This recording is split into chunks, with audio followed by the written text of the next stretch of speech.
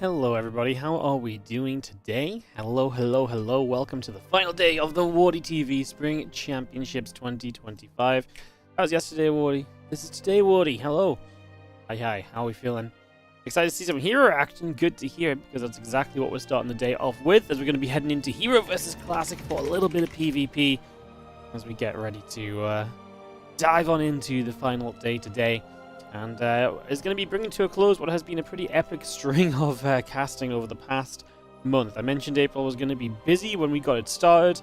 I think we've had I'm going to count it, 1, 2 days off in April so far. So we've streamed every day in April apart from a couple. So it's really been a busy month. It's been awesome. Obviously, we'll be here tomorrow for WardiTV Mondays, but I'm going to be off on Tuesday. Next week in general is a little bit quieter. We'll be doing some GSL qualifier replay casts and stuff, probably Wednesday and Thursday. Probably something at the weekend as well. I've just not quite decided what to do there just yet. So, yeah, coming to the close of what has been just a busy month here on WardiTV with lots of games, lots of action, and all the rest of it. Obviously, there's GSL starting up as well and so on. So there's just...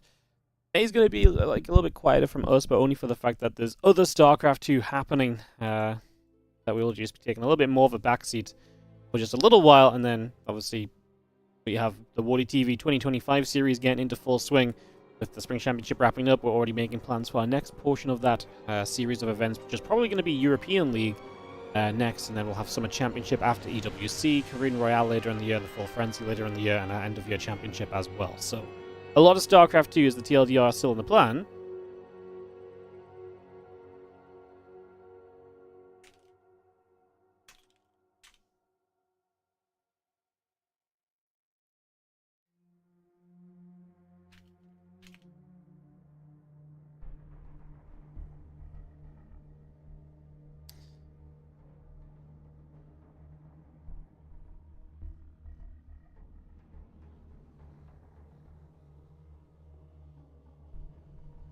Just getting everyone ready in our first match of the day.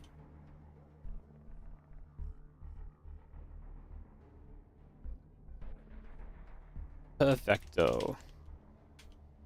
Get the maps written out. Make sure all the casts are in here. Get the French stream in here. They've been covering so many of our events as well. And yeah, we're going to get ready to get going. What's up, Aurelian in the chat? Thank you to Wardy keeping the SCT scene so active on the YouTube. No worries. Thank you so much for watching it. Wouldn't be here without you guys watching and supporting and all the rest of it. So, hell yeah. Appreciate you all. And yeah, excited to kick us off into this Classic vs. Hero series. Classic just asking for a minute or so. And we'll be able to go.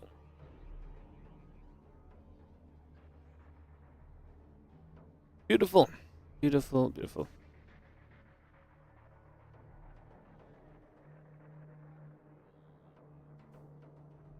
Awesome. So yeah, we're going to get Classic and Hero ready to rumble. And get ready to start up. Classic just said he is ready, and if Hero's ready too, we're going to start off in the lower bracket. One extra series compared to what we expected to have today, so kind of keeping that in mind a little bit. As ready, go gets called. Let's kick off into some games of StarCraft 2. I've just hit the wrong button. There we go, fixed it. And we are heading in game. Alrighty guys, welcome to the Spring Championship Finals. Like I say, lower bracket action to start the day. We're going to be going Hero versus Classic. The winner will then take on Clem. Then we have in the upper bracket final ZOUN versus Maxpax. Then a lower bracket final and a grand final to make our way through. And as 8 players have been whittled down to 5, soon to be 4, and soon to be 3, 2, and then a champion at the end of the pathway. So, let's get into this as we start off the PvPs. This is a matchup which happened in Group Stage 2 already, in the form of Hero versus Classic. That actually happened in the... well, no, it didn't, did it? Didn't it not, actually? Because Hero actually advanced first to the group, and Classic came through the lower portion. So actually, they were in the same group, but they never actually played. They must have played in something recently, though. I do remember casting some Hero Classic, and typically Hero has come out better than Classic in those meetings. So, yeah, let's get this up and running. In the bottom right side, our blue Protoss play here is going to be Hero.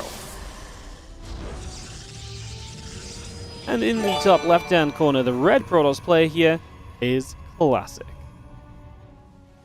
What's up, Henry Set? Thank you so much for the 20-month resub on the Prime. Much appreciated. Thank you so much for using your Prime on the channel and supporting the stream. Appreciate it as always. Thank you for, supporting. We are very close to 800 subs, which is amazing. The more buffer we can get between us and 700, so that when some start to drop off, we still stay above 700 is amazing. So thank you so much in that regard. And, yeah, I mean, lots of things to talk about. Obviously, the 2025 series. Crowdfunder is currently ongoing as well. You can ! 2025 for the link to that if you'd like to read more and so on about it. Try and keep the momentum going there, as we're just still shy of the halfway marker on that. So again, ! 2025 if you didn't check it out already, we appreciate you if you get the chance to, as otherwise we get set up and into this best of 5 PvP. So starting the day off by following a probe around a mineral line. No surprises there. How many of our days start off following a probe around? Quite a few, as obviously PvP going to give us a lot of possibilities and options in the early stages. In this case, we're going to be seeing double gateway versus this double gateway. So both players going to match each other early here on Whispers of Gold. We'll see Stalker Sentry on the side of Classic immediately. Hero not building his second unit just yet. He had a second Stalker started, but then he goes into the Sentry instead. So he's also going to match Classic Stalker Sentry versus Stalker Sentry. So super early on, we are going to be seeing very much so just mirrored openings from both sides. So both players heading into the Stalker Sentry play, both players getting that up online and ready to rumble for the next few moments. Sentry is going to chase. We will be able to get that probe.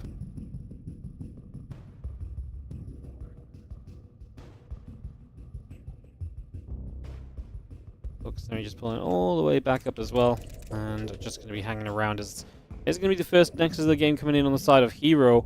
He goes for the Nexus, while Classic goes for a second Stalker, second Sentry. A little bit of a difference in doing things, as we're actually going to see then Hero spending his gas income on the Twilight Council, so he gets that prepped and ready. Get that Twilight Council available, get that online, and give yourself those options. A hallucination popping out, and it's going to go across the map as Classic will look to scout, and of course expect Hero to do the same with his own hallucinations in due course, right? In really the near future. That shouldn't take us too long at all as the Nexus sets up. And again, Twilight Council coming through on the side of Hero. We see the Sentry and the Stalker coming about.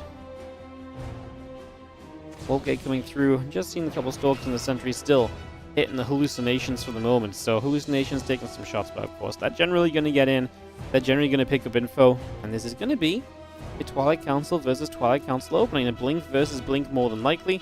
And obviously we just have that faster Blink on the side of Hero. Hero's build in general, just because he's just down a Stalker and a Sentry is what it comes down to. Now that it does make it interesting for this fight. In we go. First Force Field comes in. We pop a Guardian Shield. No Force Fields on the side of Classic, so he's kind of getting outnumbered.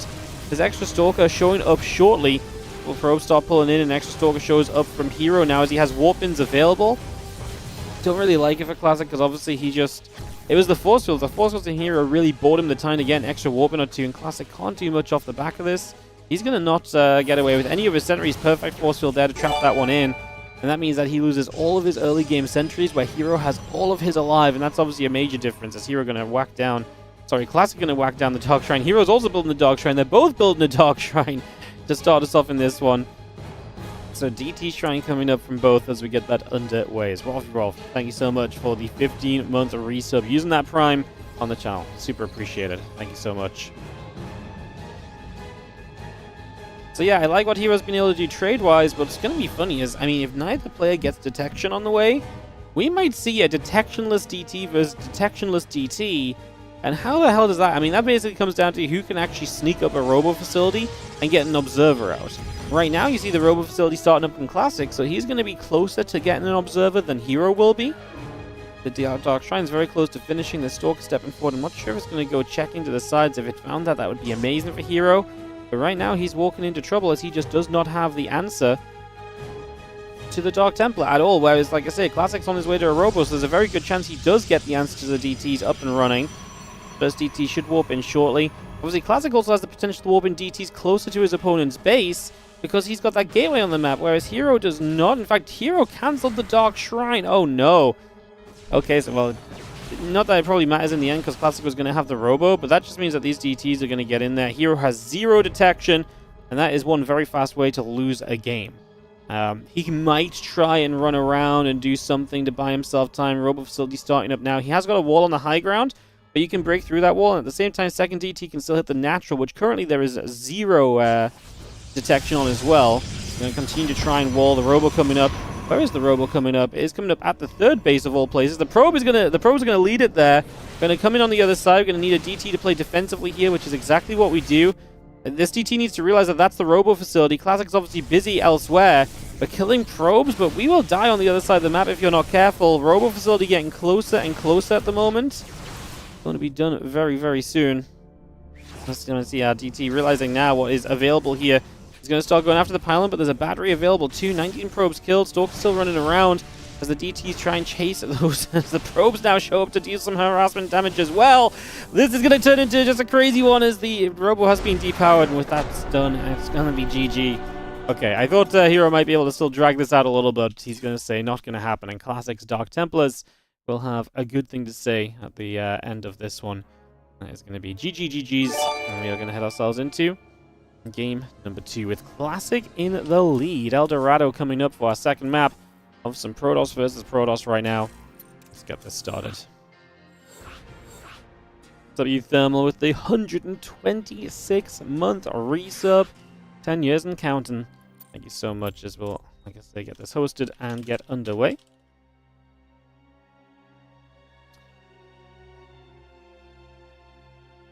$126 months. That's a bonkers resub, isn't it? Invisible Men. Yes, Invisible Men indeed. Invisible Men indeed. Alright, ready. Ready. Everyone's set. 1, 2, 3, 4, 5. We had 6 casters, no? Can't remember. Maybe it was actually just 5. I think 6 might have been yesterday. Players are ready though. Let's kick straight into El Dorado as we get this one up and rolling. As Classic takes an early lead off of Hero in this series. We're ready up into this game 2. Of course, winner of this plays Clem in the top 4 match in the lower bracket, so that would be a rematch from Hero from the upper bracket already for Classic. That would be obviously a tough series. I always feel like Classic has opportunities against Clem, but then actually winning the series and kind of getting the final touches and wins there is... I mean, it's always going to be difficult against Clem, but I feel like Classic always is able to take maps off of Clem. It's just winning an actual series is that much more of the challenge. Anyways, a long way to go in this PvP before that gets set up, so we'll not talk too much about features that may not exist for now. As currently down a game in the bottom left of El Dorado, heading into this game 2 will be the blue Protoss player Hero. He takes on the red Protoss in the bottom right corner. Classic as we get into game 2 of this best of 5 playoff matches today, guys, in the WardiTV Spring Championship, the final day of action. Again, appreciate you all tuning in, appreciate you all being here. Thank you for joining us. Good to see you, and I hope you're all excited for these games. Like I say, should be a good one as we get ourselves into this game 2 and get set up and running. Let's see what the plan will be.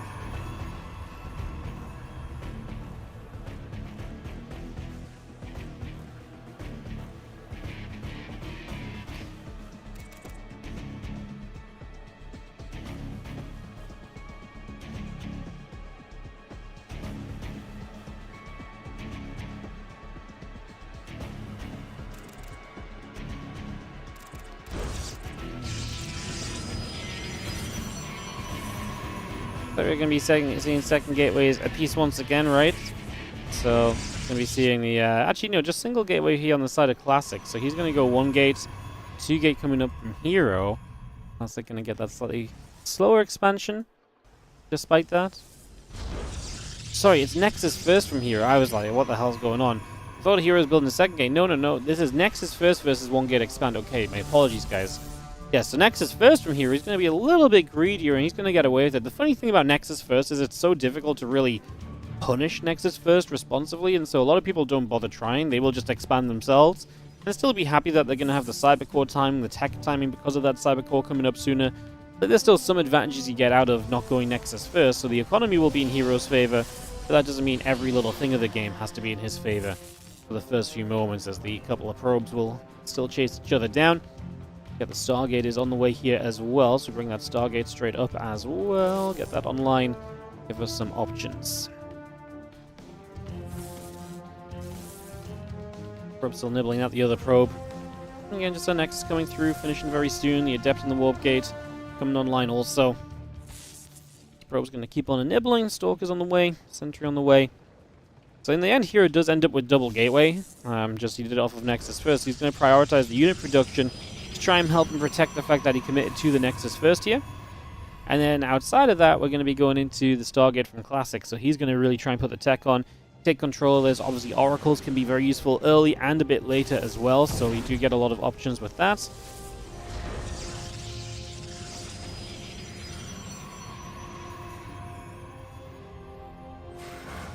Ends up just getting pushed out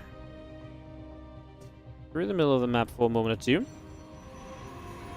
Being brought back as this hallucination checks through from Hero as well. Classic is going to be popping his Oracle out. The Twilight Council building from both players. They're both going to end up on Blink at the similar time. You know, give or take some chrono boosts, with the noteworthy factor of the fact that Classic is going to have himself the Oracle on the map and the Oracle to harass with, scout with, and that benefit in general. Obviously, there's a Sentry from Hero, so he will have hallucinations to scout with, but hallucinations can't put down stasis wards, they can't activate pulsar beams. Those are, I think, ways in which that Oracle is not going to be met, as Hero doesn't have his own. Defends it well so far, though.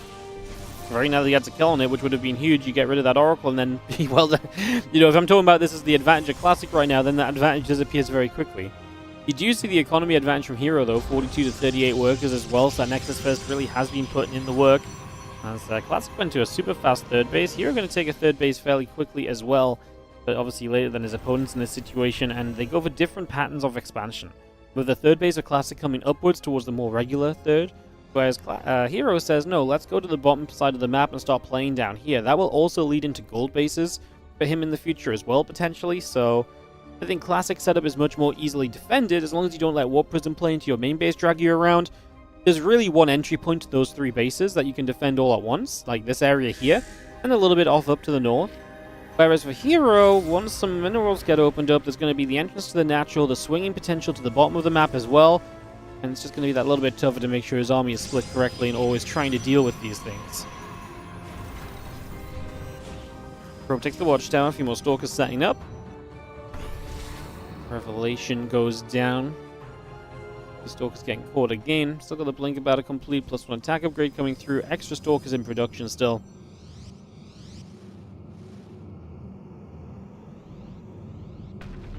Building the gateway and 3 more Stalkers getting build as we are, obviously on Blink, so if you want to blink across here as Hero, you can do so.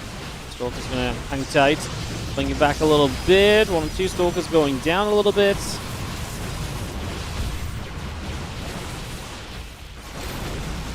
And this was just Hero attacking into a position he didn't really have any right to be attacking into. Oh, I love the blink after this as well, gets the Sentry, going to get a few more Stalkers. There will be a warp in there, and that's where Classic kind of does need to retreat. I was really liking this. Obviously, don't like it so much when you lose quite a lot there, but... Alright, +1 attack and Stalker still coming in. Charge coming up right now as well. Oracle activating, and a few more probes will be dropping. Clearing those out, Oracle's still going to be sitting tight and tidy. So, Classic not only defending nicely, loses a few Stalkers at the end, but also gets a few probes over here. And it does feel very good for Classic thus far. Definitely getting into a nice, strong position in the early stages.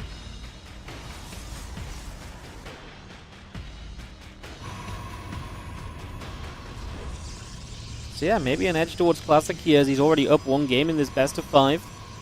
Pitching towards a potential second game lead. It's not super notable, right? I mean, it's definitely there, but I don't think it's the crazy. It's not like the sort of lead that's like 100% this is going to be Classic's game. It's just I like a couple of ways in which things have gone so far.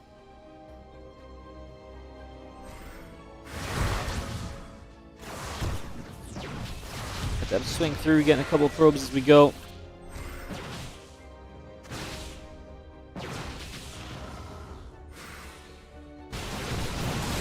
Going to shoot away a couple of depths. Stalker's going to get a Stalker there as well. Nice little grab. A few more cleanups. Robo Facility about to finish. The charge on the way. The gateway's on the way. There's 1 more Stalker on this bottom side getting warped in as well as Hero takes the gold base on the 6 o'clock.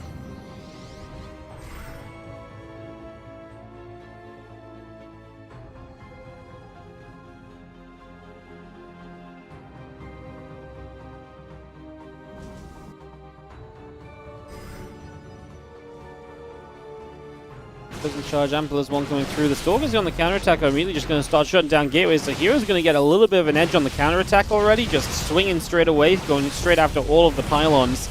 Hero is going to be supply blocked shortly, Classic is going to do the exact same thing across the map. He's got +1. I'll tell you what, it would be huge if Classic could get rid of the Forge pylon in the next couple of moments and just stop +1 coming up.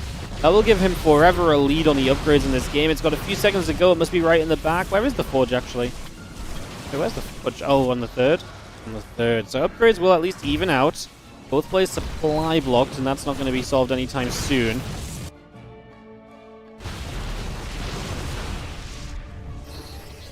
Yeah, supply block versus supply block. Couple cannons and gates coming up from Heroes. He gets ready to try and defend the gold base.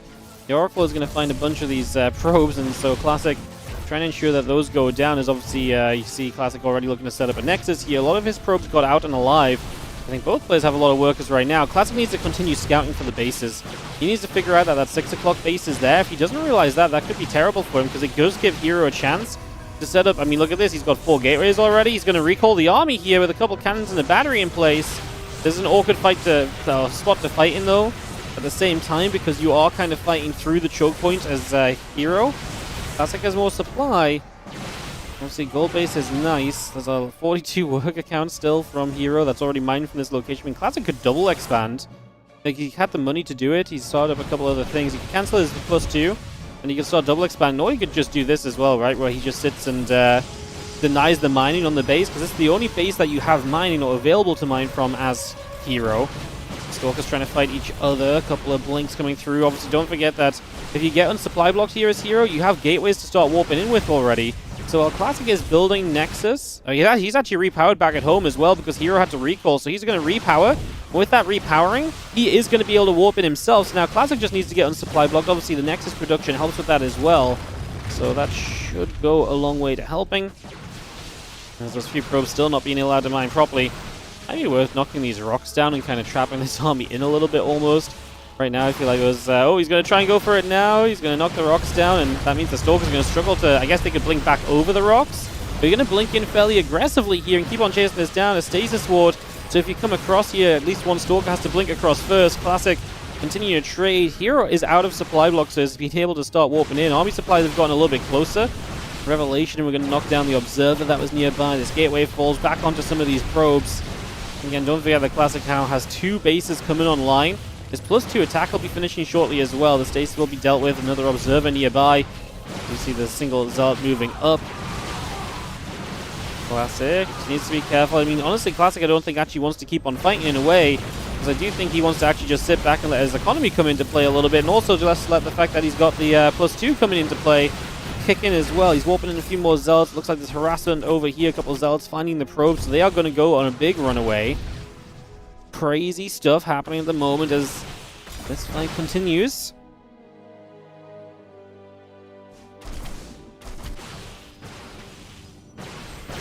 Stalkers chasing up as we do obviously have Hero actually has warp gates available here as well. Classic going to go running. Like I say, Classic has a +2 advantage on his side, so now he's got an upgrade lead. The base over there. Did he just recall the probes to fight off the Zealots? Oh my god. What's going on? This Classic tries to chase down the Zealots here without taking too much damage in the process, if possible. The Zealots keep going down. Obviously, he's blinking back towards the Nexus, but there's no battery there or anything. Classic's actually losing the army supply a little. He needs some warp-ins. He's got 8 gates in the game. Not sure if all of those are powered up. He might lose that base. I don't even know if it's so bad if he actually loses that location in particular, because he still has the base on the left side. He doesn't need 2 bases right now, considering he lost a bunch of probes already. It looks as though he is winning the fight, Stalker versus Stalker. There's not a lot of money left over to re-warp in Stalkers either. We're going to blink in after those Stalkers, and even with the battery nearby, Hero trying to make something of this. The Stalkers are going to get hunted down, and we're going to get back onto pylons. And I mean, we're down to 30 versus 36 supply. The few Zealots going down too. Classic actually lost a lot of his probes. And without those probes, and the battery healing up some Zealots, this is actually getting surprisingly close once again. Classic should have the better ability to trade because he's got Stalkers versus Zealots, but right now he's letting the Zealots hit. And as long as the Zealots actually stood there dealing damage, it's obviously going to be a good thing for you as Hero. Getting value out of this. In the end, he just doesn't have enough, though. The Zealots do eventually show that they are not good enough in a longer trade. And GG does get called in Classic's favor, who takes a 2-0 lead in this best of 5. with a bit of a bonkers game number 2. That one really came down to a couple of wild moments. It's crazy that Hero almost made that happen, actually, because I felt like he was in a bit of a bad spot, but he got the jump on the base trade, which we liked.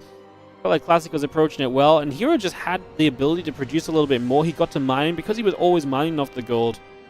He was able to keep mining off that gold base, whereas Hero, you know, Classic had to get the bases built up still a little bit, and then obviously spent a lot of time running around with his probes because they got found. Pretty crazy game, in all honesty. Safe to say, not much else to add, actually, is, yeah. You thought Classic lost? Yeah, me too, because he was letting the Zealots just sit there, and the Zealots were stood in, like, next to batteries, so the Zealots were just not dying. So you're just stood there in battery range, letting the Zealots just sit there and deal damage. Like, Stalkers shouldn't lose to Zealots. And I actually think if Hero had a bit more money available and he'd been able to warp in Stalkers, I actually think he might have won if Classic continued to approach in a similar way. Crazy. Alright, players are ready. Let's go into game number 3. As Classic has a 2-0 lead over Hero. We might be seeing an exit for Hero here in the top 6 of the WardiTV Spring Championship. Let's find out as we go into Persephone.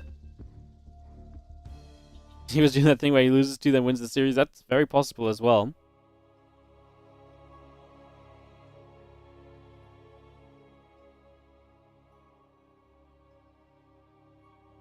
Going to Persephone, guys. Let's keep it going as we have ourselves in the top left corner. Down 0-2. Time to turn it around. Our blue Protoss player is Hero. It's now or never for him as he sits down 2 in this best of 5. No room for mistakes any longer.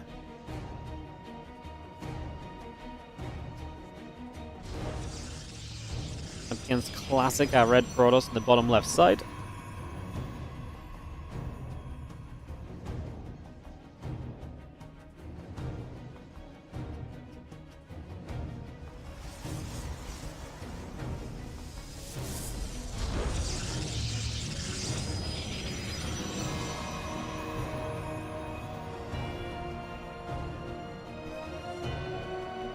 Very fun series, DTs in that first game, the chaos of the second. We'll see what goes down as Classic looks to take this 2-0 lead and take it into top 4 of the WardiTV Spring Championship. A couple of simulators going to drop down. Again, the gate coming up. A couple of gateways, so 2 gateways on the way from Classic already. This time it's going to be Hero who just wants to adventure with a single gateway. Getting set up here.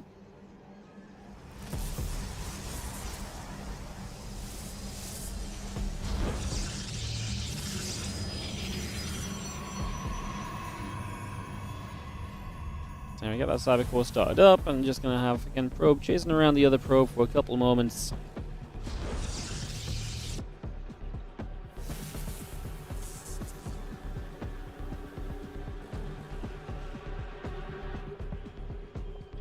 Okay, the cyber core continue to come around. Just going to be seeing the Zealot producing. Obviously get that out, and that means that Hero can have a way to break through any pylons or structures that might try and block his base. That's pretty common. Obviously, if you see your opponent wanting to expand early, put a structure down, and if you didn't build the Zealot, then you can't actually break out of that very easily, so then you get delayed from expanding. And a nice scout from Classic Stargate in the back. And he can now make a choice as to how he wants to approach this game number 3. Does he want to go and try and be aggressive into the Stargate play of Hero? Typically would say that's probably not the best idea. I mean, Stargate is designed around being defensive.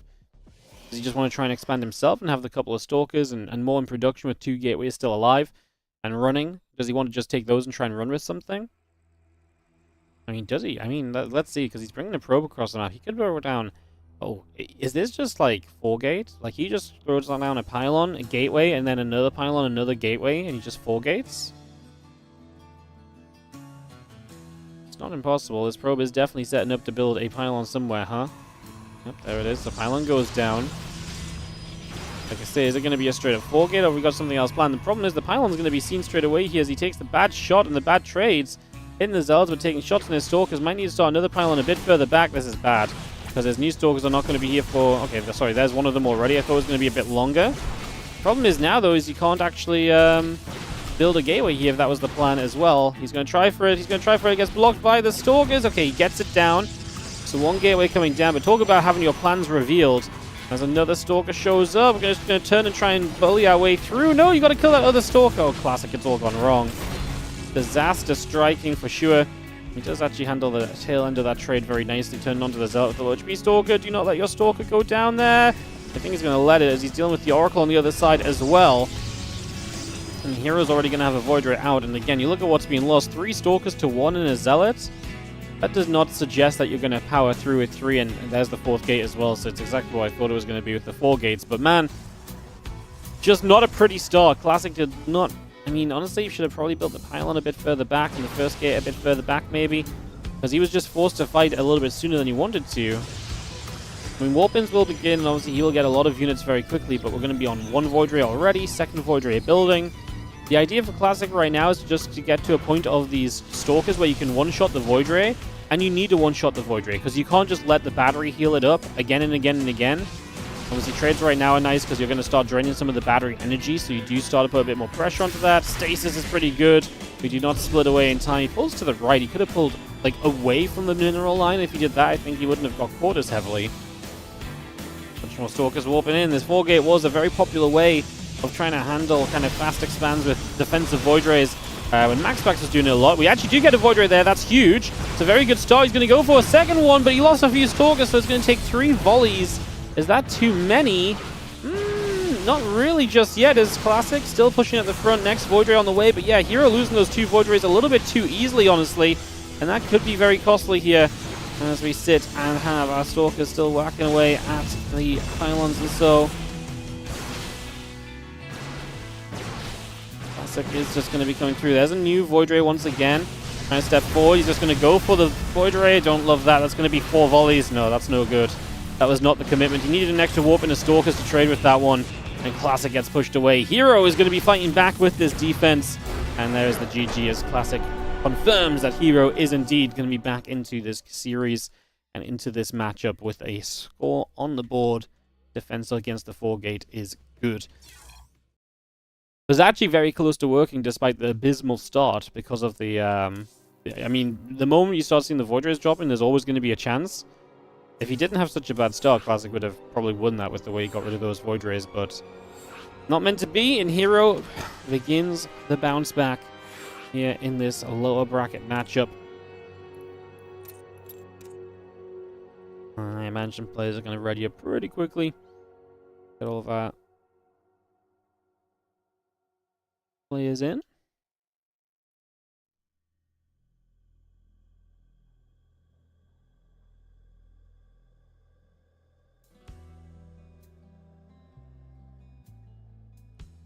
Alright, ready?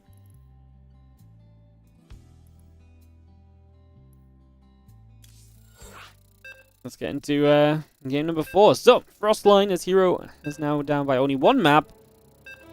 That's Classic, like I say, obviously just try to really press the pressure right there, get the aggression going in his favor. Doesn't quite work out for him. Now we go to Frostline to try and determine if Classic can win out and get into that matchup against Clem, or if Hero's going to take us all the way through to a game 5. Countdown finishes, Frostline loading.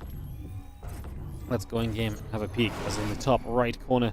We're going to start things off with the blue Protoss player. This is Hero.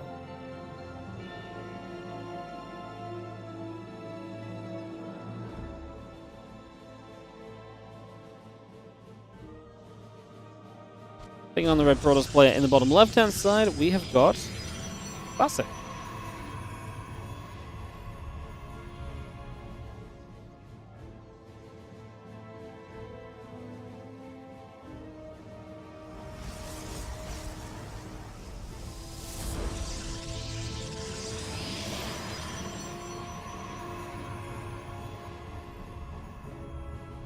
Classic leading 2-1 in this best of 5. Again, 1 map away from top 4. 1 map away from playing Clem in the next matchup. And again, the order for the Dink is not quite aware of the bracket. It is this series between Hero Classic, winner versus Clem. Then we go to the upper bracket final with Maxpax versus ZOUN, before dropping down to the lower bracket finals in the grand finals after that. That is the plan of things. That is the way of things coming through today.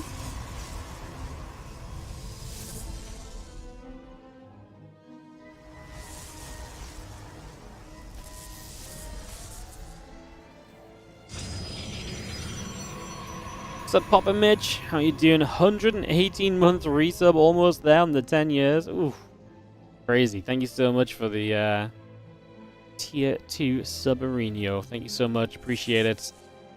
Cyber core's coming up. The gate's coming through. Zealot on the way. Probes building.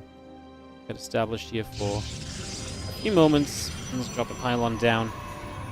Classic gonna get that ready. So again, the cyber core's coming up. The gateways get going. We get settled for the next few moments.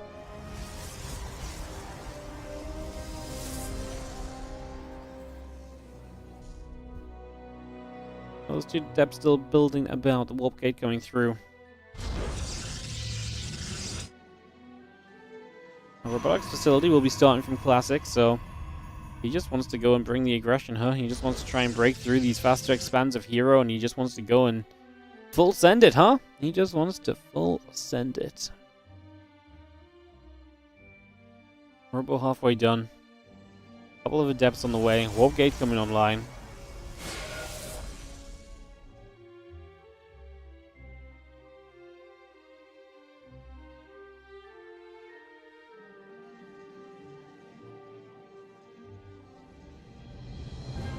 Two adepts in the robot will be done soon. Just gonna have our Stargate coming up on the side of Hero.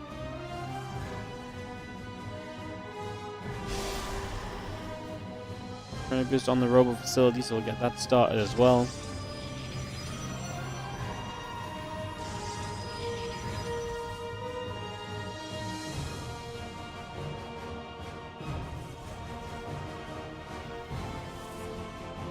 Stargate finished shortly. The Stalker and the Warp Gate still coming up. A couple of sentries in the Prism coming by. We have ourselves a little cancel up on the high ground.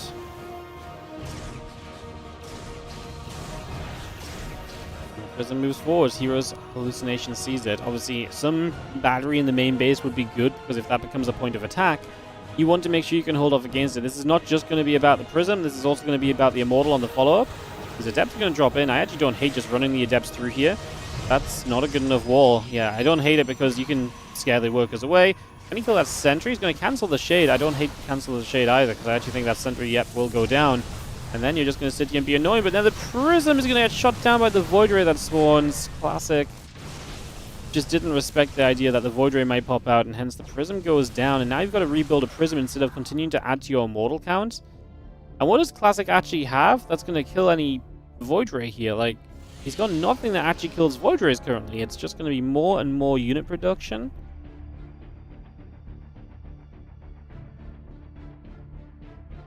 But no Stalkers. I mean, a couple Stalkers.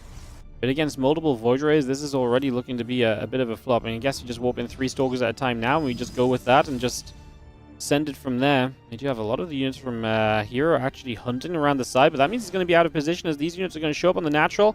Right now, he's going to realize there's not much there, so Hero's going to find the Robo facility. Sure, I don't even know if Classic cares. If he can keep the Prism alive and if he can keep the Stalker count growing, I think that's the best case scenario for him anyways, because he's going to have to, in the end, deal with the Void Rays.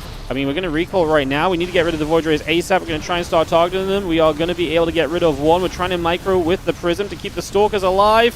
Second Void Ray doesn't go down. We are now going to turn our extra Prism into Warp-In mode, and we are going to chase that Void Ray away on low HP. The Stalkers in the low ground of Hero dropping as well.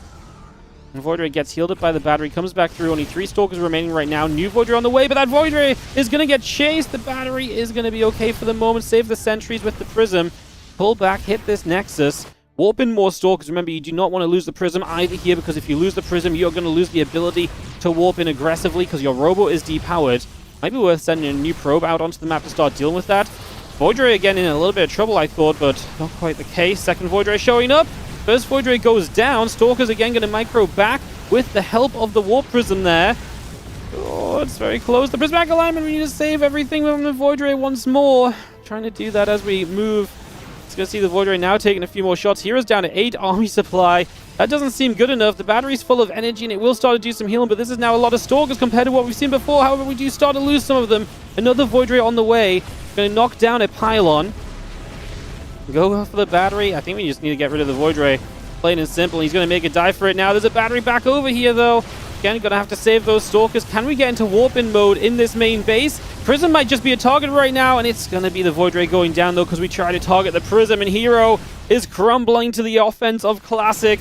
A new Void Ray spawns straight into all of those Stalkers. There is a battery, there is prismatic alignment. We'll have to micro the Prism still, but it looks like Classic has gotten it done. GG says Hero. Classic will advance over Hero through the lower bracket, and will move on through to play Clem in the next round. GG's Classic takes down Hero, and that is a little bit of an upset for us. When was the last time that happened? Let's have a little peek on the Oligulac.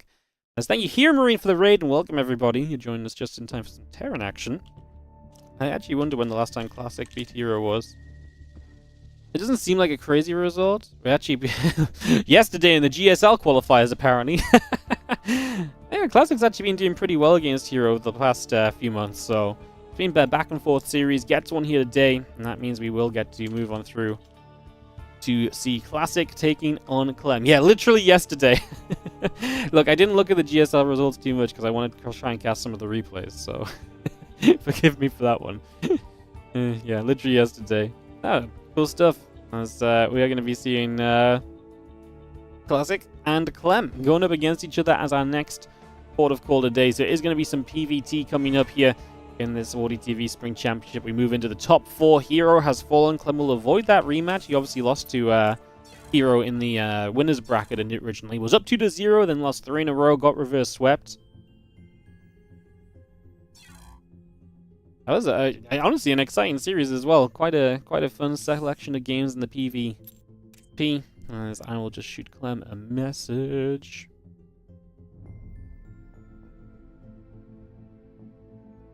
Perfect.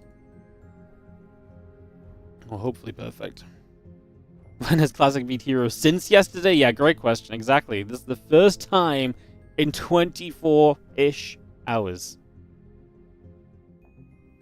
Crazy, huh?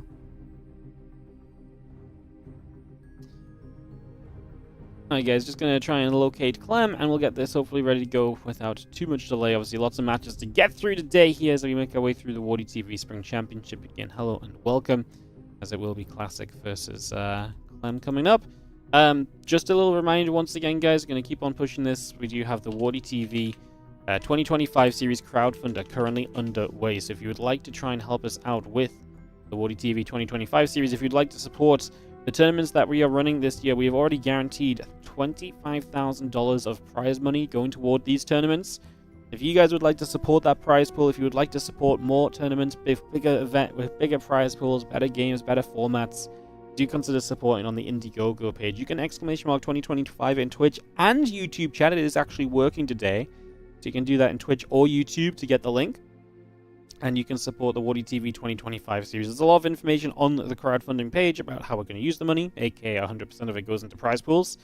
Some of our goals, the tournaments that we're going to be running, why we're crowdfunding, and all the rest. So you guys can check all of that out on the Indiegogo. Go check that out. Like I say, we are guaranteeing $25,000.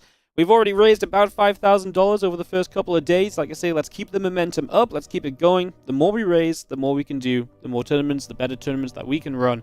And that is our main goal, to run tournaments and to give players as many opportunities to win money in StarCraft 2 as possible. So, again, do check that out just while we take a few moments here to get ourselves into this next series.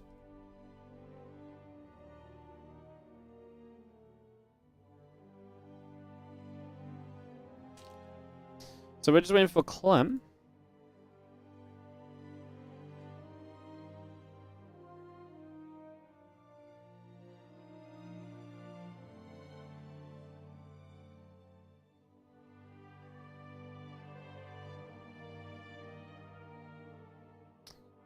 So yeah.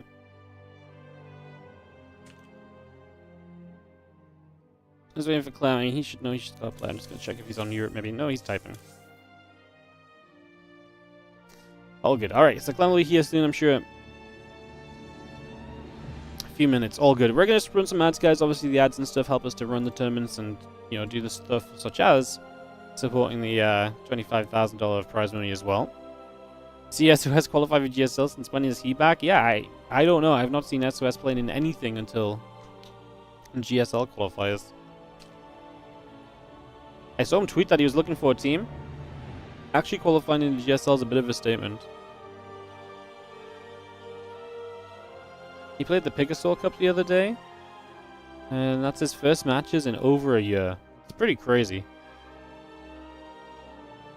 Yeah, SOS, just doing SOS things apparently. SOS doing SOS things.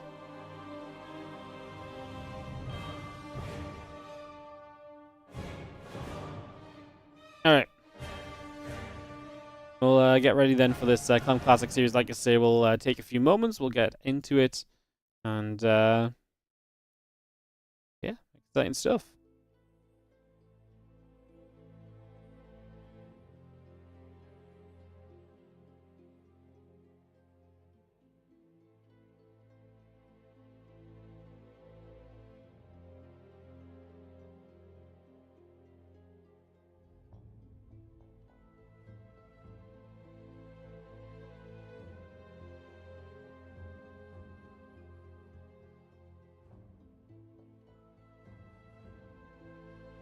Alrighty. Cool. Alright, so we're just waiting for Clem, guys. How's everyone doing? If you're doing well, then let me know what's up. Hope you're all having a great weekend. Again, the end of what has been a great string of streams over the past few weeks with Spring Championship, Rex April Madness, and everything else we've been covering. Again, tomorrow will be WardiTV Mondays, and I'm going to be off on Tuesday. And this next week or so will be a little bit quieter for me. We'll be having a few streams still, just not every single day has been kind of the thing lately. So a little bit more of a chill week. And then we'll pick it up again for a couple of weeks before Dallas happens. So, yeah. That's what's going on. And that's the scenario. Yeah, SOS played the Picasso Cup on Monday. That's the only games he's played in the last year. It's pretty crazy since he last tried to play in GSL qualifiers in February, apparently. Pretty wild. So yeah, Clem will be here soon, guys. And then we'll get some videos started and get this underway.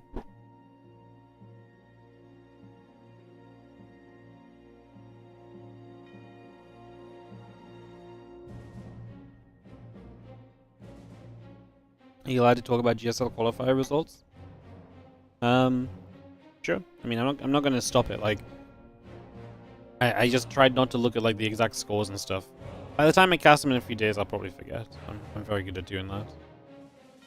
So yeah, I'll probably manage to forget in a couple of days. Kind of crazy. 12-player GSL. I think the crazier part is actually like yesterday was essentially just because yesterday could have basically just been a GSL in itself. That the way that they did the groups and stuff, they could have just made yesterday the GSL instead of just the qualifiers. It's really a wild format. Clem has arrived. Who has the better seeding between Clem and Classic? Ooh, they're dead even.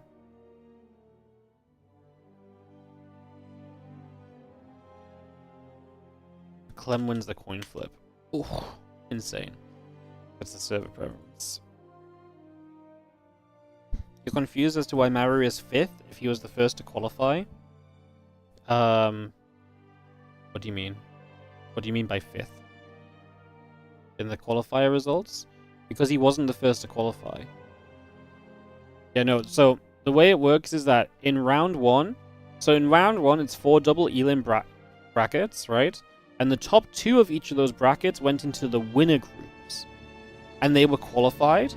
And then the third and fourth places went into the loser groups. In the winner groups, they played again 2 more double elimination brackets, and the top 4 out of those 8, so top 2 of each one, qualified at group stage 2. Whereas the players who do not make it, they were already qualified, they go to group stage 1, and then in the loser brackets, it was the top 2 of each loser bracket that then also qualify additionally. So, yeah, he is not going to start Basically, Mara has to play in the group stage 1. He doesn't qualify for group stage 2. Yeah, if you expand it down in the Wikipedia, there's like you'll see that they played against the round 2 winners is basically like seeding matches, whereas round 2 losers is very much so still qualifying matches. They could have named it so much better. They could have named it like round 1 or round 1 and then a qualifying group, or then like seeding groups and then qualifying groups or something would have made a lot more just natural sense, I think, to just kind of quickly explain it to people, you know. Yeah, it was definitely a little bit of a confusing format. It wasn't quite the I was a bit taken aback by it as well, like I say, because when the players messaged me like, hey, GSL qualifies on Saturday, it's like, oh no, I was like, when? And they were like, oh, we don't know. I was like, well, it'll probably be fine, right? And they were like, yeah, we think so. And I was like, yeah, you know, maybe we'd have to delay that by 30-40 minutes. So I was like, yeah, it'll be fine. And then they announced it's going to start like 3 hours before the stream, and I was like, oh, we're going to be easily fine. And then obviously we started 3 hours late because they did this essentially 2 sets of qualifier brackets, so it took a long time in comparison to the expectation. I don't think GSL qualifiers have ever taken 6 hours, so yeah, yesterday was a bit of a wild one in that regard for sure. It was quite the day of StarCraft from my point of view, because I was literally just sat here for 3 hours waiting. Will there be an English chat for GSL? Yeah, I would assume so.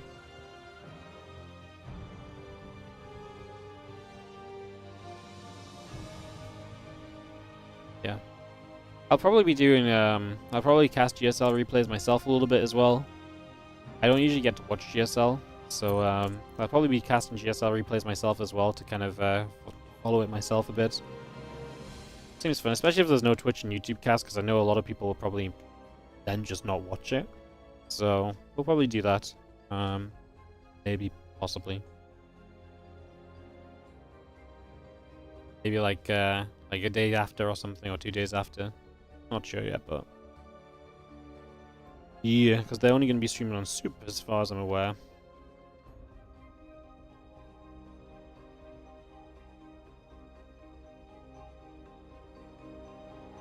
No Twitch, YouTube, yeah, they're only going to be live on the Korean platform.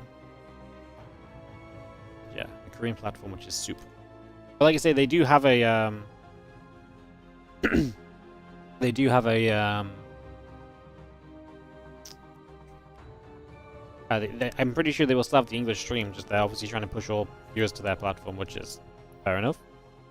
But yeah, we got the replays off the Patreon. I think we'll probably cast them, at least maybe like the best of the matches. I mean, there's not that many anyway, we'll probably just cast them all. Especially this next month or so is kind of busy anyway, so it doesn't make sense to run my own stuff as much, so we'll just try and... there will be one WardiTV tournament this month, but I think we'll mostly focus on trying to do some other bits and pieces. And yeah, we'll mostly probably just help cover events and stuff.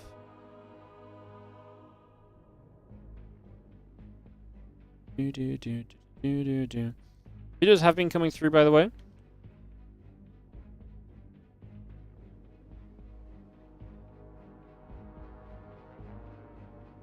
What's that final map that they've not picked between yet?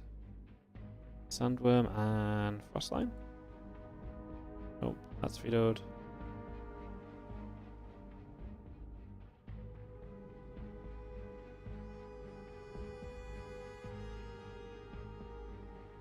Ley lines. Let's see.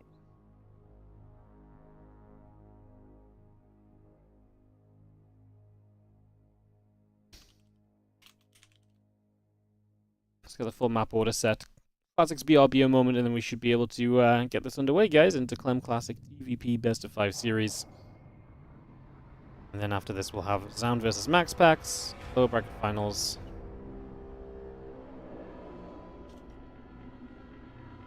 Perfect. And Clem's our only non-Protoss player remaining, so kind of a little bit of a bias towards Clem. I love Classic, always want to see Classic do well. And him, you know, beating Clem would be a very fun result as well. But, yeah, obviously would like to see not it just be PvP for the rest of the day after this series. So, yeah. I guess there's a win either way. It's either PvP all day, but hey, it's going to be a little bit of a mix-up of players, or it's going to be some TvP. the Classic is going to get knocked down. So I guess that's where we look at how we go. Just going to double check. Clem is ready, and we will head into this series, guys. So Clem versus Classic, best of 5 is about to begin. Just double checking Clem is all good. And then we will kick this off, because like I said, Classic goes BRB. He just joined us. He says he's ready. Clem seems to have disappeared again. It's never easy getting these guys just show. One guy goes BRB, the other guy tabs out. Yeah. Alright, we are going into Whispers of Gold. The WardiTV Spring Championships has 4 series remaining. Obviously, we continue to knock players out here after this. One of these guys will be top 3, the other will be out. Top 4 of the tournament will take home a $350 fourth place prize. So obviously, every win from here is worth at least $150 or more. And we ramp up the prize money, $500 for top 3, and then $750 for second, and $1,300 for first place. So that's what's on the line. Let's get into this, as we have in the top left-hand corner of the map, Whispers of Gold, the red Protoss player who just took out Hero to give us a little bit of an upset in terms of the players still remaining in the event right now. This is Classic.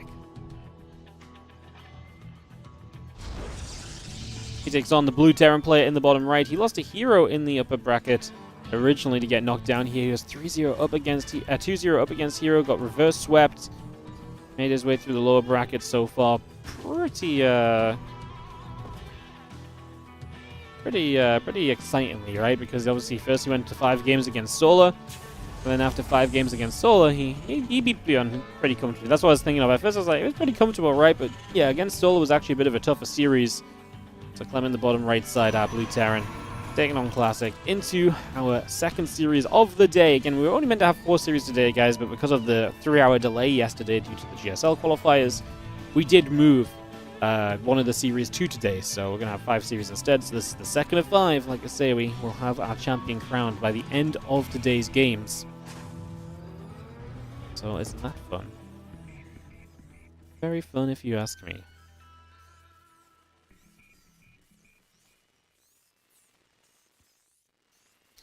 Barracks is going to be finishing. The SCV still coming out. Cybercore on the way from Classic as well. Just going to be dropping down. That's Cybercore on the edge. And the probe going to come to the natural. Going to drop the Nexus into play as well. Get that straight into position. The Orbital and the Reaper coming up too. Let me bring that all into action right now, as we just have this Reaper popping out. We'll try and get set onto the map.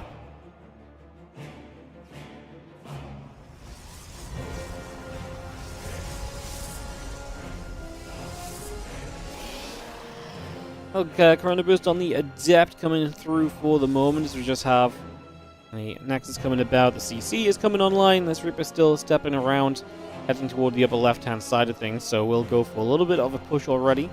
Again, the factory and the command center coming through. The bunker is on its way out as well, so bringing a lot of this up and online. As that Reaper still patrolling at the front in those early stages. So again, a little bit of patrolling. We do see the Adept is going to come shading through as well.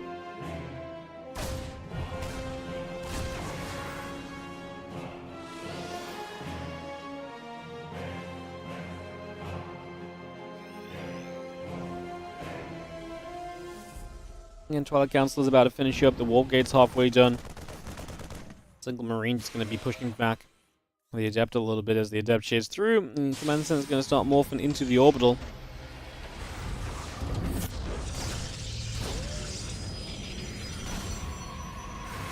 Adept still shading back through over there as well, so we'll go and take a couple steps. The Adept going to get thrown.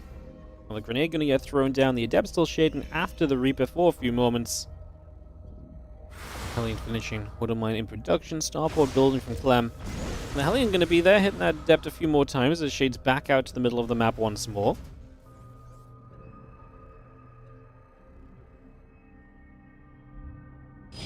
Do you feel like Classic? His comfort zone in these PvTs always does seem to come from the later game setup, right? If he can get through the early to mid stages, I feel like Classic can be such a formidable player when you get some later game Stargates coming online. That's that kind of larger tech army coming up. do feel like Classic struggles a little bit in the earlier stages, which obviously gives Clem maybe some good hope and value to be found, because we know that Clem loves to excel in those early stages of the game as well, right? So definitely a little bit of a factor to think on there. As this Hellion comes back around, again, it's going to be seeing that barracks coming up, couple of Marines coming in. Looking good so far. As the tech labs come through too. This one probe steps across, and it's going to get taken out by the Hellion as well.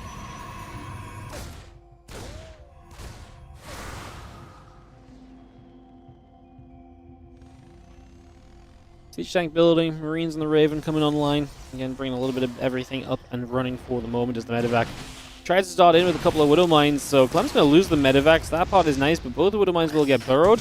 No blink yet, and we actually get a Stalker kill. Always great to see a Stalker go down. That's obviously a fairly expensive unit for this stage of the game, so the Widow Mine will be happy with that. Reaper's just going to commit itself for a probe kill as well as we try to get across to build the third base already. And Clem getting a flurry of, flurry of hits in on Classic. Classic will still kind of bounce back now as he gets ready for his own punch across with the Stalkers. Rope away coming down. Obviously now the third Nexus as well, plus the charge. So yeah, we'll see what the Stalkers can do harassment-wise. Clem already has one tank very well positioned defensively in the main, very safe behind those structures. The Raven has made it out across the map too, so we'll get across to start dropping auto turrets and bring that harassment into action also. Charge building, Observer coming through, the few Marines in the bunker. Gonna keep on shooting, another Marine going down. And that Raven does just swing around the back of the third in toward the natural here over the next few moments and look for that opportunity to potentially start dropping auto turrets. Again, sitting between the third and the natural is great because you then have the choice of where you hit, so it's very difficult to defend as Classic because you then have to have something in position on both locations or be able to pull, be ready to pull away from both locations as well. Both of those possibilities definitely, things to watch out for. As like I say, Clem will just sit here with the Raven. He can auto turret there if he wants, but the Stalker kind of thing is going to keep him away. Oh, Stalkers on both sides. Good defense so far. The Raven actually goes low. That's frustrating for Clem because now it's actually going to be very difficult to just drop an auto turret then back it up. So he kind of got caught a little bit off guard there by the fact that there were Stalkers in both positions, and I guess jumped on hard. Does mean he'll be a bit more free to kind of get out into the map. If all those Stalkers are held back dealing with the Raven, there's not much out over here, so he can step forward a little bit more easily, so Clem will look at that as something of an advantage.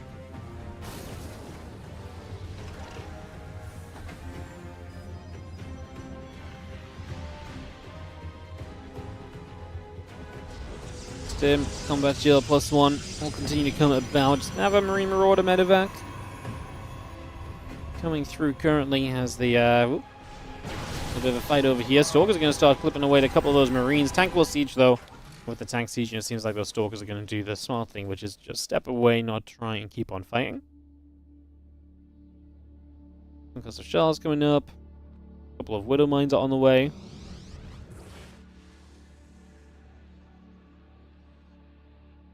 Stalkers just in position to still keep that Raven held back. It's still keeping supply of the Protoss at home though, so it's not like that Raven has been a complete flop. I mean, don't get me wrong, I would have loved to have gotten some probes and auto-turreted a bit more. But hey, that's 4 Stalkers that are sat there making sure this Raven doesn't get out of there, so that is a supply victory for Clem. Those are 4 Stalkers not in position to defend other things.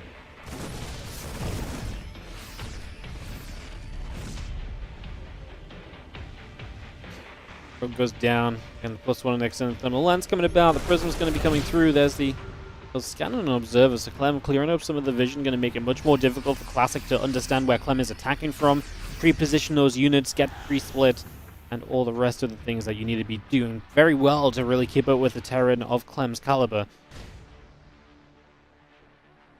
Bioforce regathering on the right side. A couple of Widow Mines are there. The siege tanks as well. Stalker pulling back up. A bit of the bio just going to stim on through, and again, Zeldstalker going to gather up as well. The rest of the bio now going to come jumping on in. Is going to begin to make its way through this Nexus. Nexus already going down on the 4th base. Bio still stepping up. Pylon falls. We'll see a Zeld dropping as well. Actually, pop the Guardian Shield. I mean, run through. There's so many Widow Mines here. You've got to be super careful. There's 100% a world in which you just lose a bunch of the mines, but deal with it pretty well. We're actually going to see Clem dive in to try and get himself the Robo facility. Because that Widow Mine hits the Colossus. We do get the Robo, and he doesn't look like Clem loses that much in the process either, so Clem with the I mean, it was an interesting little attack in, right? Because I wouldn't say it was overly successful, but we get 6 pros, you get a robo. Now Classic is counterattacking with the War Prism, so he is going to come over and try and make things go in his own favor for a little while. Got a recall back home as the Marines do get rid of the War Prism. And in fact, still sitting about here. Bio on the top right, continuing through the third base. Stalker's going to blink forward one more time, going straight after the medevac already. Classic just going to say GG. Apparently this is just too much as Clem overwhelms over the course of multiple fights in multiple locations. And Clem is going to take the opening game of this series, taking a 1-0 lead. This best of 5. Second map will be Ultra Love, and we'll just go straight to it, guys. No reason to delay on that one. And we will go to Classic server preference here as well. See if we can find some more fortune on the West server compared to the Central.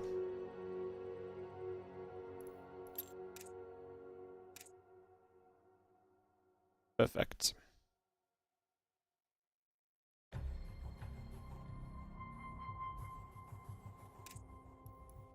Wait for Clem to join us here. We've got all 5 casters in, so we really should just zoom on through to this one, guys, without any delay. Ghost is Classic. Ready says Clem. Let's do it. Let's jump straight into our second game of this best of 5 in the lower bracket of the Spring Championship. Like I say, after this, guys, we'll have ZOUN versus Maxpax lining up to play each other in the upper bracket final, determine who will get that 1-0 lead in the grand finals of the Spring Championship as well. It will be that slight advantage for coming through the winner bracket and being undefeated thus far.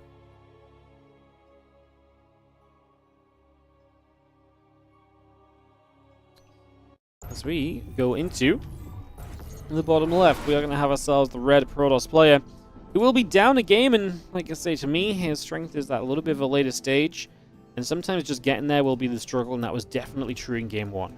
You know, just the multi-prong kind of getting the better of him, starting to lose a couple tech units here and there, losing a few too many probes on this fight, and just everything kind of adding up against him in the end. Classic, time to try and fight back here on Ultra Love. Let's see if we can kind of stabilize through the earlier stages and get to that more impactful part of the game for himself. Top right side, our blue Terran player from Team Liquid will be Clem. See if he wants to mix it up at all. I can foresee Clem just doing a very solid kind of, you know, a little bit of a push and a shove here.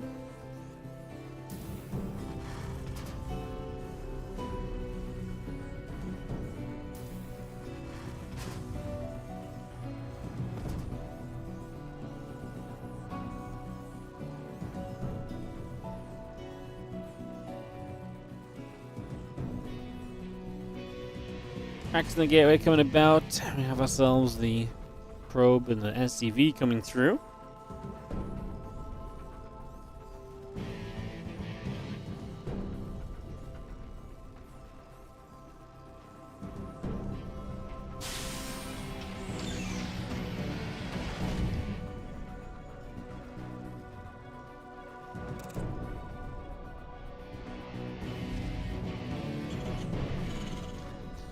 Early expansion from both players, both the Terran and Protoss, put down their respective structures on the naturals, which means that we're not going to see anything too crazy off the very start of this one. I wonder if Classic might have a better time opening some Stargate play, opening into, like, you know, Phoenix Colossus, or just something that allows him to kind of more comfortably get to the next stage, just shuts down some of the drop some of the drop play from his opponent, adds that kind of, you know, defensive ability in the early stages. I wonder if that's something that Classic might be able to kind of lean upon here a little bit.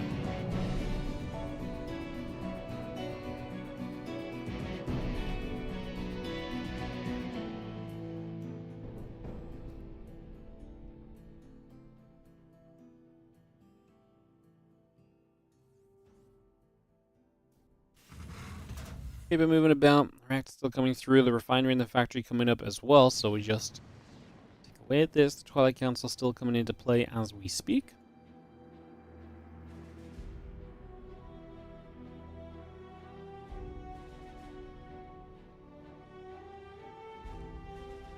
Keep it moving around on the bottom side and having a little think as to what it wants to do here. Stepping forward a little. We do have ourselves centering the Stalker in position. Going to turn that Reaper around with immediate effect. So, success attacking in on that position at the very least.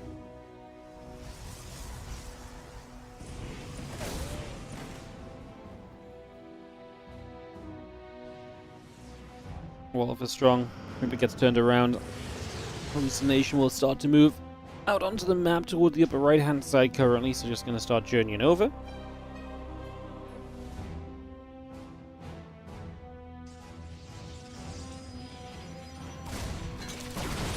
Stalker still going through, Little Reaper going to shoot, pops the Stalker around a little, just for the moment.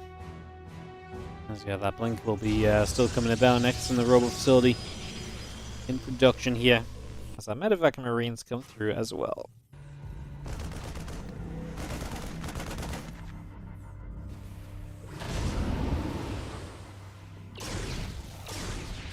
Destination going to see the medevac moving out, so good information gain from Classic. He is just playing the blink again. Nothing too crazy in that regard.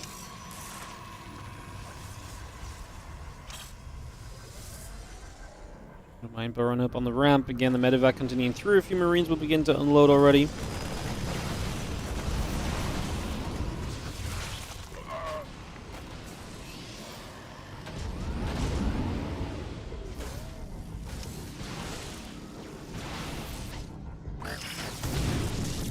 Shot going to come about and fire up a few hits. Just going to see the Raven, the +1 attack upgrade still coming through as well.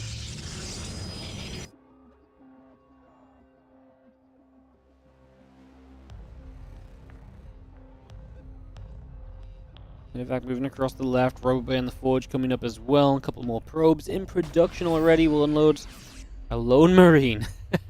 The lone Marine going to come out, and now the medevac continues down to that bottom left-hand corner. Alien, a couple extra Marines continuing to come about here currently.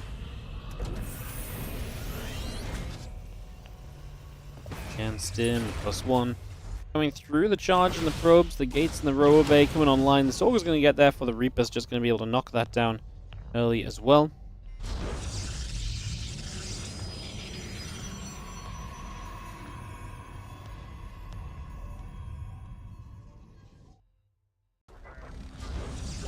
Now 5 additional gateways on production as the Colossus and the upgrades continue as well. Otherwise,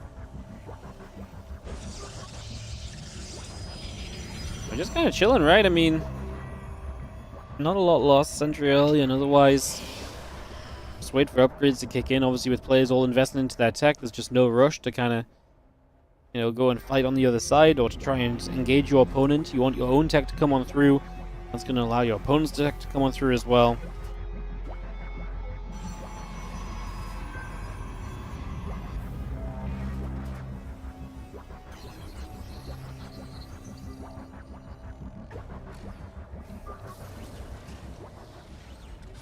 Rest of the bio just gathering up toward the natural. A few Stalkers are moving over. Still got the +1 in the combat shield coming up as well.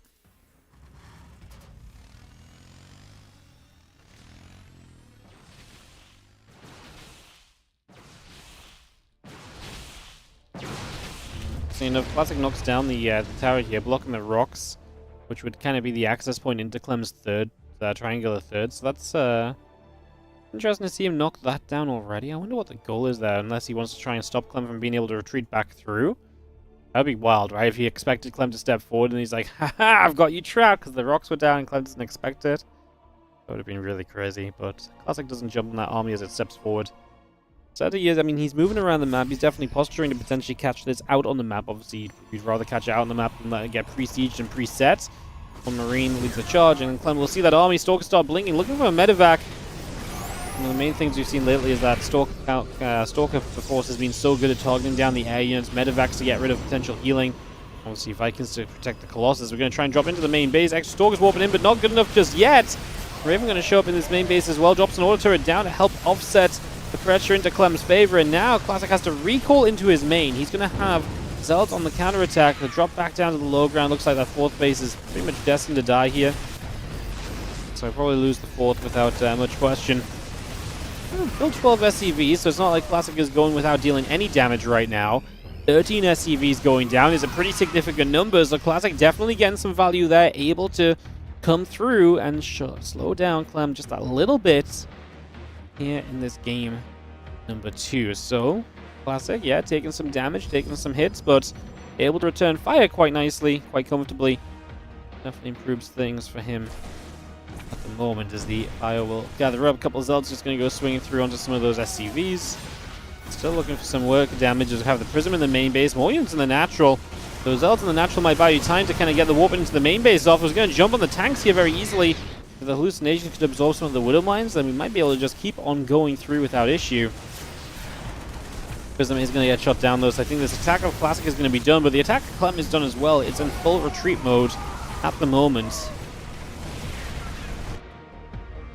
Classic still pressing forward.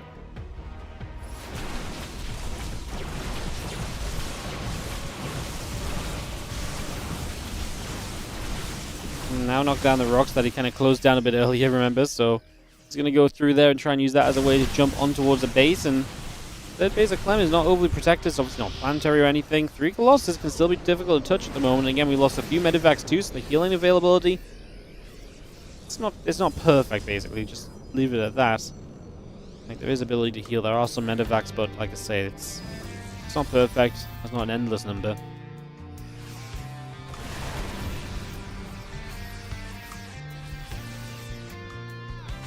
Let's see what these Colossus can do. Prism actually takes the first volley off the Vikings, so goes a little low, but going to stay back and make sure he can get the warping off. Ooh, Clem chases hard over to the third base where the Zealots are. And that means that Classic has the chance to just walk into the natural.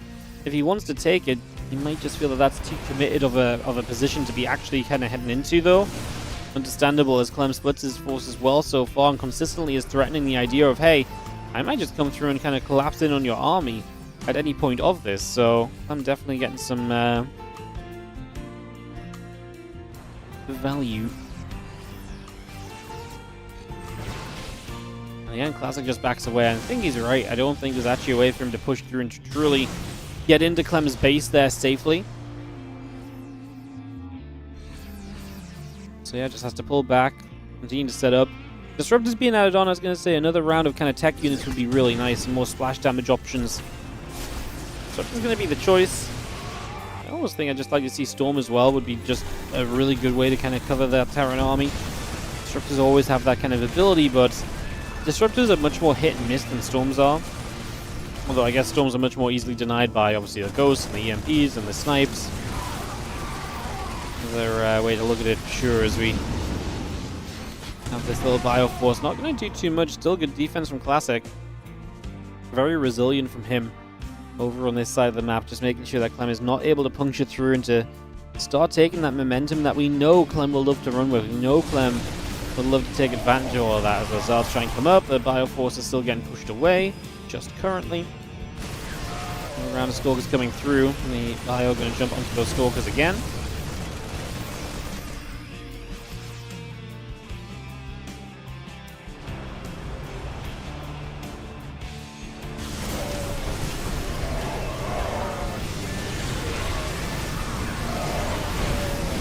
A lot of Vikings, and they're absolutely eating up those Colossus. I love the hallucinations, but that's almost a desperation move.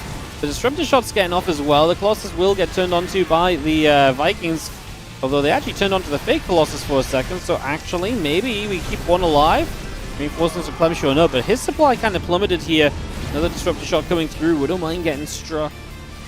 Clem has been pushed back, and Classic actually going to stay very close to being maxed out. This felt rough for Classic because the Colossus were going down, but the Disruptors did some work. The rest of the army did some work.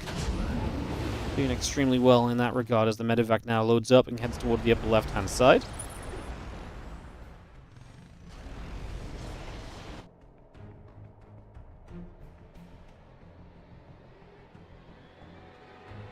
I'm just continuing through the top, the Bio and the Ghost, the Vikings gathering in as well.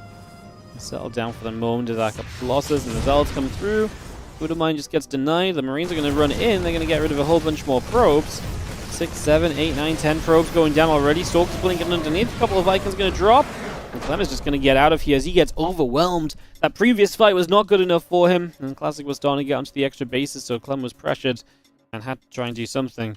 And it is going to be Classic taking a second game, and that means we're tied up 1 apiece in this best of 5. And we are definitely having a series on our hands as we are going to be going into Persephone for Game 3 of this series. Clem trying to fight through the hordes of Protoss that remain in this tournament. And, well, unable to capitalize on this one. Let's say we'll get into this Game 3 now. Persephone to try and get his lead back. As Classic shown us just why he is a very resilient player and how if he can just get through to that little bit of later stage, not even like super late on, just if he can get through some of the earlier aggression, even if it becomes a bit scrappy, Classic was clearly quite capable of, you know, really making a game out of that. Classic has joined our lobby. We'll get Clem in here, and this Game 3 will be ready to go here as we look to move one player through to the top 3 of the WardiTV Spring Championship. It'll be versus Protoss once more because it'll be either against ZOUN or Maxpax, depending on who loses out in that winner bracket final. Ready, GLHF? And let's go straight into Persephone.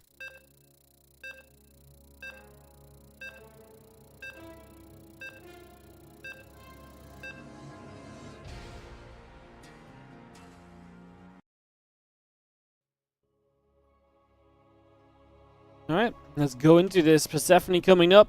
And online, we have ourselves this map, which has been very interesting to see being played throughout our tournaments. Gonna get some love here in this best of 5 as we have in the top left. Our red Protoss player. This is Classic. Yo, Piggy ZA, thank you so much for the Prime sub as well. Appreciate you using the Prime on the channel. Thank you so much. Bottom left side, our Blue Terran player is Clem. If you guys are enjoying, obviously do consider supporting the channel. If on the YouTube, we got over 300 people in here today. Hit that like button. Let's get that like number up as high as possible. Subscribe as well if you do not already subscribe to the YouTube channel. Helps us out a whole bunch. If on the Twitch, like I say, use your Prime sub. Hit the follow button. And appreciate all of your support as we continue to try and make as much high-level quality StarCraft 2 action as we can.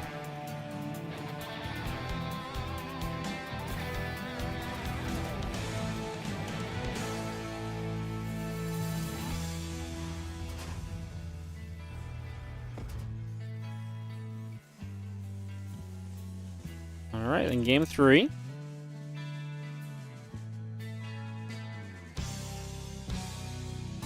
Fun map for it as well. I do like the top versus bottom aspect of Persephone. So this map's given us a lot of fun games in that regard.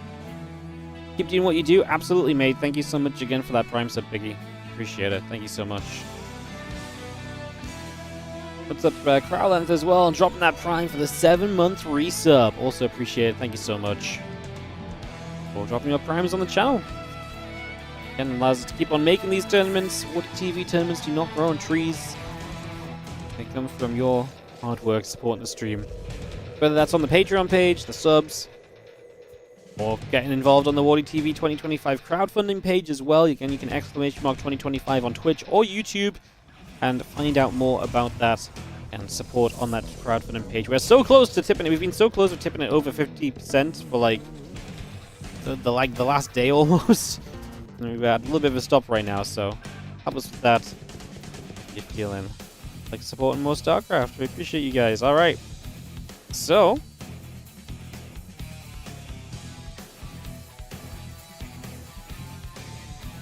we get into Game 3.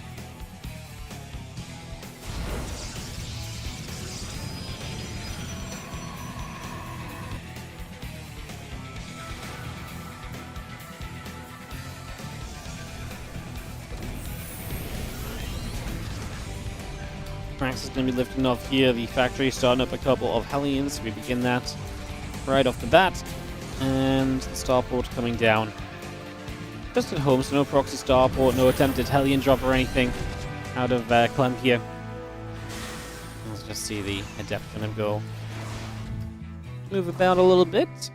Try and see what we can get up to as the Hellions obviously will start popping out. Can chase this Adept down. Obviously you want to be figuring out what you want to do against the Shade, and obviously do not lose Hellions here would be one of your main priorities as well. You want to keep those Hellions up and alive, so do your best as possible in that regard. As the Hellions and the Marine continue to trade, the Adept is going to go down. That's not bad. Both Adepts fall. Clem can obviously repair up the Hellions, keep those nice and healthy. That will be his plan for the moment as the Blink and the Warp Gate continues up. The Widow Mine's coming through. Depot on the way. And medevac popping out shortly as well.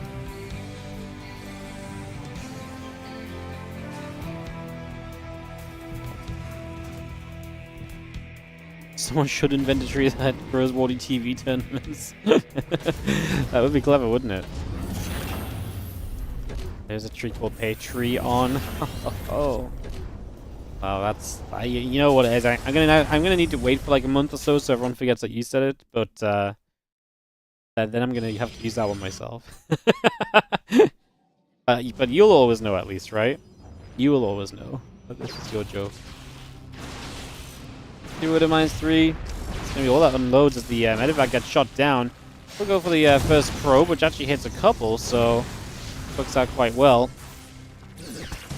So we got a third worker there, and that's going to be it. The Woodermine's pretty much done for. Oh, there's one in the back, and does Classic not notice it? He does. I'll give it one more probe to make sure he gets the cleanup on it. And that is going to be 4 probes down, a couple of Hellions escaping away off to the sides. And that will be that for very early moments. Shanking a couple of Marines on the way up on the side of Clem, bringing those through. As we see, the Hellions are going to get jumped on. They will not do much more as they get cleaned out for the moment.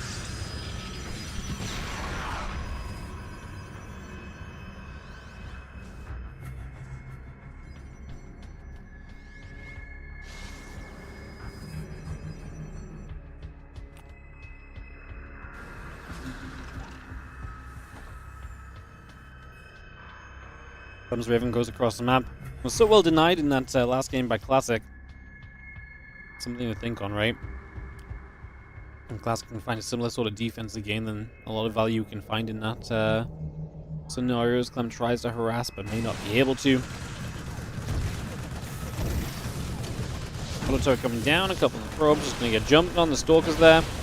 Try and go after a bunker at the front, and we'll be able to knock that down already. Well, a few probes go down on one side, a few SCVs go down over here.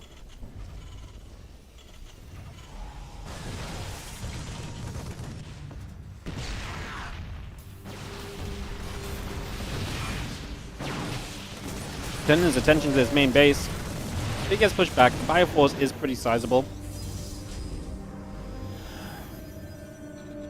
And he's looking pretty reasonable defensively, so I don't think these Stalkers can do too much more, but how are the Stalkers? They can always kind of, well, okay. As they always can kind of like blink back and, you know, trade decently. Is this going to be too much of a commitment? Blink's available. He's blinking still in the base. Clem is so close to having Sim, so many of these units are low. He's got more Marauders popping out. Do not love it for Classic, who even then didn't even evacuate every Stalker that he could have done in the Prism. Did not like that for Classic. That could have been so much better for him. Yeah, that's unfortunately going to be a commitment too far, unfortunately. Like, you got the tank, but you lost so many Stalkers, and you just don't want to be losing that Stalker count in these scenarios.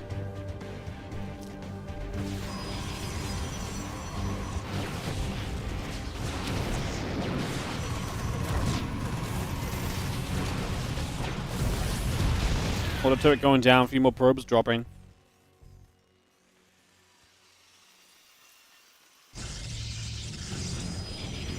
Clem definitely just taking a little bit of an edge off these early trades. Resource loss is still pretty similar though, so it's just annoying having to replace Stalkers when you'd rather kind of put that money now into further tech, you know?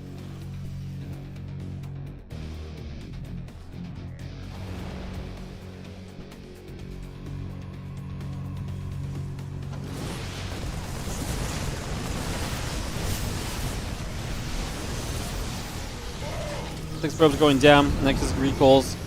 Nice little dive in for Clem, who just finds a little bit of damage once again here right off the bat.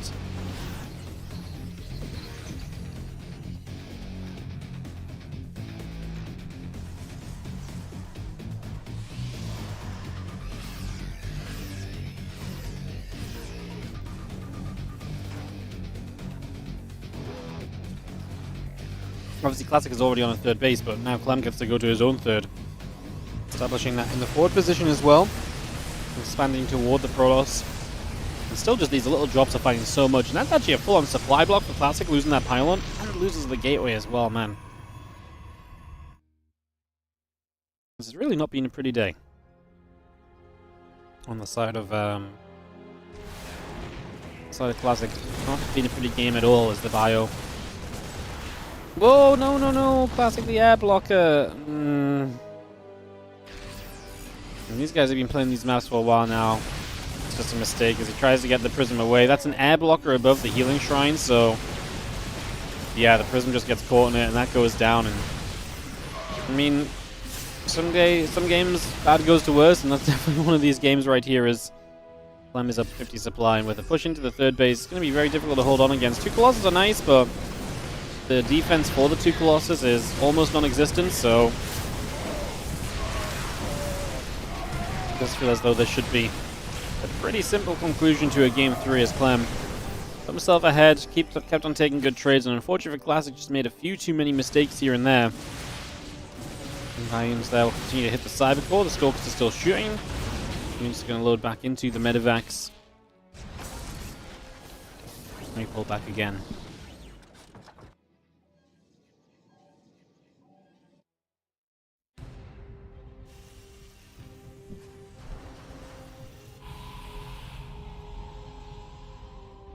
Viking 3 Ghosts coming out. The armory on the way up from Clem as well. Add the engineering bay to that as well to continue his upgrades beyond the 1-1. Obviously, it's quite typical to delay your 2-2 when you're getting into the Viking Ghosts, because the Viking Ghost is very gas intensive, so you delay 2-2, you get Viking Ghost, and then you start up the armory, then you start looking for 2-2 as your next step instead. That is the go-ahead plan here from Clem at the moment.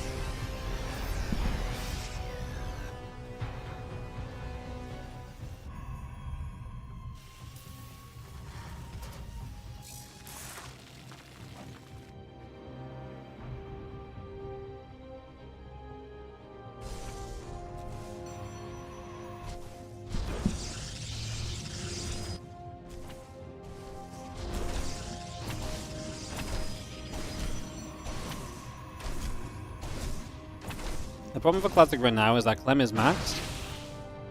And he's maxed on a really good composition too. Like, he's got the tech units. And he's got the upgrade lead. I really do think this one's just too far away for Classic to really kind of try and grab out of midair to get back on his side or so.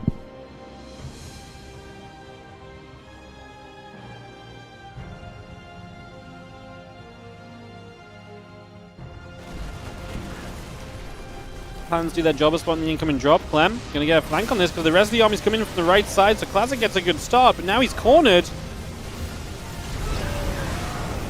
Clem splits from the Disruptor, but he doesn't need to do much here. He's just gonna overwhelm the rest of this army.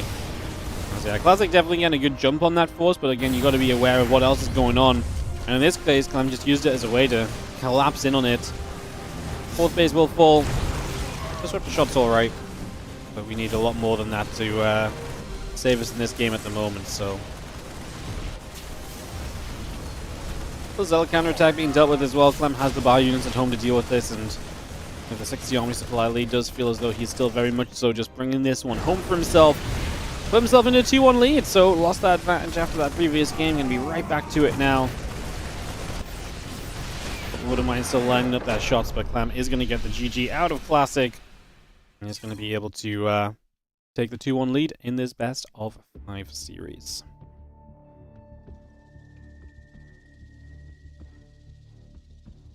Alright, let me just throw some ads on, guys, between games here, and we will get ourselves hosted up into game number 4, which will be on ley lines.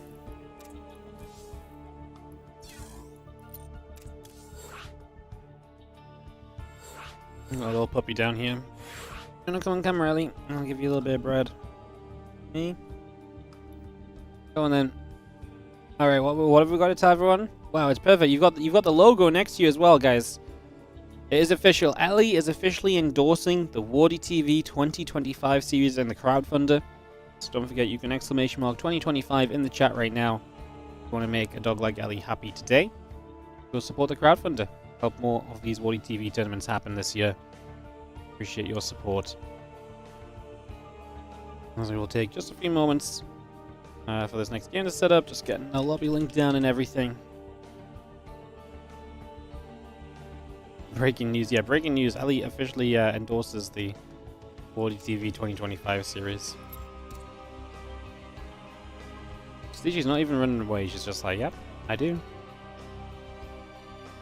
You know it.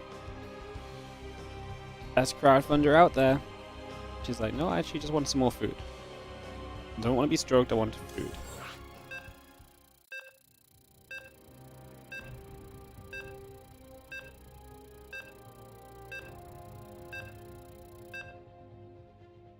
This is where she leaves because I put my plate on the windowsill. Yep.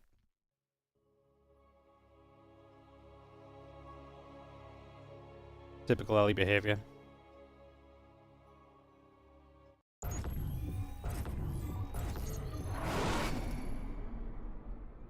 Oh yeah, she's a drooly girl, no doubt. She is a drooly girl. Oh, the hell yeah, everything is possible. Yes.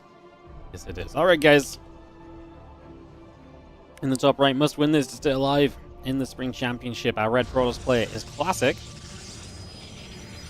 Taking on the blue Terran in the bottom left corner of the map, we have got Clem.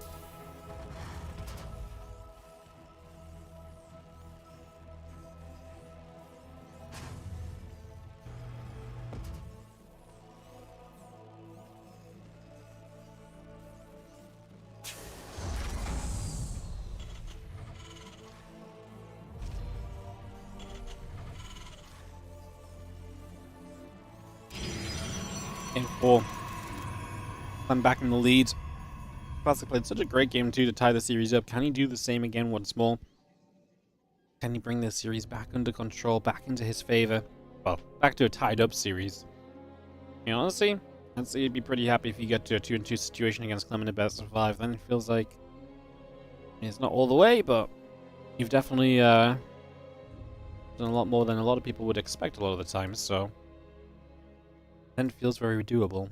But then maybe even more heartbroken if you don't quite make it. Well, we'll see. Again, personal bias is cheering on Clem because I would love to see a Terran, like I say, in the tournament still. I just don't want to cast, like, I don't even mind if it's a PvP final today. I just don't want to cast 3 PvPs in a row, you know?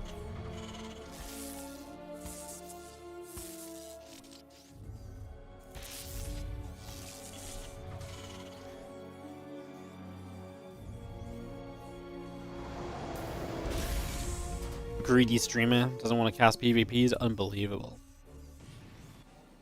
Unbelievable. Wardy officially hates Protoss. That's what I'm hearing. Official Protoss hate coming out right now.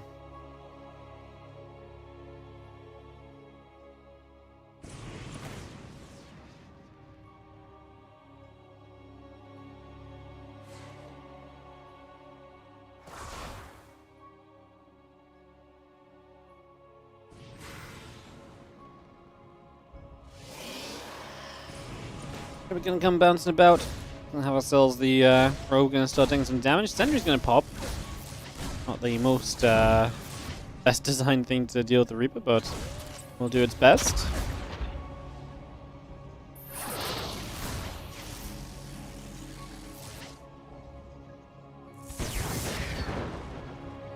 And those few probes gathering, Stalker in the Warcade coming through.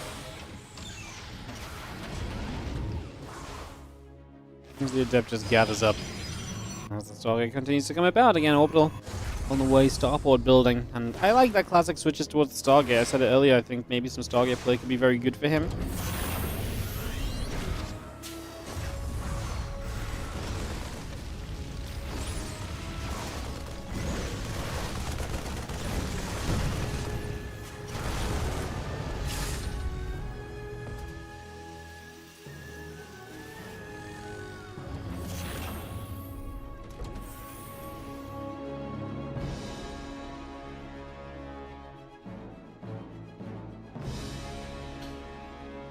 Stargate in the gateway coming through, Phoenix coming about. Raven is on the way from Clem, so that's one of the things that the Phoenix is going to be very good against, shutting down that Raven and just making sure that that's not going to be able to stick around and do anything and everything that it wants to. Give it a little bit of, you know, give it a little bit of responsibility onto that Raven, for example.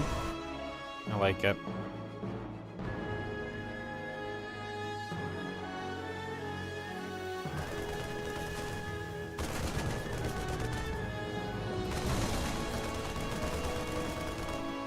Hallucination coming back through.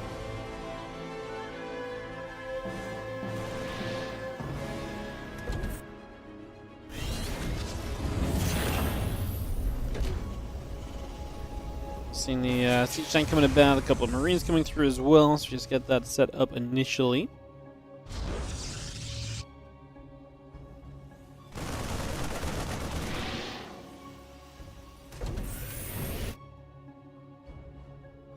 So Phoenix go down the right-hand side.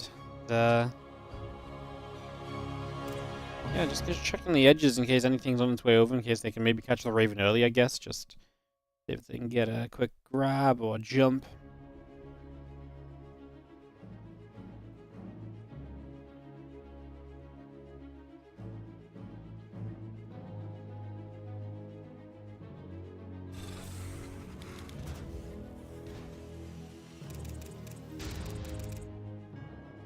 See, it's entering a couple of Stalkers going to gather up. Stimpack Combat Shield +1, all those upgrades coming through, so the Bioforce is going to be well upgraded shortly, and that will give Clem that opportunity, that potential to get across the map.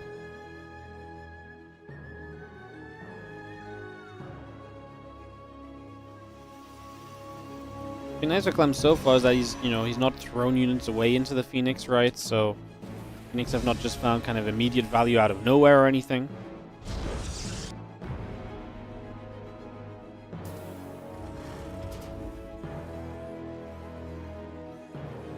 And Stimpack Combat Shield +1 coming through. Marine Marauder Medevac all still coming up as well.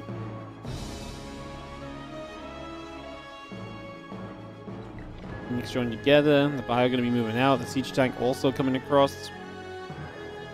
So we're just trying to escape away.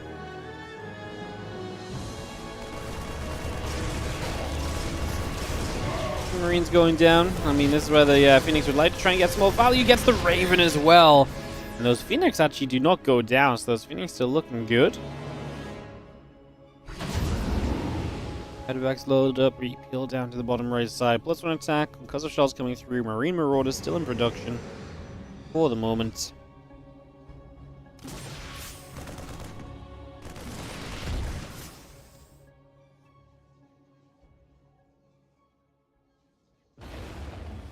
Medevac's up the right as we are going to try and drop in, but the Phoenix are going to be here. It doesn't stop Clem trying to dive bomb this Colossus, which is going to get chased. It will go down. Phoenix should be able to get the cleanup afterwards, but Clem's also pushing that left-hand side. So this army over here, no, this army actually gets cleaned up. The tank and a couple of Widowmines is going to live, and a few Marauders too.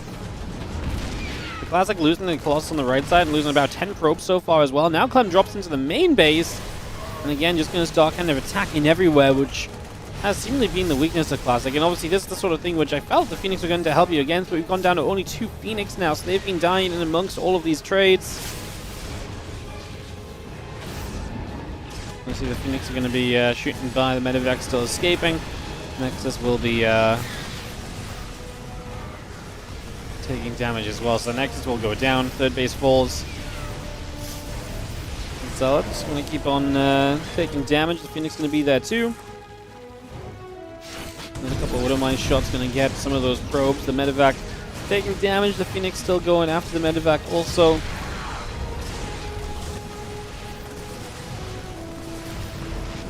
I mean, we get rid of some of it, but at the end of the day, Clem's knocked down the third base, and he's going to keep some of these units alive. He actually still has Widowmines here, so some of these Phoenix are going to get blasted. I mean, it's not exactly ideal to lose. It's not like the Phoenix were maybe going to save the day at this point, but this is still not great to see them going down, because it just means that that entire Phoenix investment, did it really ever do much? And they shot down the Raven as it was coming across the map.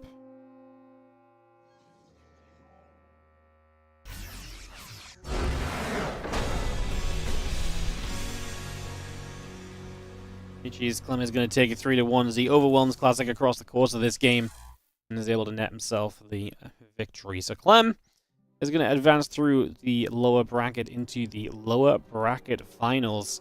So Terran will advance to the lower bracket finals. Clem will survive through another Protoss. And now, up next, we're going to be having the Maxpax versus ZOUN series. So Maxpax versus ZOUN coming through. ZOUN with the better seeding here, so we'll get that underway. And yeah, head into this PvP between Maxpax and ZOUN. The winner gets to the grand finals and will start up 1-0 in the best of 7. And the loser drops down to play Clem in the lower bracket finals to then try and scrap their way through into that grand final still. So that's what's going on here, guys. That is what's coming up in the WardiTV Spring Championships here today. Again, thank you so much for joining us so far. We've got a lot of viewers across the board. Again, if you are enjoying, do consider supporting the channel. Like and subscribe, of course, if you're on the YouTube. I'm going to go give myself a like right now. So like and subscribe if you're on the YouTube. If you're on the Twitch, obviously hit that follow button. And again, I'm going to mention this a lot, guys. It's really important that we try and make this do as well as possible. But the WardiTV 2025 series crowdfunder is up and running. So if you guys would like to support that, give me a second and I'll bring that up on screen even. If you'd like to support that, type !2025 into the chat. Looks like we just had a little bit more love come through during the stream. So we've had a new contribution. Thank you so much if that was you. Check this out. Like, as you can see, we are 48% of our initial goal through. Yeah, after about a couple of days right now. So again, going well so far, but let's keep it going, guys. Again, the more support we get in this, the more it encourages others to support as well. If you can't afford to support, spread the word, tweet about it, mention it to your friends, post on our StarCraft, etc., post on TL, spread the word, help us get this funded. Again, we are already guaranteeing $25,000 up front for the tournament in the 2025 series. So this crowdfunder is purely a way for us to be able to be a little bit more adventurous with formats, a little bit more adventurous with the kind of tournaments that we run, by having a little bit more security up front, by having extra prize money to put into tournaments. So again, if you want to support, 100% of the support will go directly into the pockets of the players. If you pledge $10, $10 will go to the players. Transaction fees don't matter. We will cover the transaction fees. You pledge $10, $10 ends up in the pockets of players because our number one priority is continuing to give the players StarCraft 2 to play in. So yes, do check that out, guys. We have videos on the way up, so we should not be too far away from getting into yeah, Maxpax versus ZOUN.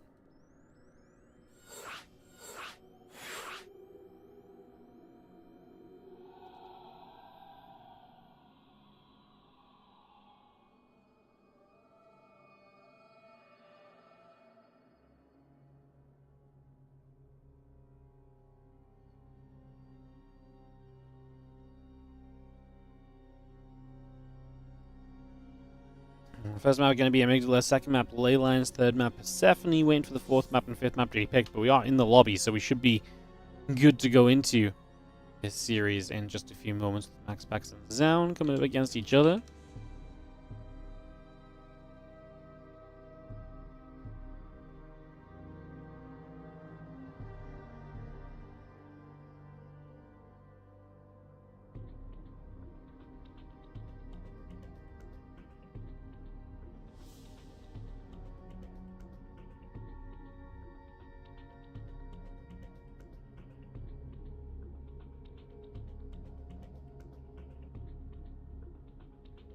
Sun Woman Killers Mile going to be fourth and fifth maps. Alright, let's hope we get there, as we hope for a good PvP series in this matchup. So ZOUN, Maxpax, they meet already in this tournament? No, they weren't in the same groups. Maxpax obviously lost to Trigger 3-0 in this event. ZOUN got top of his group as he beat Showtime. The players that, obviously, I mean, Maxpax we know is typically doing very well. Do you have a quick peek at the history between ZOUN and Maxpax? And this is going to be kind of interesting, no? Let's have a look. ZOUN did not beat Maxpax this year. In fact, ZOUN hasn't taken a map off of Maxpax this year. 2-0 for Maxpax in the Rex March Madness, 2-0 in WardiTV Mondays 27, 3-0 in the Masters Coliseum playoffs. And the last time, actually, ZOUN did beat Maxpax 30th of December, 2-1 in WardiTV Mondays 16, so... Like I say, no wins in the last few months, though. But they don't play a lot, so let's see what this best of 5 gives us.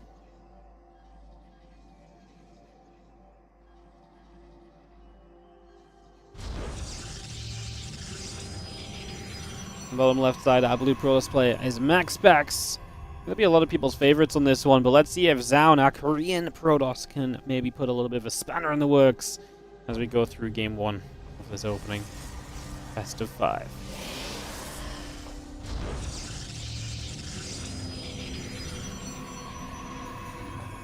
Were those Magic the Gathering cards earlier? Oh, you probably saw Pokemon cards.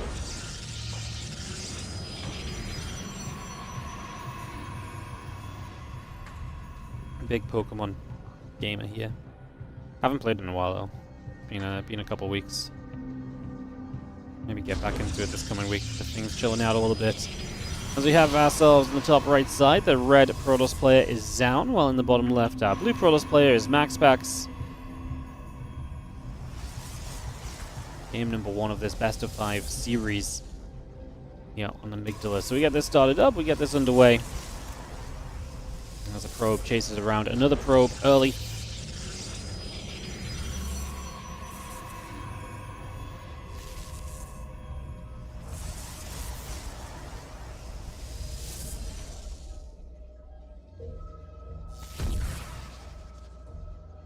And probe just comes about, just going to be seeing the cyber cores coming through.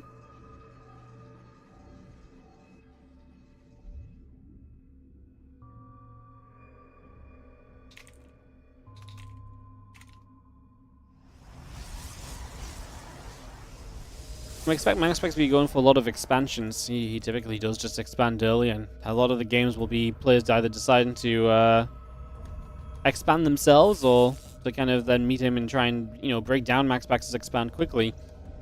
It's definitely the way that Maxpax's PvP has weakened lately, is that his attempts to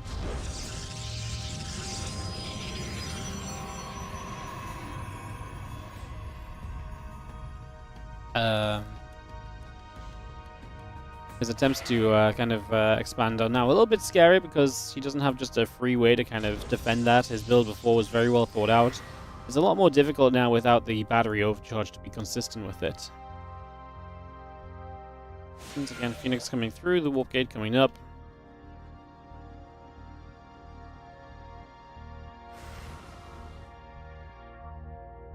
It's going to be a Phoenix versus an Oracle. So the Phoenix out of ZOUN, the Oracle out of Maxpax. Already a couple of units of Maxpax going to approach on the ground as an Adept and a Zealot will take on what will now become 2 Adepts. 2 Adepts get up into the main base. Phoenix going to get a lift off there. That Adept in the skies. That drops back down. It's going to be a nice easy grab. Those Adepts will start dealing some damage.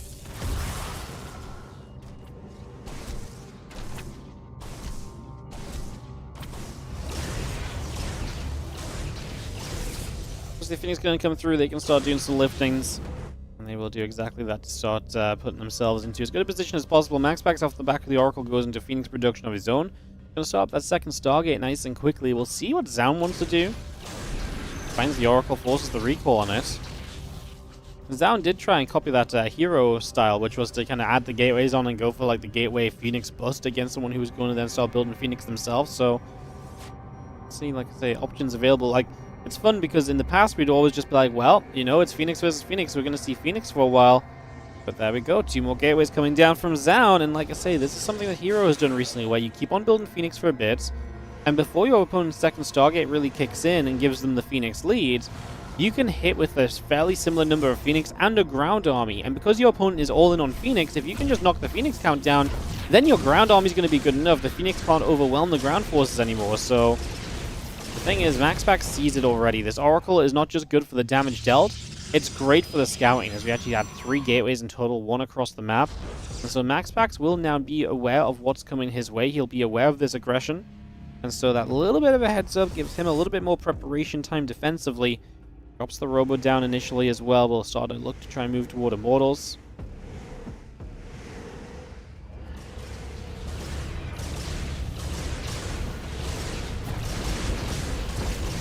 Phoenix is going to keep shooting about. So already this is good for ZOUN because he actually had kind of a Phoenix advantage early because of the Oracle. And so that was fine for ZOUN to kind of fight early on here, as we are going to keep opening the Stalkers and get ready to kind of fire those forward.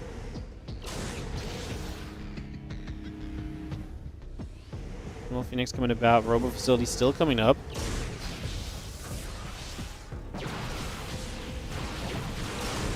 Phoenix going to shoot again. 1 Stalker getting lifted. A few probes pulling in. Rest of those probes getting turned around the other direction. Still hanging about here as we have ourselves the Stalkers able to start knocking down batteries. We have got that Immortal on the way up. Oh, this was really nice. The Phoenix pulling back there, so just 3 shots coming about. I mean, Maxpax is trying to buy time for the Immortal. He wants that to be part of his defense. So he'll just hang back. Obviously, as you lift up a Stalker, that means the Phoenix of your opponent get 3 shots on your Phoenix. Still making 2 Phoenix at a time. The probes pull in, the Immortal pops out, and I think this is where ZOUN might have a bit of a struggle. If that Immortal can be kept alive, this is going to become a challenge. See the rest of the Stalkers still gathering together too. Try and dive in again. He's going to get the Immortal. Now the question becomes, do we have enough Stalkers to fight against the Phoenix? Or are the Phoenix going to overwhelm? Probes obviously pulling in. You can give up a bunch of probes here. That's fine as Maxpax. This is all about defending. As the Stalker count is being knocked down, it looks as though the Phoenix are finding defense here. And it looks as though this is going to be a hold from Maxpax, who I think honestly one of the big things is that Oracle scouting this in time to get the Robo facility down nice and early really was a big deal. I think that went a very well. Let's just see the Phoenix again lifting. Stalker going down again. Yeah, a couple of Phoenix still coming about. The Immortal still stepping up.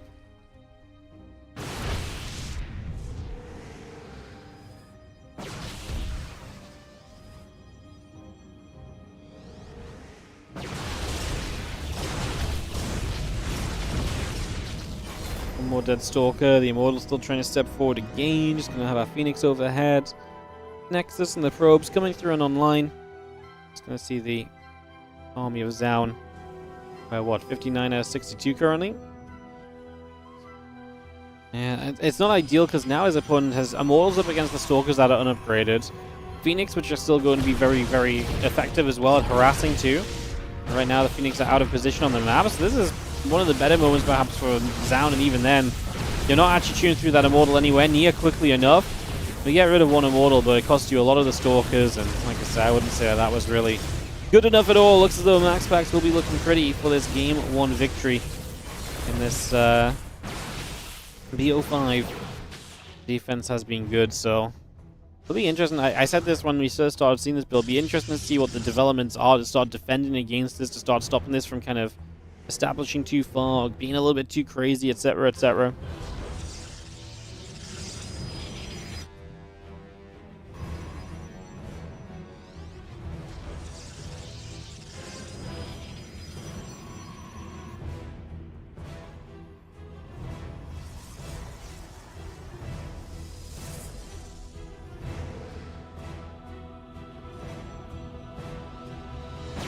Gaze of the Twilight counts going through. Got those Void Rays still coming up.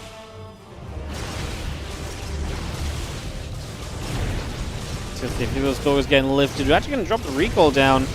And ZOUN just has to get out of that. I mean, this is really just disaster after disaster right now. As the third base comes online from Maxpax, ZOUN already has a third, but he needs Blink. Like, these Stalkers just can't trade before then, so we really need that.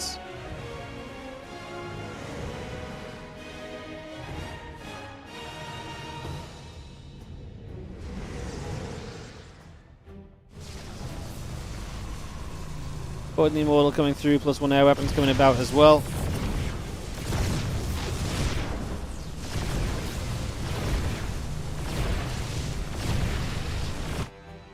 Seen the couple of Void Rays still building through, the air weapons coming up. I've seen this so much from Maxpax that people try and transition away from obviously the Stargate play, and so he's just like, cool, well, I've got 2 Stargates, I'm going to put that to work right now. Going to get straight in towards the Voids and just go from there.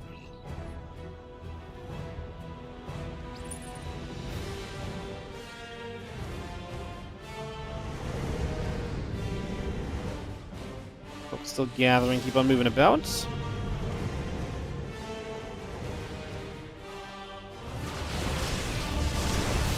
The Stalker's going to get jumped on, the Phoenix going to come back around, Void Rays are going to activate. I mean, this is just, Blink's still not even done, so you still don't even have that on your side right now as ZOUN. The defense is looking pretty abysmal if you don't have Blink here. The Void Rays are putting in the work, and Maxpax is looking good. You see the rest of these probes still pulling in. Those Immortals being forced to bounce backward for the moment. Phoenix will lift up a few Stalkers, and Maxpax is up 50 to 12 supply at the moment.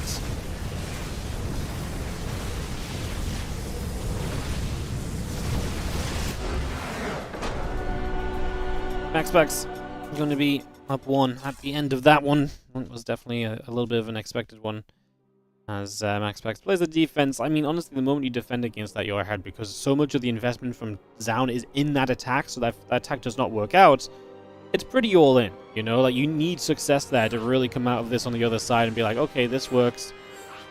It's funny because I feel like ZOUN has done this a couple of times and it hasn't worked, and meanwhile, Hero keeps doing this and it's working. So it's a very interesting little,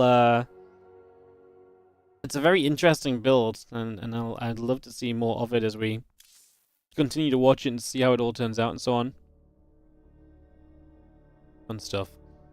Alright, we're counting down into game number 2. It's going to be Ley Lines as Maxpax takes the lead and hosts us into Ley Lines to try and extend that lead.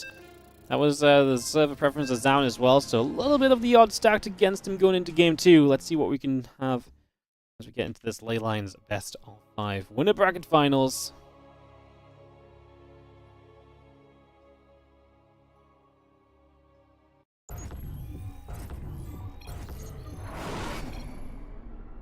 In the top right-hand corner, the blue Protoss player.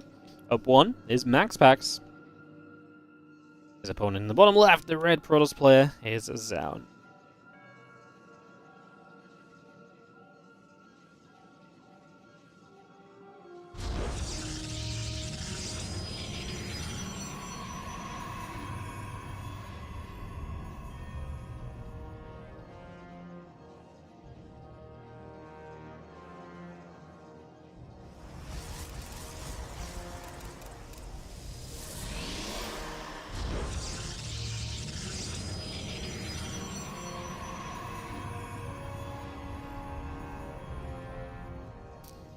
Some kind of risk coming about. Our gates coming up.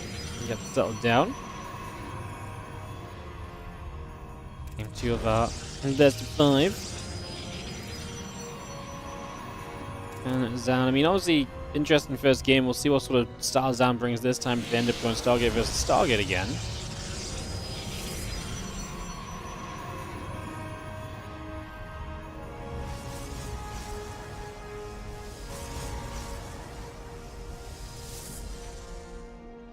Gateways against a couple of gateways against a single gateway right now. That is going to be ZOUN's choice. Gives them the more aggressive opportunity kind of following up from this moment, so I'd say we'll keep an eye on that.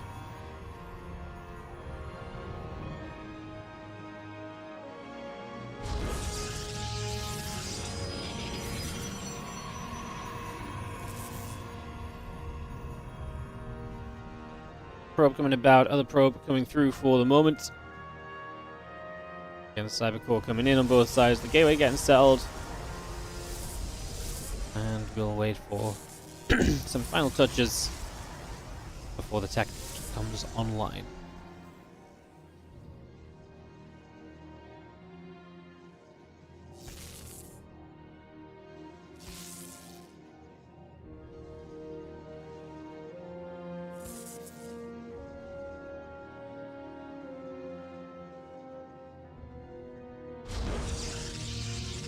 Stalker's coming in, your depth coming up, Stargate halfway done, Nexus building.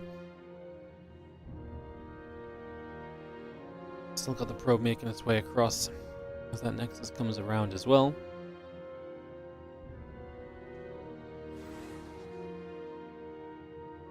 As the Adept just goes across the other side, so a little bit of movement. We do see the couple of Stalkers are going to intercept that Adept, and obviously the Shade will carry it further across, but it's going to be met by another Stalker.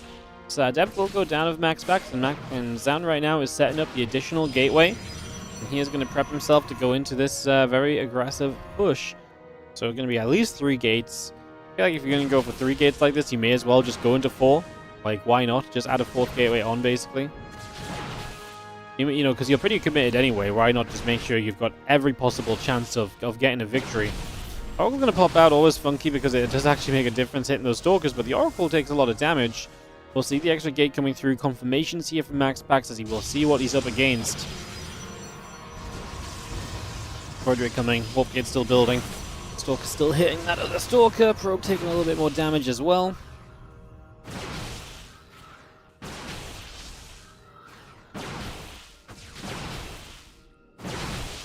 Well, taking a few pings back and forth. We'll see the Stalker going to get jumped on as well now. And go backwards and forwards. See the Warp Gate is finishing up. And the batteries just continue to take some damage as the Voidray will activate once again. Just going to be there to chase the Stalkers back once more.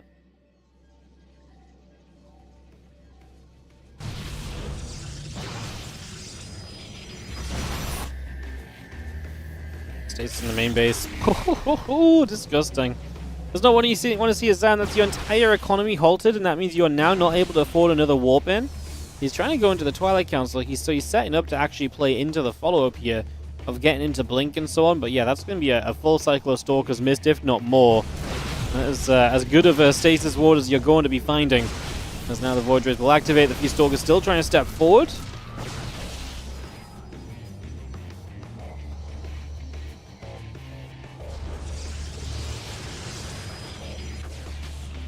Stalker there, pings the Oracle. Let's see the rest of the Stalkers hitting. The Voidray is going to be able to activate and still chasing those Stalkers down a little. A couple of probes coming over to you. The Voidrays in the sky will clean those Stalkers up, turning back around. The other Stalker can get pushed away now.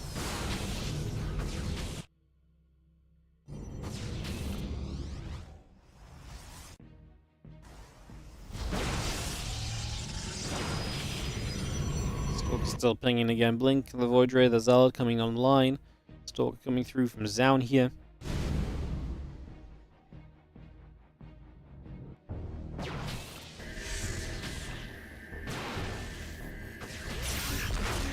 So this is good. Just going to catch a probe. The Stalker's still pushing the Oracle away through the south side as well. It's just going to get that shoved away from this for the moment. Nice little pushback.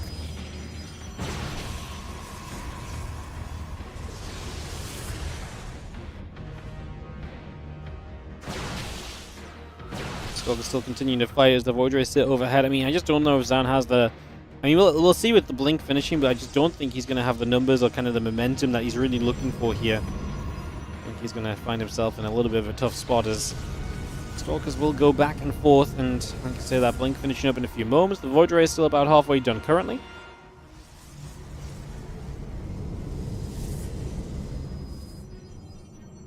The bounce back and forth, good force fields. Blink isn't ready yet. ZOUN loses like 5 Stalkers before Blink even finishes. Finally blinks and he blinks away. Now you're just never going to get yourself the Stalker count that you need to kind of one-shot the Voidrays. And the whole point of one-shotting the Voidrays is you then essentially bypass the batteries. Otherwise, this is very difficult for you.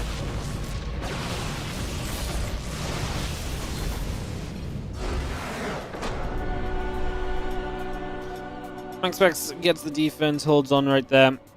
As you have Maxpax taking the 2-0 lead in this best-of-5 winner bracket final. Maxpax just seems to have a PvP that ZOUN can't really figure much out about. It's definitely been all about our Danish Protoss here so far, as ZOUN might be on a trip down to that lower bracket final to battle against Clem. Not that Clem's necessarily someone that ZOUN has fared much better against lately. Let's say ZOUN can get maps off of Clem. She beat him in the Pigsty event, 2-1, 3-5 in a tournament before that. I think there's wins for ZOUN this year against Clem. That's more you can say about Maxpax with Maxpax with ZOUN. So I guess there's something for us to look at there.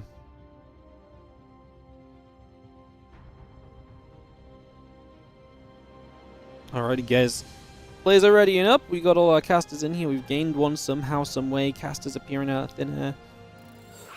Get ready to jump into Persephone. Get this on the way out and get this rolling.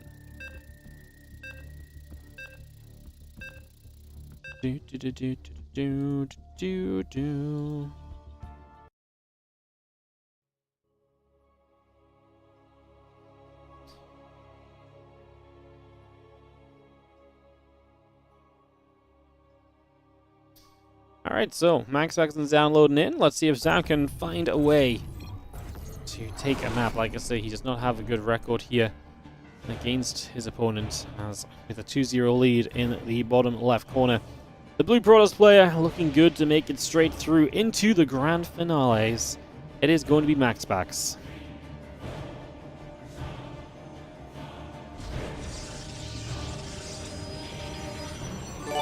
Top left red Protoss will be ZOUN.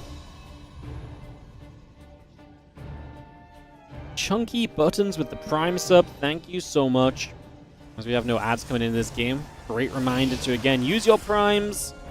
if you have not already. They help to make more StarCraft 2 tournaments. And this is a WardiTV event. The full $5,000 prize pool of this one is put up through WardiTV and through the tournaments and through the support that you guys give to the tournaments, such as subscribing, such as the Patreon, such as the crowdfunder that's going on right now as well. That support goes all the way through to these events that the players playing that you guys get to watch and enjoy.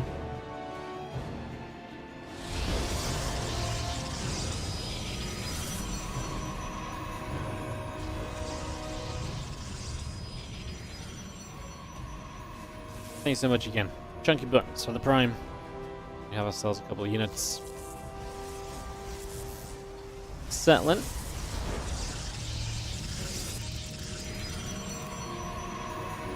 Probe nibbling the other probe. Cybercore's coming through. Second gateway versus the single gateway. ZOUN will have that 2 gateways set up to potentially try and do something with.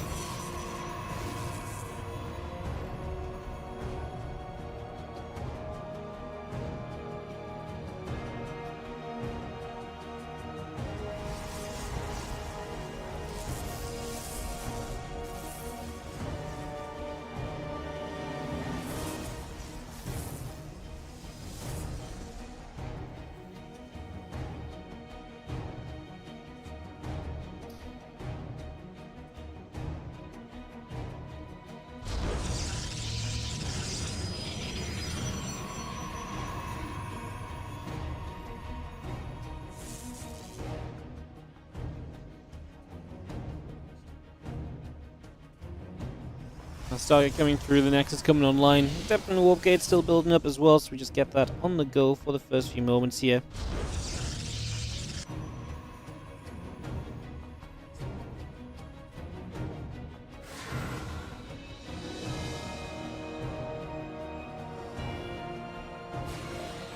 Obviously, the expansion from Maxpax. So I'm building up the battery and the mineral lines. We'll see what his plan becomes, see what he wants to try and do.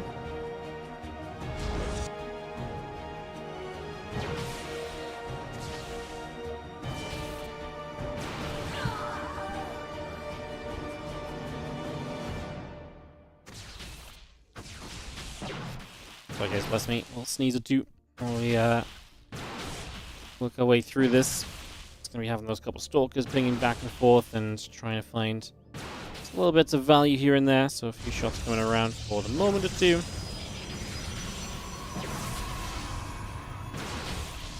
I'm just going to come firing the other way, a couple more hits coming around.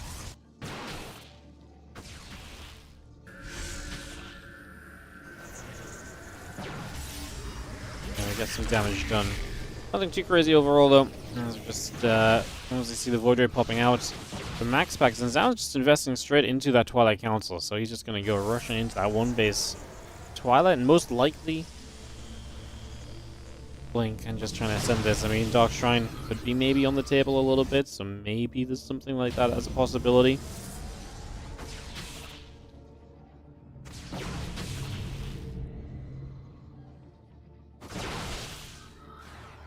Stalkers will sit here, Void returns around, the Blink is producing.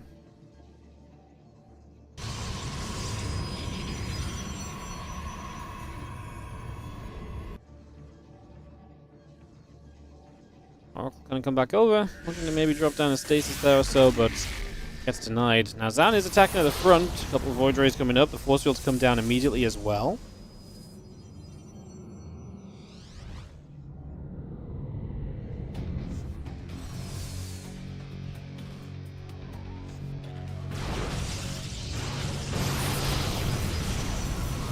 Obviously, the Void Ray is going to be able to sit there, and they're going to be able to do a lot of pushing back on those Stalkers. So again, keeping things away.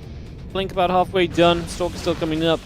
Gate, Pylon, Void Ray producing. Our Nexus starting to take some shots.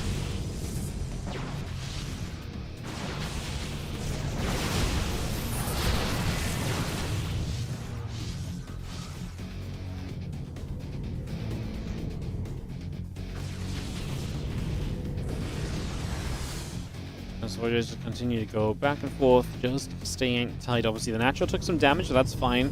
Blink on the way from ZOUN. Once he gets to that Blink, he wants to be able to one-shot down those Void Rays. That's going to be where his power comes from. Massive stasis again, though, and I talked about it last game, but stasis wards like that are going to stop you from being able to produce as much as you should be able to produce in these scenarios, right? So all of a sudden, now that's going to be even less Stalker Warpins that are able to be realized. With less Stalker Warpins, you can end up in a more troubling position. Born F0404, thank you so much for the Prime sub as well. As here we go, blink in. One Voidray goes down very quickly. Second Voidray doesn't actually. It actually stays alive here. Now going to take a lot more damage. Now goes down. Another blink to get for the next Voidray. We have obviously had all these Voidrays hitting throughout this. The Stalkers and Sentries doing their thing as well. That last Voidray is surviving. The battery is going to keep it healed up. And that is not good enough from ZOUN. This is a complete blunder of an attack. I can understand the attempt. I can understand that this was his commitment. But Maxpax just had enough power there as to not do enough. And Maxpax, like I say, seems like a very difficult opponent for ZOUN in this series. And again, just another series where ZOUN is unable to take a map against Maxpax, which is, like I say, it's not unusual for people to struggle against Maxpax, but like, you know, not taking a map ever this year is a pretty brutal reality as Maxpax really sweeps ZOUN under the rug. And just like that, we are going to be moving straight through into our next matchup, guys, which will be ZOUN taking on Clem as ZOUN drops down into that lower bracket final. So we're going to get more PvT on the way. Yeah, not much of a stopping point on that PvP, huh? So yeah, we'll get ZOUN versus Clem ready to go. Get that set up here in just a couple moments. Just need ZOUN to... I don't know where ZOUN's disappeared to on the chat channel, but... get ZOUN back and get Clem online, and we'll be good to start. Perfect.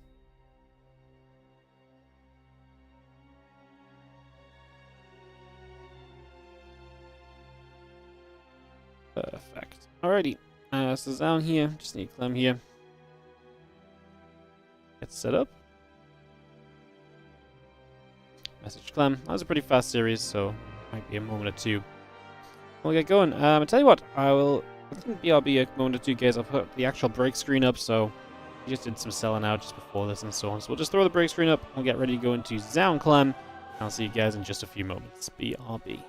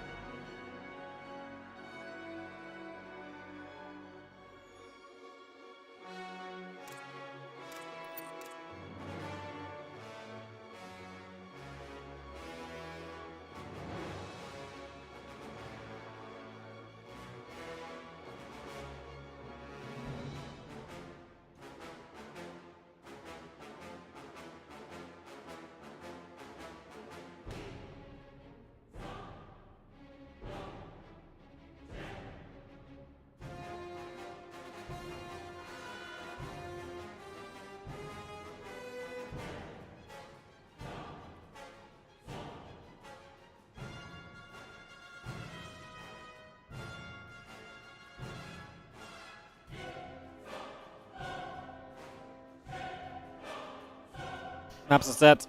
Ley Lines, Persephone, Colors, Mile, and Sandworm will be maps 2, 3, 4, and 5. Our first map will be Ultra Love for this best of 5. The lower bracket final coming up.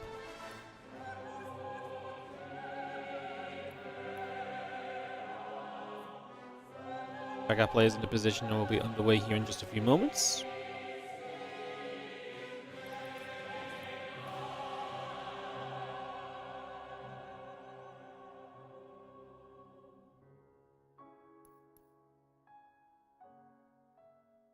Ready? Cross Terran. Let's do this, guys. More StarCraft 2 here from the WardiTV Spring Championship. The lower bracket finals now coming up. As Clem and ZOUN battle to move on from 3rd place into the top 2 of this event. $500 guaranteed for these two players. Question will be who gets up to that $750 guarantee. And obviously a chance to play for the $1,300 first place prize a day as the prize money ramps up in the latter stages of the event. Let's get into this as we have ourselves in the bottom left-hand corner. The blue Protoss player did not have a good time in the PvP. That previous game, this is ZOUN. Can he look a little bit better in the PvT? I have some more hopes for him for sure.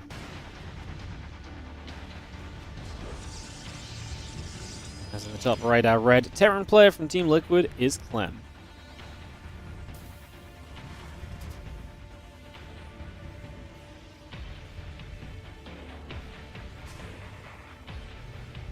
Like I say, ZOUN has been able to win a match or two against Clem here and there, so has had some successes compared to against Maxpax, where he has not won a map all year. So gotta take that into consideration. Let's see what's up, Manakino. How you doing? Thank you so much for the 58-month resub on the Prime. It's been a while since you watched SC2, but it's a lazy Sunday, so why not? Well, hell yeah! What a good day to tune in. The final day of our WardiTV Spring Championship. Again, we have this Clem vs. ZOUN series, and the winner will play against Maxpax in the finals.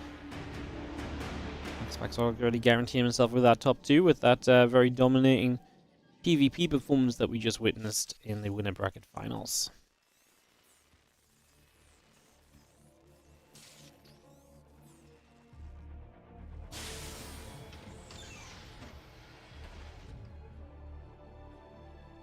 Reaper on the way, Orbital coming up, the Cybernetics core and the Nexus coming around as well.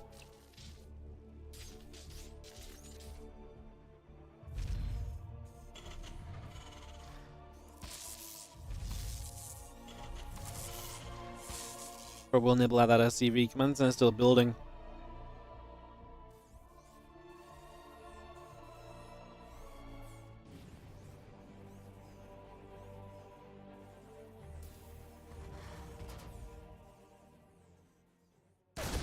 Just gonna chase. Probe gets pushed away to the upper left-hand corner, so just gonna run over there for a few moments. Again, Nexus coming through, the assimilator coming about. Just for some early stages. Got our SCV gonna come down as well. Gonna place down a bunker.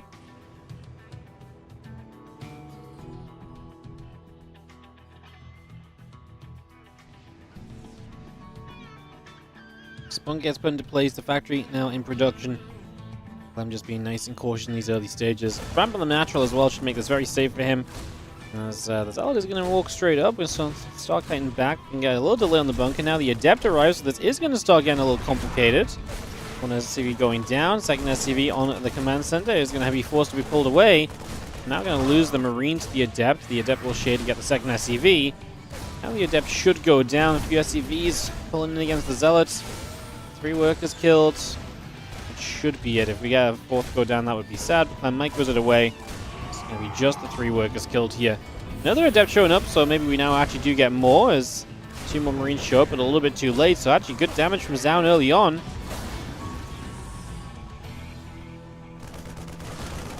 Just a couple Marines still shading, coming across, chasing that Adept down, which does shade away once more. Blink coming up, Warp Gate coming through. Got the Mule down into the natural as well.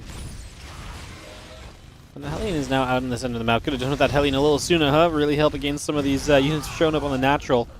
But we'll be able to chase down that Adept at least so we get a little bit more value right at the end of this one. And 2 additional gateways continue to come about. 2 gates coming up, the robot facility coming through. Bring that online already.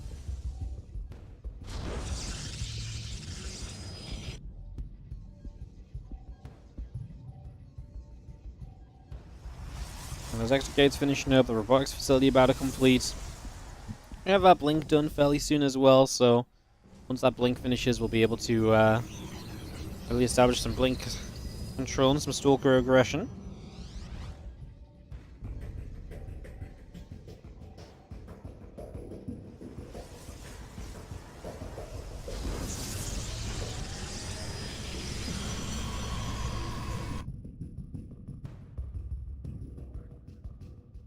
Medevac's going to come across with the Hellion support, and this is a very scary kind of 1-2 punch with the Marine Hellion play, Marine Medevac play, then the Hellions are potentially dart by if the natural is not well defended. And right now, ZOUN's out of position too. A lot of units off to the right side. So those Hellions are going to come darting straight into the natural. Yeah, the Stalkers are going to catch up here, but just really out of position initially. And we do start a blink to deal with this. 5 workers going down. We have the Stalkers, a lot of them getting low. If we can finish off a couple of those Stalkers, that would be amazing, of course. A couple of them just sit very low for the moment as I'm going to continue across.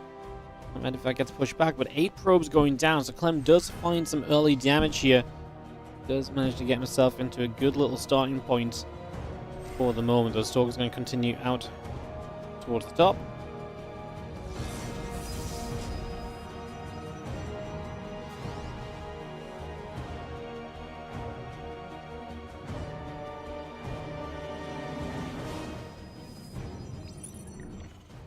More of these Stalkers just coming on through straight away. Just going to be having ourselves the Marauder, the Marine Stim continuing up as well. Just going to jump onto that siege tank and get rid of that. But the SCV pull is going to be okay to keep this bunker alive for a significant amount of time. That gives you time to deal with this. The Prism actually got targeted as well, so that gets forced away pretty quickly. Nice little way to shove that back.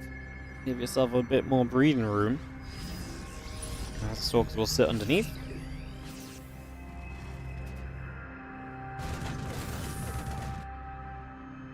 Again, Marine Marauder siege tank coming through, the stim pack on the way. Gonna try and go for the bunker again, but the SCVs are still here, and blinking straight in means that the only way you have of not taking damage now is to use that warp prism very effectively, which ZOUN did do.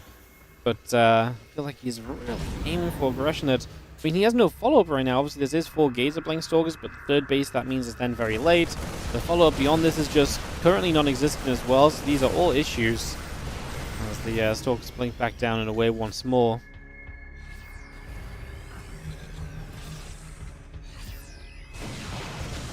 Auto turret in position. Again, the Stalker's going to get shot at. Raven pulling back to the side. More harassment opportunity from Clem as he just tries to get something done across the map. I mean, he feels desperate for ZOUN. He's down 8 workers in this game. He's so committed to this right now.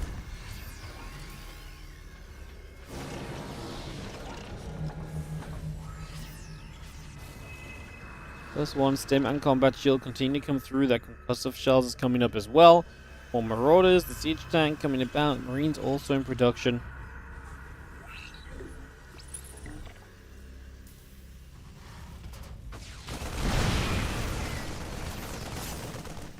Stalkers blink up, the Marauder goes down. Now a couple of these Marines are going to chase. I mean, I don't know if Clem really has the numbers in that little group of Marines to really go chasing as heavily as he did right there. He gave it a go though, didn't he?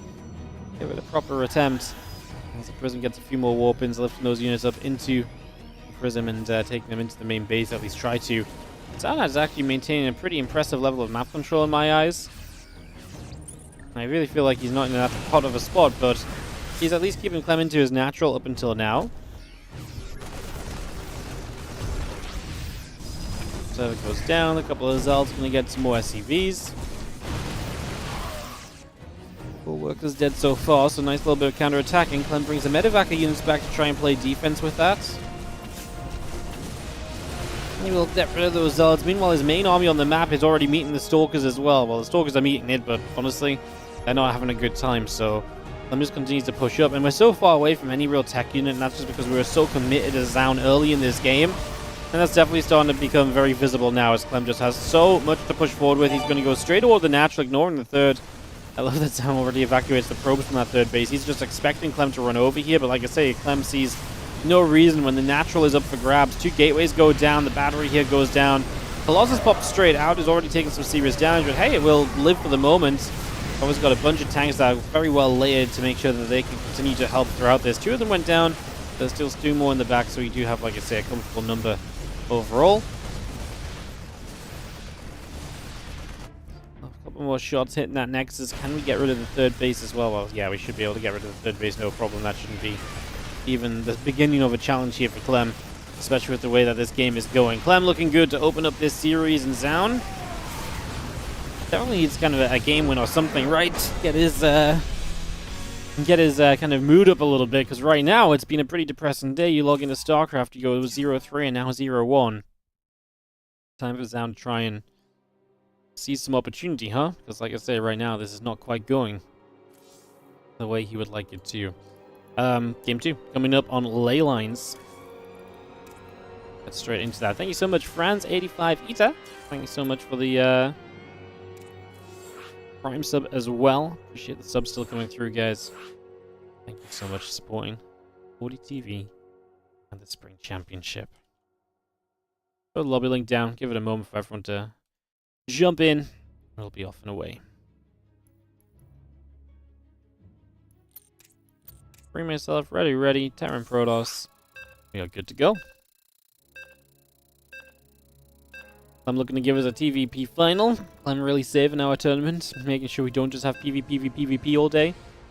Very thankful of that, Clem. Thank you so much. Really appreciate it. Clem is saving the viewership as we go, game by game, apparently.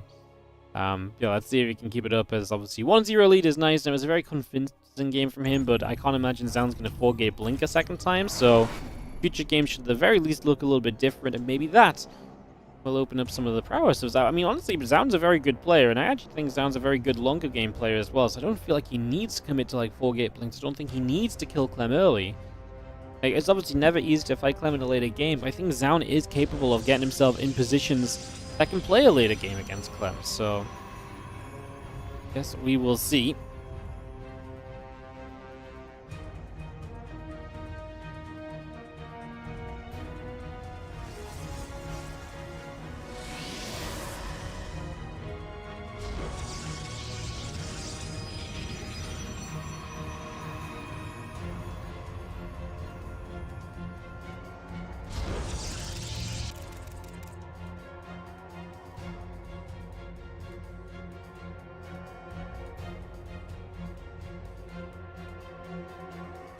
Max and SCV coming about, getting the assimilator coming up. Get settled down for a few moments.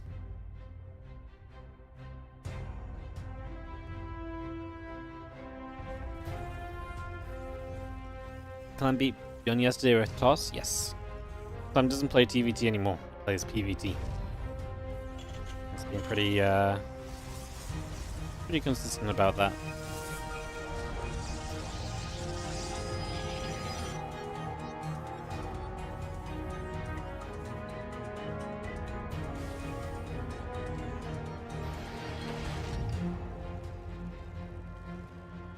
Just, yeah, Engineering Bay coming up, the Orbital Command coming online, the Nexus and the Cyber Core both coming in as well.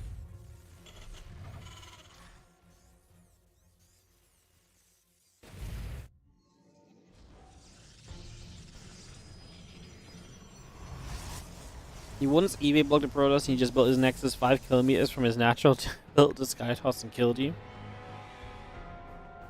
But like, he built it on his natural, but like away from, like, behind the engineering base, it was just out of position.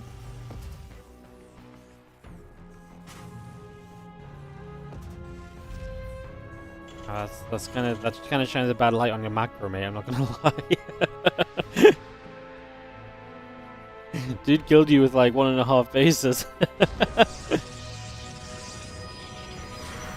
Yikes.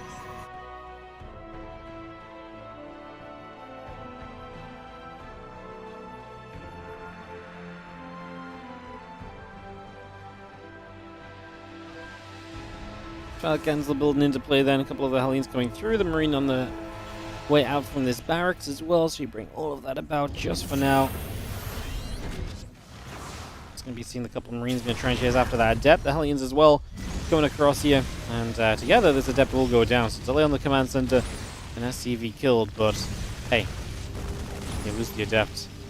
So Clem shouldn't be too worried about that. Getting the Adept kill is going to be his main priority. Gets the CC resumed.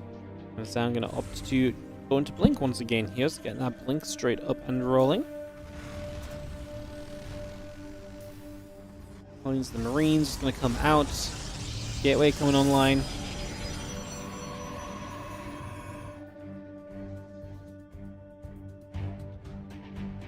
And Blink and the Warp Gate going through as well, so just a little bit of everything coming up currently.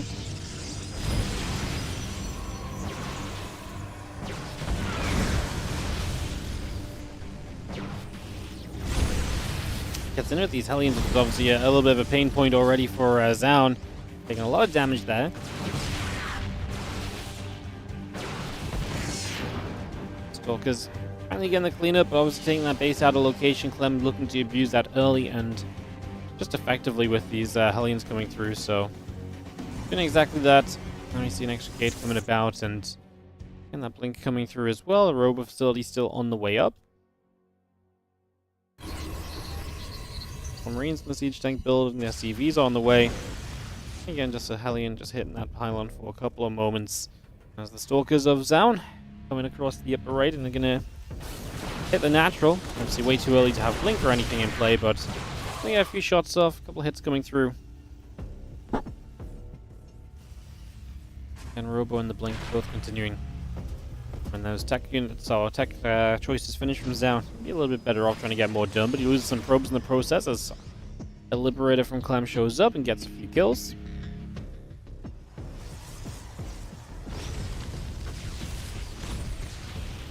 Hellion here will chase that probe. Right now he goes down, not quite, as ZOUN's going to pause. Little lag, hopefully nothing too major. Hopefully just a fairly quick fix and we can get right back to this.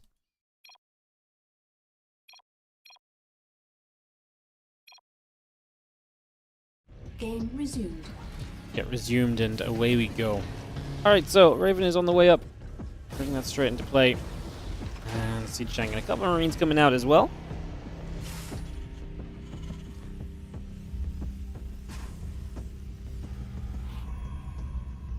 Charge coming through the Nexus and the Forge building up. Liberator is going to also just come around this bottom side of the map currently. It's just having a little peek to see what's going on.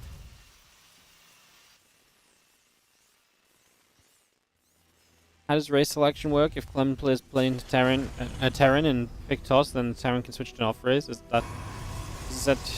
it set who has to lock that race in first? Basically, if it actually became a thing where the players couldn't agree and they kept swapping back based on what the other was going to play, the admin would just tell each player to message, to get the players to message the admin what race they're going to play privately as a final decision, and then that final decision is set. I would imagine is the fix. That's how I would do it. I imagine that's how they would do it elsewhere if it was an issue. You just get someone to take note of what they will play, and then it's set.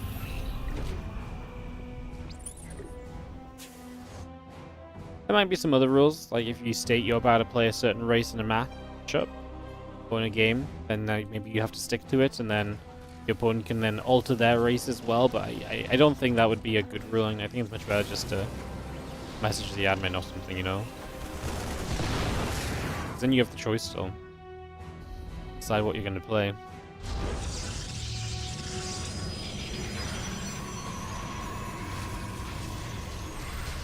Yeah, it is interesting. We're yet to really see it kind of happen or come into play yet, so it is an interesting one for sure.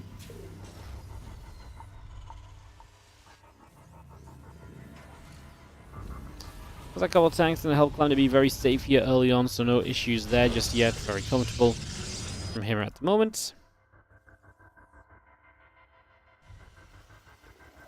The medevac's going to come through the top side. Raven going to be there as well.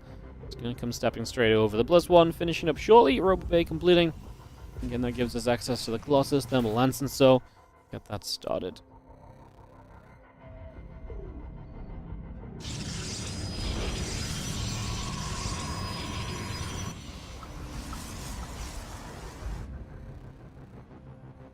Well, medevac's coming across. The Raven is going to be there as well. The medevac's going to turn into the natural. Going to unload a few of the bio units out. couple Stalkers taking shots. The auto turret's already down. Stalker's taking a lot of damage, in fact.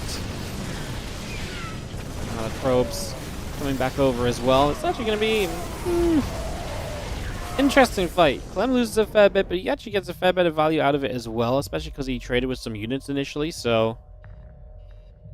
Yeah, I mean, like, he got some Stalkers, he got some Workers. You do lose, like, 2 full medevacs of units. I mean, that feels very expensive. Raven got to stay alive. It's going to linger around and add some harassment in from here on out. As the army of ZOUN is just going to be comfortable. It takes a 4th base. I think because Clem gave up a chunk of units, ZOUN is going to feel good and fine to expand. So maybe that's a win for ZOUN, because now he feels a bit more comfortable. You know, you don't want those trade-outs to happen and ends up with, you know, you being at a deficit. So an even trade-out is kind of like, okay, now I get some more tech units on the map.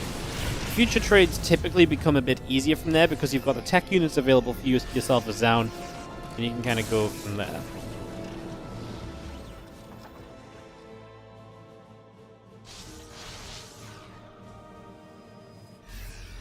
Lance finishing up in a moment. +2 attack coming in. The Zealots on the way about. Zealots are going to go charging forward as well, as the Widow Mines are going to fire and hit a lot of those Zealots so far.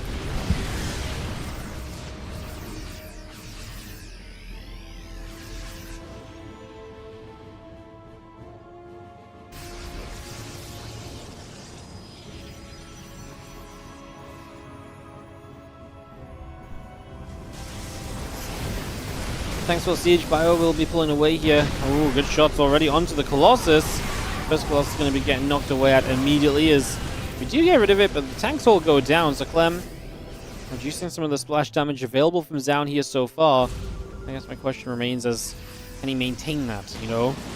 Dropping the main base. ZOUN's out of position. He's just getting ripped apart. It's been an unfortunate sequence of events for ZOUN, who has looked so good throughout this event. But today, Maxpax and now Clem are both proving to just be a little bit too much of a level ahead of him, and making life just a little too much of a struggle, I would say.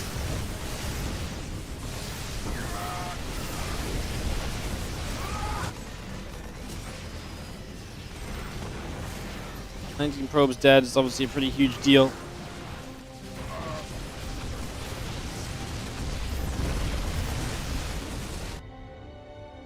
When we lose so much of that economy, obviously rebuilding becomes a major issue, so...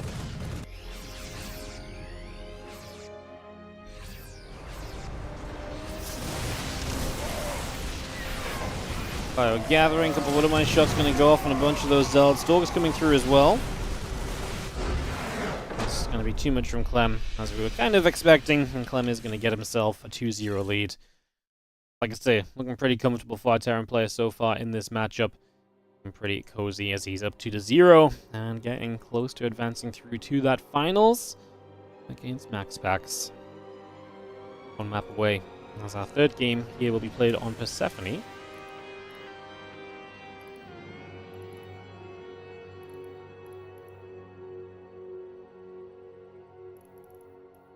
Yeah, just has not been ZOUN's day. Like I say, it's been a good tournament from ZOUN. Just Maxpax and Clem in quick succession has turned out to not be great for him. And obviously he beat Beyond 3-0, beat Classic 3-2 originally as well. In the playoffs, in the group stages, he beat Showtime and Rogue, got 1st place in group stage 2. Got 1st place in his group stage 1 as well, with Rogue Creator, Hero Marine, and Geralt in that group.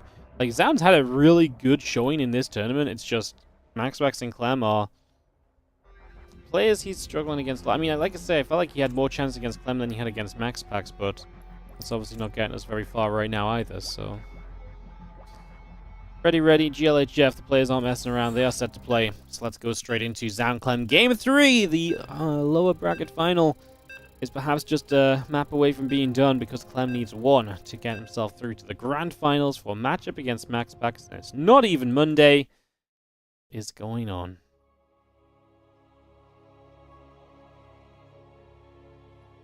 Get loaded into Persephone. Let's get this set up. Let's get this ready to go. Get this started.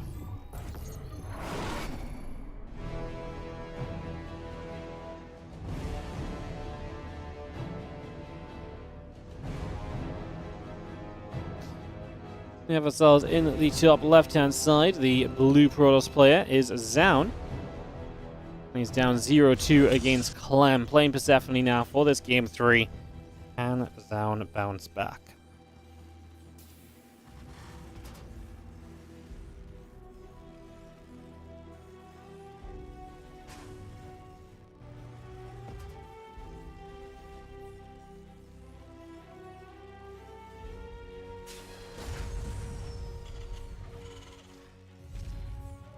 Thunder coming in, Rack's coming down, Gate in the gas coming up as we take a couple moments here.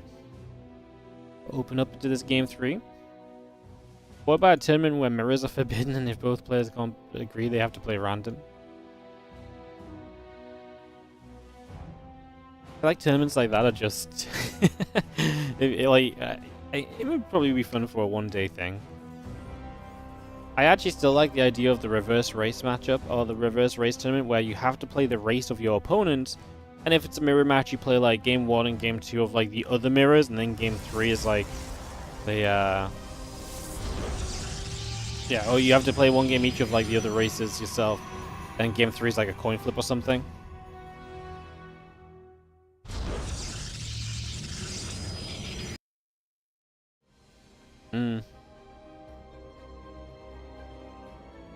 I think that would genuinely be a very fun event.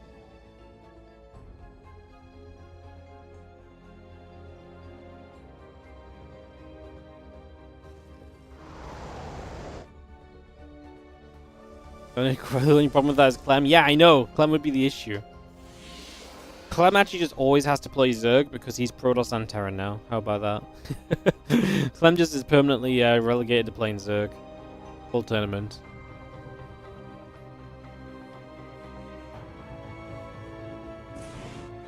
It's like, sorry, Clem, you get to win all the normal tournaments anyways. This special tournament is going to have a special rule to screw you over, and just particularly you, and just you in particular, you know.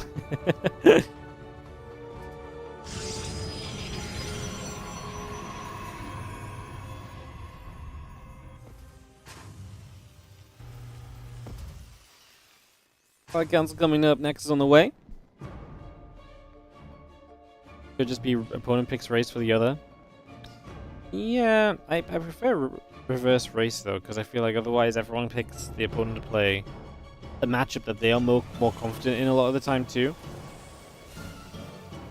The thing is as well, it's like reverse race is interesting because then typically you're still playing against the race you know a lot about a lot of the time, so you actually have a much higher chance of those games being more meaningful compared to like a full off-race tournament, you know?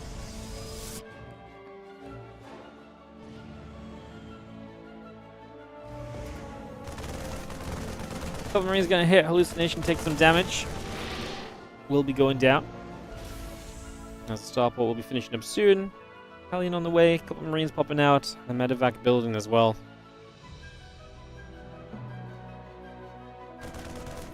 Hallucination will continue to try and find some info here for the early stages.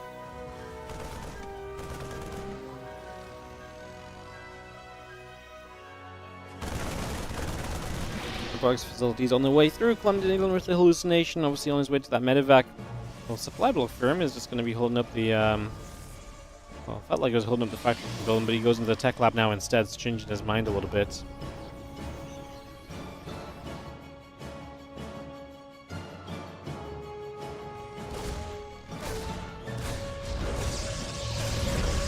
We'll delay the probe that wants to try and build up the third base, so a little bit of an annoyance there as the Reaper and Hellion just dart in to be an annoyance right off the bat.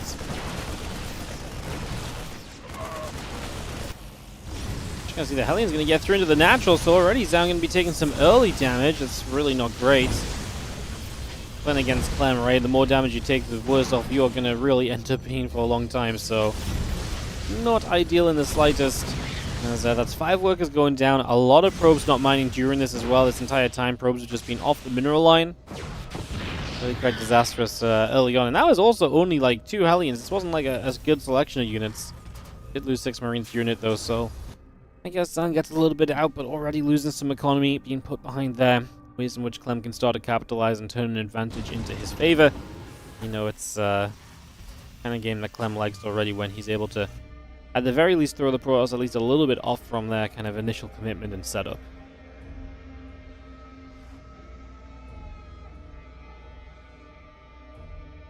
The Nexus will be done soon. As that Nexus finishes up, we still have Marine Marauder coming out. The Stim Pack on the way as well.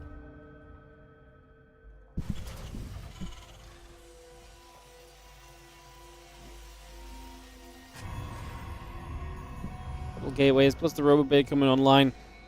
And you see ZOUN just trying to do more of what he's been doing up until now, which obviously hasn't been really working, but it's also just very standard, so it makes sense that he's still going to try and commit in that kind of a direction here currently.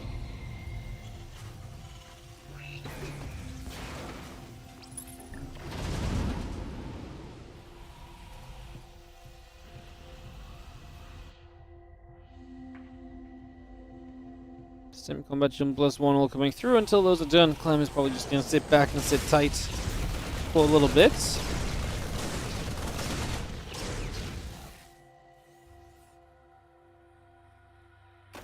And Sim Combat +1 coming about. Marine Marauder Medevac on the way. Marine's going to unload for the moment.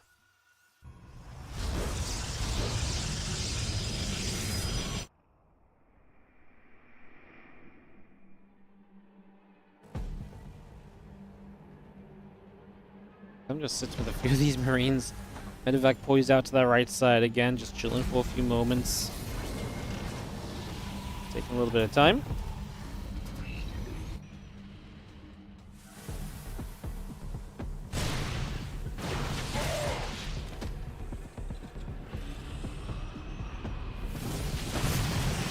I'm going to chase those Stalkers back a little bit, so some damage being done already. Chasing away for now, pushing back for the moment. Plus of shells and the +1 attack upgrade coming through as we speak.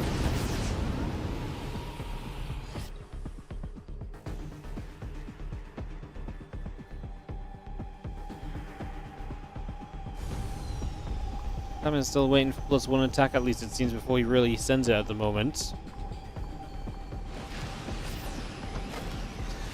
And unload big army from Clem on that right side, so he's getting ready to at least start taking positions, figure out what he wants to do.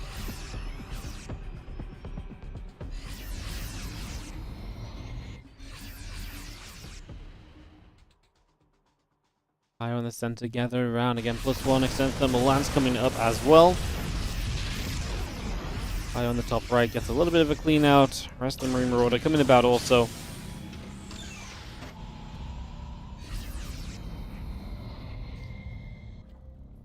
I'm just going to pull back. I'm trying to hold forwards. Mike has a bit of a long game here because I don't know if Clem's going to have enough kind of momentum and splitting to kind of go around many different places.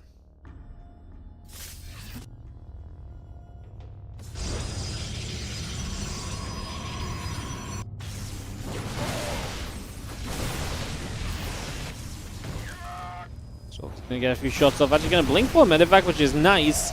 Obviously blinking forward, the Bio tries to capitalize on it. The tanks will start to siege themselves up. The Widow Mines set up behind it all, and now Clem starts to put some attention onto that Nexus. The Colossus still holding back. There's out Stalker hanging around too. On the right-hand side, the Bio comes in with the auto turrets. That's actually a nice split of Protoss army. I wondered if there was a bit too much Protoss onto the right-hand side, because it's a very comfortable push away. Clem just lifts up and backs off. Lets the Widow Mines do the work against the Zealots here. Does he have enough to keep pushing through? One Colossus only. A couple of Zealots remaining. The tank will go down. Still a tank in the back, remember, so that other tank is still swinging, shooting shots and shells. A lot of the Stalkers low HP. Feels like Clem is coming out of this one with a little bit of an advantage, isn't he? He still has that top right army. And if ZOUN starts to pull around to the bottom left to deal with that base and this attack here, that top right force can obviously dart back in over there as well. So you've got to keep respecting that as ZOUN, even though you probably need a few more units over on this side. ZOUN hanging on in there as the few Zealots will charge straight through. A couple of Vikings show up, but to no avail. As now the Biostims on the right, but the Raven goes down. Stalkers and the Colossus show up pretty quickly. So Clem is chasing Zealots away on the left-hand side. Still, overall, I think better for Clem. Resources lost. It's pretty close, though. Pretty close for the moment.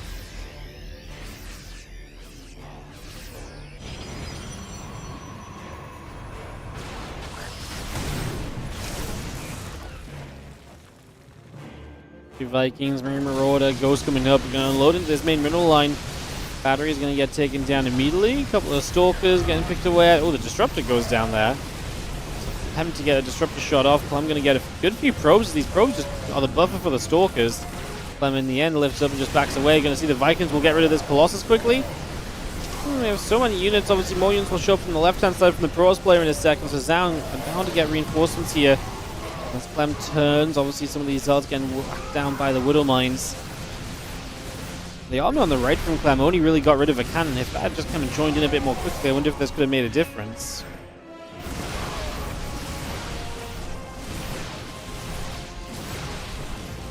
And Zealots still coming through. The Vikings overhead. Bio and the Ghost going to hang around.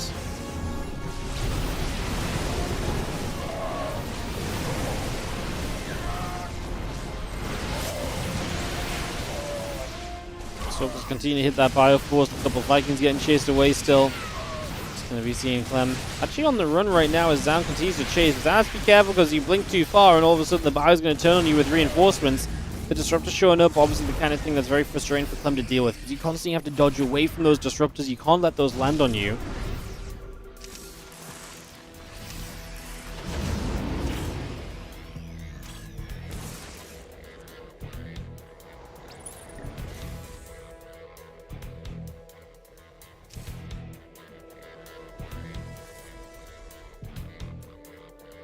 Stalkers get to the left side. Those couple of medevacs going to get jumped on. One goes down. The second just about being kept away. Ooh, nice catch from ZOUN as that's a big pickoff. Slowing down Clem with those few medevacs and stopping him from dropping, stopping him from causing more chaos. This is what Clem has really excelled in this game, obviously, right? Being able to, or in this series even, you can say, being able to drop around, being able to pull ZOUN about. But yeah, it gets kind of halted there as the Bio and the Vikings step through. Widow Mine shots still coming around. The Disruptors and the Stalkers pushing on in. I see a couple of extra Disruptor shots coming by as well. Clem lifted with the medevacs to try and dodge. We actually kill one of these Disruptors. The two Disruptors just fight at the same time. That's not good because now they're on cooldown together. Not ideal, and as the Zealot line thins out, these couple of Immortals are going to get jumped on. Like I say, you don't have Disruptor shots currently to push this Bio army away, and both Immortals fall. I was going to say, I'd be amazed if we got the Disruptors out of here, and I felt like he almost did it. It goes down just before the Disruptors were available to fire once more too, so again, especially tragic in that regard.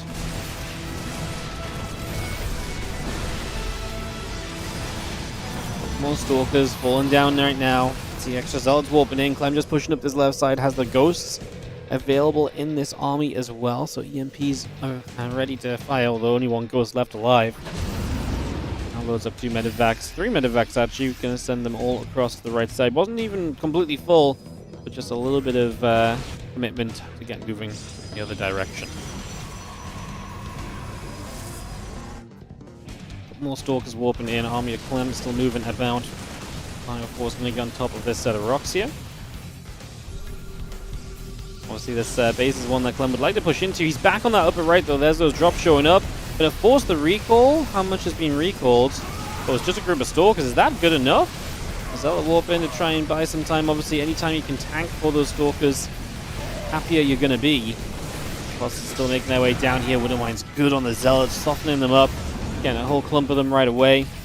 Clem continuing to apply the pressure onto 2 different portions of this ZOUN army as ZOUN tries to still scramble together a defense and stay in this potentially, well, final game of the series for him and tournament for him if he can't win this game. There is no doubt that he must win this, right? So I'm just trying to hang on in there, keep us cool, try and stabilize, and I mean, he's gone up to 5 bases, right? That's already one of the bigger challenges against Clem.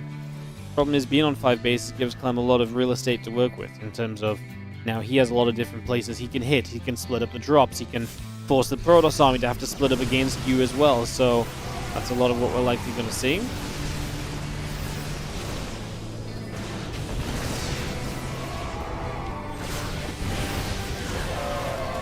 Also going to fire. Marines taking damage. The Guardian Shield popping up.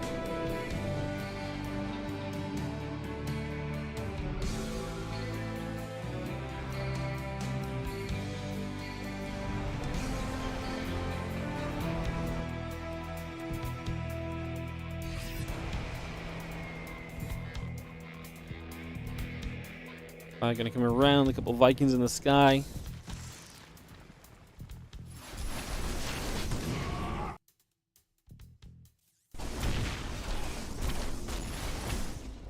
A handful of Zealots trying to get into that mineral line. Unable to just yet is on the right side. There's Orbital going to try and get up. Boom, the Medivacs just sat there. It's a good catch from ZOUN. Anytime you're getting rid of Medivacs, I'm going to love it.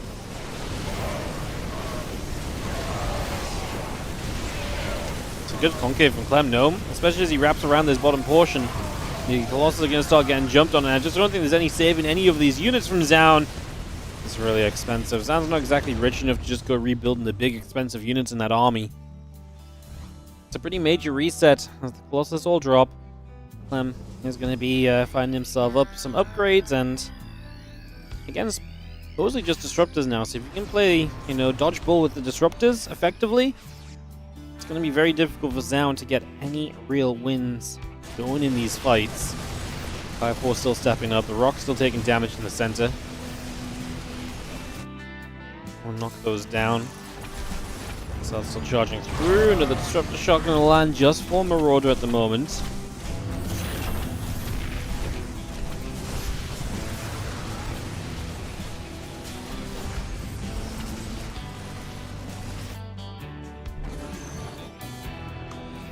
Results will recall. Again, the Nexus coming about, the Stalkers and the Disruptor coming through, the Refinery's coming up and online.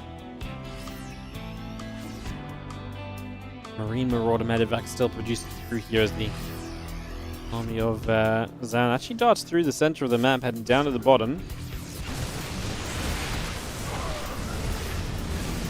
Disruptors fire again, so it's going to be seen on Nexus firing up. The Stalker's going to be hitting the Orbital Commander right here. Orbital will be falling.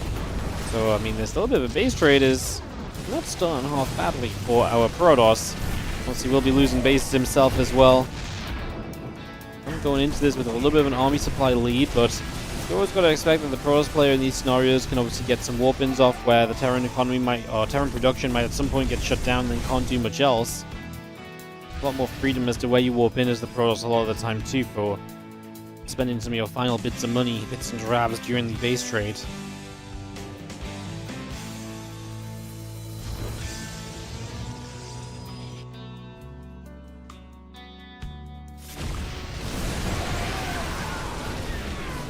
So I was just blinking up, a couple Medivacs going down. I mean, we're actually going to see Clem jumping onto this force. Where are the Disruptors at? Not here.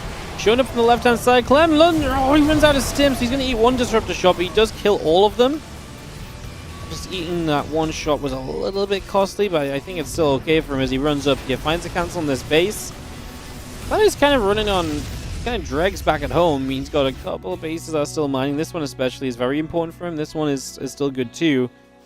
So it was worth noting that it's not like Clem is on a booming economy not being stopped, and that's why this game remains so scrappy. Because Clem has kind of been pushed down to a position where a bad fight can still cost him big time. The problem is a bad fight is more and more difficult to find now, as we're about 60 army supply down as ZOUN.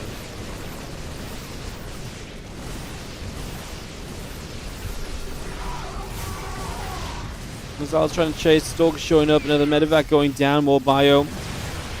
Coming up to the top, Disruptor shot, firing through once more. Vikings still sitting overhead, but there's no Colossus in sight, and there's no win in sight at all for ZOUN. GG's get called, and Clem is going to take the 3-0. Talk about coming in with a little bit of a performance.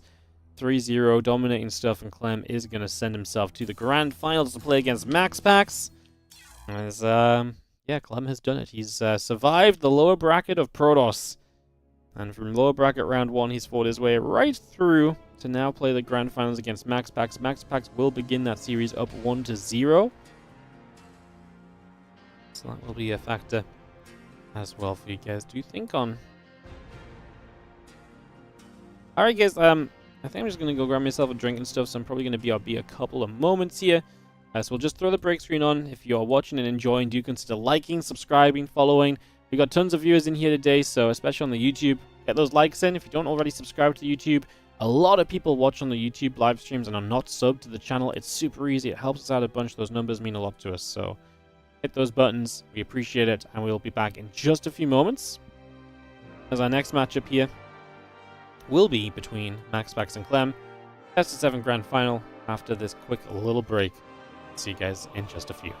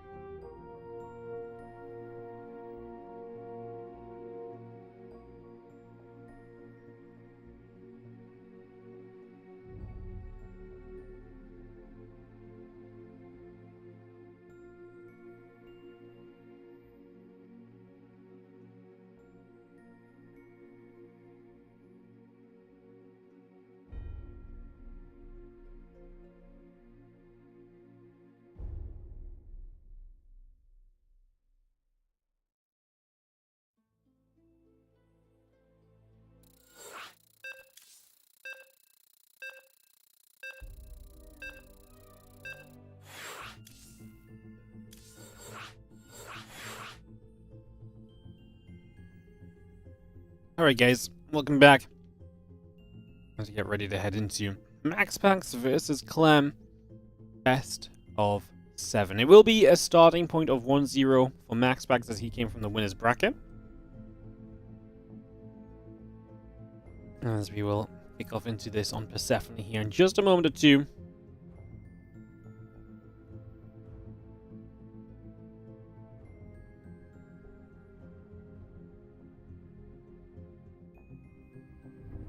Alright. We'll kick off into this. Persephone going to be coming up. Welcome, guys, to the grand finals of the WardiTV Spring Championship 2025. Get this on the way. Again, if you're enjoying the stream, do consider hitting those follow buttons, the like buttons, the subs buttons. Let's see how many likes won on YouTube. That's the moment of truth. Do the YouTube viewers get flamed or not? We are at 120 likes. Okay, you guys are doing great today. Good job, YouTube. Twitch chat, I'm sure if you had a like button, you'd be doing great as well. Let's head into this. As in the top left-hand corner, we're going to start this best of 7 off in the top left with our Blue Protoss player, Maxpax, and this is a 1-0 lead for the Blue Protoss because he comes from the winner's bracket. So, there's the first played game in this series, but he starts 1-0 because of the winner bracket advantage. So this is not just a clean best of 7. Maxpax, undefeated in the tournament so far, gets the edge in this grand final. And that will be his edge. Let's see if it's enough for him as he takes on the Red Terran in the bottom left corner of the map from Team Liquid. We have got Clem. So it's Maxpax, it's Clem, it's a best of 7. And we get into Persephone to start us all off and to see what's going to happen. I appreciate you all being here. Thank you for tuning in. Thank you for supporting the WardiTV Spring Championship all of this month. It's been an absolute pleasure.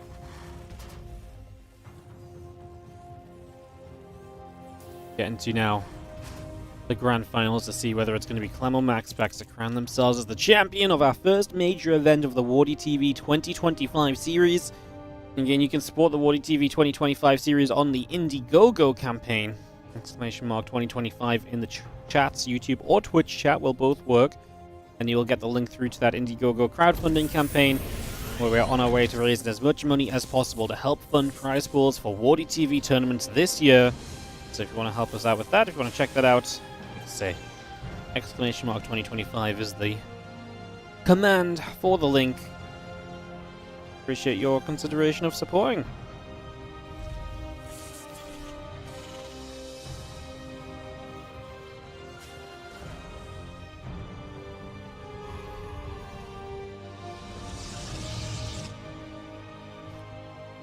Cybercore coming through, Nexus coming up, as we just have ourselves the command center building through.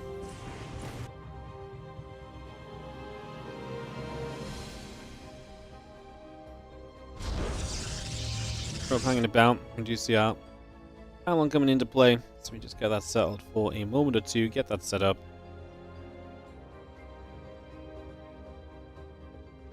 And yeah, the stream going to keep coming across as well, trying to see an idea of what is going on. First opening moments here and just seeing Clem trying to scout out opponent.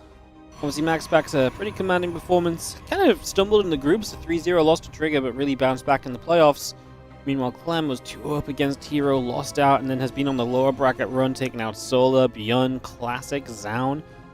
And now Maxpax stands between him and this 2025 Spring Championship. And as the Reaper hops up, realizes it's a wall-off, will not be getting in, so just going to turn it away. I'm just going to pull it back for a few early moments. Just going to step away from there as the Adept is going to fire a Shade through toward the main base as well. The Depot's Ray is going to block that Adept Shade out for the moment. Product Council builds through, halfway done right now. Maxpax, no surprise to show us that he's going to be heading into Blink for the early stages of this series. Expect him to play Blink a lot of the time. Well, of course, Clem probably expects him to play Blink a lot of the time as well, so there is a lot to be said just about that in general. I mean, there is a little bit of predictability about it, but then he's just so good with it that, like I say, it's a fair prediction to be made. It's a fair thing to kind of just send yourself into, even if you think it is predictable. Because you're so good, you can get so much value out of playing that Blink style as the Adepts here. Gonna try and shade on through. Look to see what's going on. A couple of Marines in the bunker will be firing up, and the Cyclone firing onto those Adepts as well. They just commit through for Marines and SCVs. It is going to cost you pretty much every single Adept, and only 2 SCVs went down. 2 SCVs, 2 Marines for 4 Adepts. It's a good trade from Clem. He'll be smiling at the end of this one, because I don't think that was ideal. And now you find the forward gateway as well, so you work on the pylon of that. You might be able to deny the pylon of that, which would be huge. That would be absolutely massive as well. Cyclone is going to get the Stalker. The Adept and the Stalker still trying to chase that Cyclone for the moment. Just going to get a lock onto the Stalker again. Going to tank the Adept shot to chase the Stalker down. It's going to work out. Oh my goodness. Magnificent micro from Clem. Great decision making. He's just like, yeah, I can tank those shots on these Cyclone from that Adept. And it makes sure that you can get rid of that Stalker as well. As Clem is going to get another lock on here. And if the Reaper can provide high ground vision... no, he just doesn't quite get it. But now the Reaper might actually just get the Stalker kill itself. He's going to try for it. The Cyclone locks onto another new Stalker here. Blink still not done. We do lose control of this one. But man, Clem is going to bully his way across the map and into position. Going to start sieging up from the low ground, hitting this gateway on the main base. That will be the gateway going down. Cybercore going to follow. It's going to slow down any future Stalker warp-ins as Blink is now finally done. But man, Maxpax is not going to be in a pretty place. Has to start a new Cybercore. He's trying to get into the Robo Bay. I'm not sure if he'll have much of a chance. We're going to find a lock-on with the Cyclone to the pylon. We can save the Cyclone with the Medivac. The micro from Clem so far has been absolutely precise. Exactly what he needs. Stalkers are there from Maxpax, ready to engage in toward that army if the moment allows.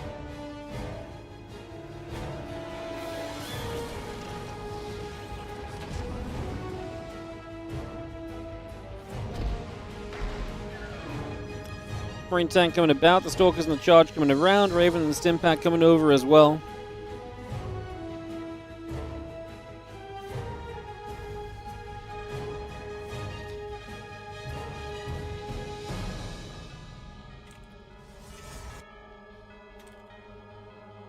Stalker's going to head down to the bottom. Again, Raven, Combat, Stimpack all coming through. The couple Marines and Marauders coming up. The Reactor on the way from Clem. Stalker's still chilling. And Marines are going to be with the tanks there. That's not a good blink though, right? A few Stalkers. I'm just going to lose the one Stalker. Got a Medivac. Not as bad as I thought it was going to be. I thought it was going to be a little bit worse. As the Marines here are going to go through, hit that pylon. We do finally take down this gateway.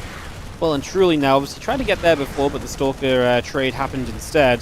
What's the resources lost like? Oh my god, 1,600 to 400. That Medivac is like half of those resources lost. Until then, it was like 1,600 to like 200 resources lost. It's a pretty disgusting difference. As the Marines and the tanks chase the Stalkers away. Colossus thermal lance coming through, gateways and the probes building as well. A couple of the barracks and the reactor coming online also, just for the moment.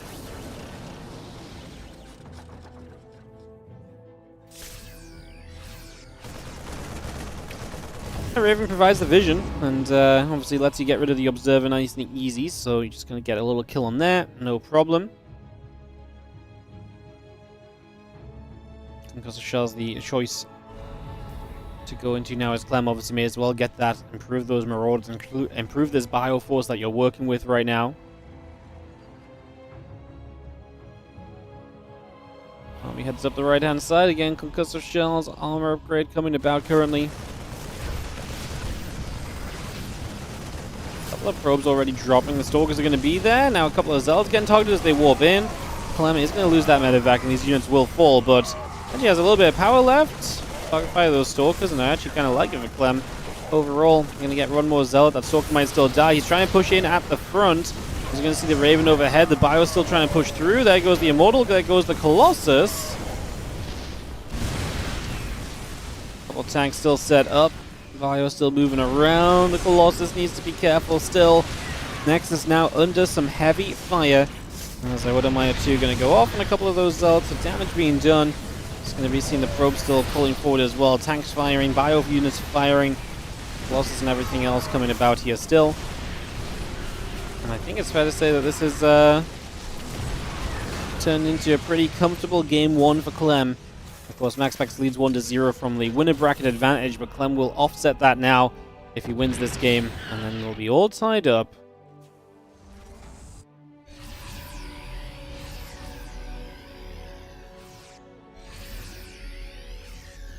Couple of Archons coming about, Colossus in production. We get ourselves the Viking Marauders and Marine coming through, the armor upgrade building as well. Big load up in the center, going to go out to the left side. Feel those Zelds are going to come about too, as we have ourselves a couple of units in the middle, also going to get crashed into right now.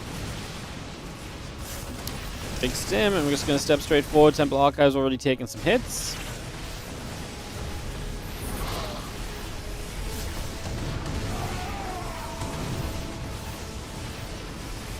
Mine shots all across the place. Pylon going down, a few gateways getting depowered.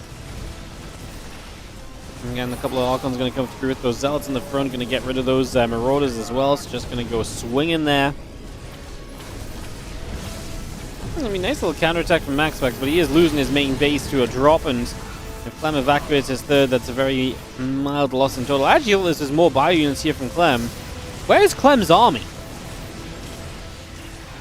Like, it doesn't feel like Maxpax has a lot. What Maxpax has is, like, tech units, though, and they're kind of making it a little bit more difficult than it should be, really. I think that's fairly fair to say. Like, this should not have been as much of a struggle as it was for Clem. I mean, it wasn't really a struggle, I guess.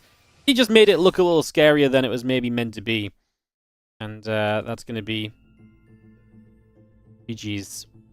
As Clem ties us up in this best of 7. So it's going to be 1-1, and we are going to be having ourselves a bit of a fight here in our finals of the WardiTV Spring Championship. How was that a GG Maxpax for sieging Clem? He had no money to warp in, he had no warping point. He wasn't really sieging Clem, he had an Archon and a Colossus. That as soon as they go down, that was his entire army. So, yeah.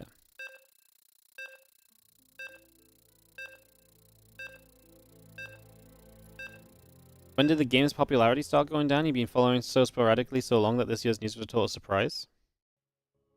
That's a very difficult question, actually. Probably, I mean, I actually don't know. It's a surprise to me too, because I think everyone should just love StarCraft 2 permanently, you know. so here, to me, thinking that the game isn't as popular as it once was is also bonkers. Yeah, I don't know. I don't know if the popularity has really changed or shifted much recently versus the funding just isn't there this year. And that's not necessarily due to popularity versus just organizations or Blizzard that don't want to help fund it anymore. So, yeah. That's okay. That's why we run our tournaments. Obviously, we still have EWC. There's still a lot of big events this year. But that's why we run our tournaments as well. We continue to put in as much as we can to the community. We continue to run as many events as possible. And if you are enjoying this WardiTV Spring Championship, I urge you to support. We do not make these events happen without your guys' support. So if you can afford a sub, if you can have a Prime available, any of that goes a long, long way to helping us put on more of these tournaments. Obviously, we've got the crowdfunder going right now as well to raise the prize pool of the events we're going to be putting on this year. So check out all of those things. Support if you can. Like I say, if you can't afford to support monetarily, the most important thing you can do is just get out there and interact with the content, whether that's talking about it on community sites, even if it's just watching, interacting in chat, liking the YouTube stream each day. You know, those things go a long way as well. You know? Like, everyone can do their thing to help us out. All of that helps us to get a little bit more revenue here and there and put on more tournaments, so.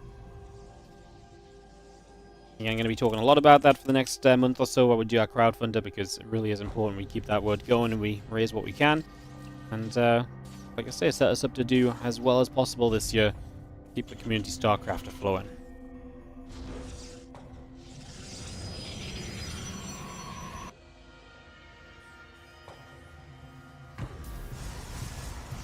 Cybercore coming about, our SCV just scouting. As you have our Adept and our Warp Gate building in as well. So just going to get all of that on the go for the moment. Again, the factory coming through, the CC building up, Marine on the way as well. We just have ourselves a Warp Gate still coming online. So, gets brought up into action here. Have ourselves the factory coming online too. So, yeah, factory bunker coming up. Safe play from Clem. Maxpax with the expansion of his zone. Let's see what this Reaper can get up to as it sneaks into the natural. And we'll look to apply some pressure in toward the main base.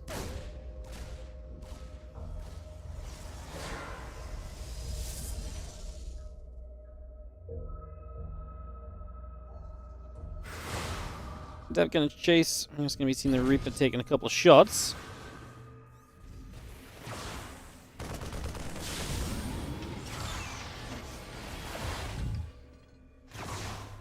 That will fire. Twilight Cancel finishing. Gateway is still building. And Warp Gate halfway done. The Blink continues to come online. And we will just have that Adept gonna try and shade up towards main. A couple of devs will join together. But Clem wants to try and fight them. The sooner you can fight them, the better, because that shade would be on cooldown. But take this moment, try and protect that Hellion. We lose one of the Adepts. Hellion does get kept alive by Clem as well, so a good little bit of control there, just to ensure that was not going to get out of hand.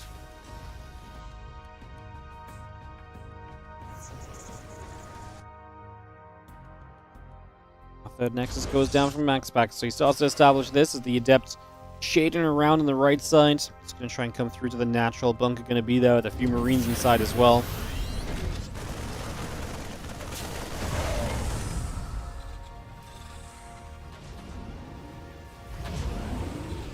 As we'll go for a bit of a grab. The medevac loads up. Wooden Mine's pulling back away. What's up, Spurl? S-P-R-W-L? How do you say that? Spurl? For some reason, I always wanted to say Spiral. Hey, thank you so much for the Prime sub. Appreciate it. Thank you for supporting. Thank you so much. Medevac comes out to the right. Couple of Widow Mines inside of said Medevac as our Blink will be finishing. Stalker coming through. Couple probies on the way. Charge coming over. Our Stalkers are going to get there. And they are going to go pinging their way onto the Medevac. But the Widow Mines get burrowed. Stalker has used its Blink, unfortunately. So it will go down.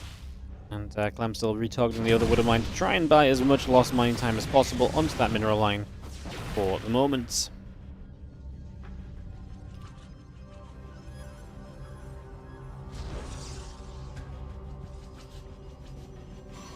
Medevac gathers up. Still got charge on the way. Stimpack coming through.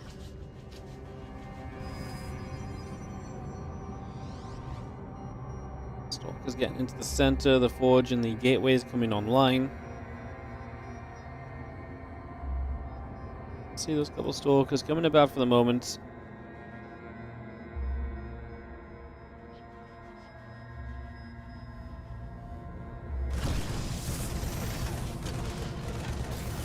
Hunter just drops in. Probe's going to be kept away.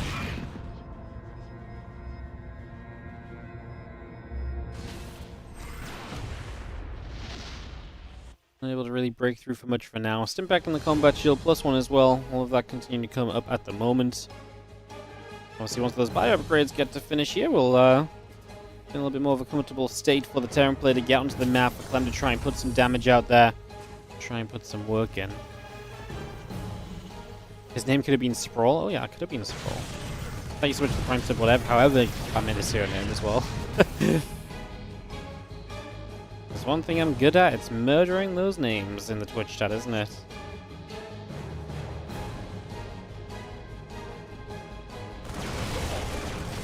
Stalkers get pushed back. We're just going to see the bio showing up. A couple of these Stalkers continuing to go down. Stim combat and +1 all coming up currently. The bio continues to move up. Another Stalker goes down just for the moment. A couple of Zealots is going to charge straight in. A couple of Widow Mines will come in from behind. Can we get rid of those Zealots? The Widow Mines and Burrow, the Sentry, and that Guardian Shield. It's going to be an issue. Nice blink back from the Stalkers again. The Bio still pulling out of there. Clem gets back toward the center as, again, +1 attack from Cluster Shells. Marine Marauder Medevac coming through. Get rid of this Zealot too. Raven is going to go down. Oh, no. Survives low HP, and that's so frustrating because now it's likely going to get at least one more auto turret off. But no, Stalkers in the main base say, And that will be a successful shutdown on the Raven. Now we got a couple of Widow Mine sieging as Clem sets up just outside the front of this third base. Bang, bang. Widow Mine shots are good for a bunch of those Zealots. Stalkers coming through too. Bio still stepping forward. Sentry going down. Colossus shows up, though. Last second save from Maxpax, maybe? Feels like it, as that Colossus will go and push Terran army away and give our Protoss player a little bit of breathing room here in Game 3 of the series. Another Widowmine shot gets a Zealot as we go. Medevac Viking, Marine Marauder coming up, extra Zealots warping in still. I'm going to unload toward the main, load back up and pull away again. Load down to that low ground. Pylon sets up 2.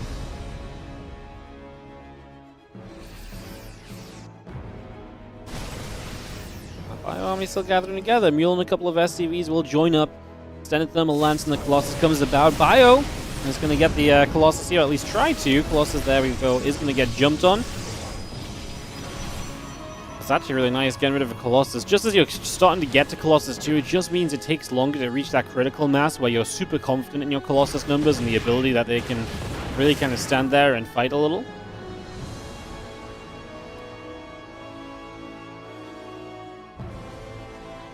Bunker building, Widowmine on the way, had a few SCVs in as well. Medevac Viking all building up, Marine Marauder producing it up.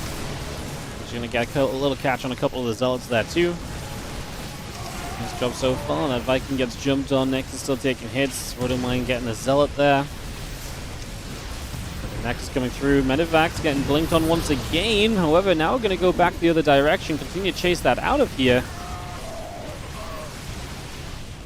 I mean, honestly, these trades have been pretty fascinating. Pretty even as well. Little counterattack gets a few SCVs. Clem tries to dive into the main. Stalker's warping in. And the rest of the Stalkers will blink up, so that is going to be a defense, well-placed defense by Maxpax, actually. Nicely done. Bio back down the right. Ghost Academy finishing. Marine Marauder Viking coming about. Colossus there to chase the Bio units away for now.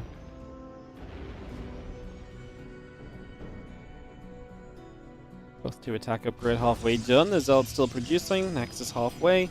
Cannon in the battery coming up as well.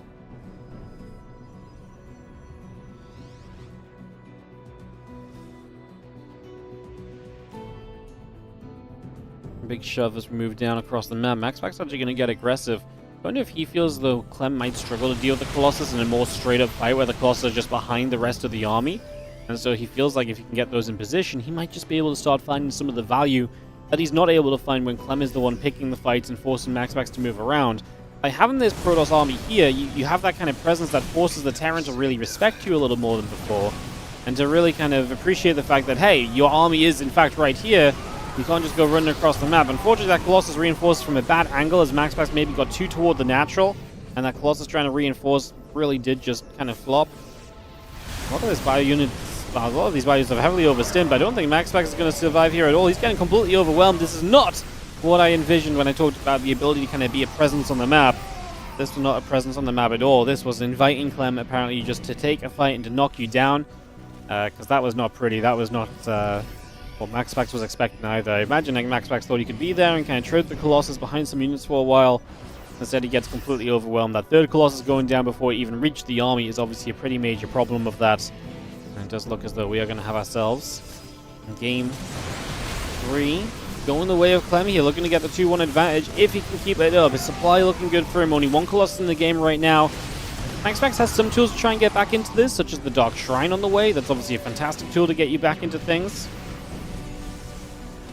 But Ghost taking a few more shots. Colossus continue to laser beam it. The Medevacs will load up, and they will go boosting straight into the main. Now, the Stalkers here, we are going to lose one Medevac with 3 Marines inside, but that will be it. The Marauders got out of there quickly, so it was not a bad Medevac for Clem to lose out of all the Medevacs there, right? Because, like I say, the Marauders got out already, so the majority of the cargo was able to unload. Clem obviously got a lot of the Stalkers there as he chased that army down. Again, a few probes now pulling back and let the Vikings get rid of the Colossus. Not enough Stalkers to knock Vikings down, which is an issue. If these Vikings are just constantly here and picking their way through Colossus and so on and tech units. That's not pretty for Maxpax, but he does clean up a bunch of them at the end as they try and pull back, and there's no Colossus left to kill. There was actually one on the third base, but didn't know to send the Vikings over there, it seems. Never mind, because Clem's going to dive on that one anyway. Maxpax is still struggling to deal with the split of army following this aggression. The +3 attack upgrade on that Forge is now going down. Another big denial from Clem as he improves his position in this game. Widowmines are still blasting, Zealots are still falling. 140 to 120 supply currently as Clem sets up a good amount of supply in that army graph. He is going to have a good significant number. This is looking as though we are indeed going to see Clem take the lead of the series. So bouncing back from that lower bracket disadvantage and bouncing back as strong as he possibly can. As the Bio still kites backward, the Zealots are still trying to chase forward. Medivacs will continue to do some healing. Those Zealots still getting cleaned up. And, yeah, I mean, not really much else to say. This, again, more and more one-sided as the game ticks on. Clem is going to take this one on Ultra Love. Maxpax yet to put up much of a fight. Obviously, he started with a 1-0 lead because of the winner bracket advantage, but he's yet to actually win a game against Clem, so let's see if we can change that. Let's see if we can fix that heading into this next game in a few moments. We'll have ourselves Maxpax, like I say, seeing if he can reset a little bit, get back on track, because right now, things are going a little bit in the wrong direction for our Protoss player. Even joined us 600 viewers on YouTube. It's amazing. I know I talk a lot about the YouTube viewership lately, but it is just because it's going in such a positive way. So thank you so much for that. I really appreciate it. Thank you so much. Thank you so much. Alrighty, we are just waiting for this to continue through.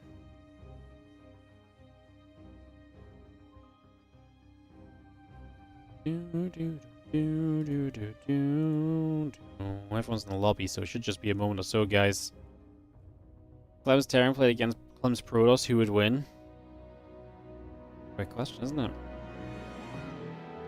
The one many people have asked lately, actually, funnily enough. That's genuinely an interesting little ask. Clem would win. 200 IQ answer.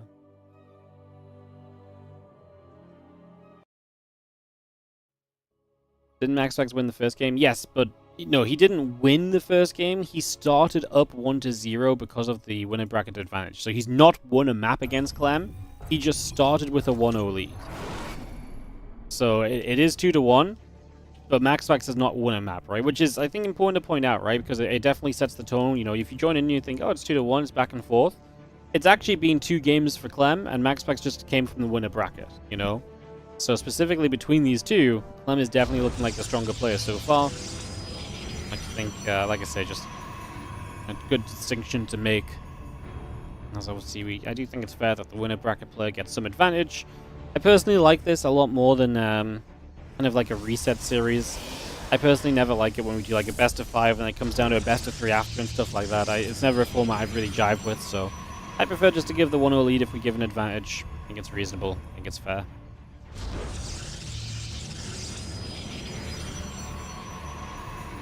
As we settle in and get it going. Game number 4.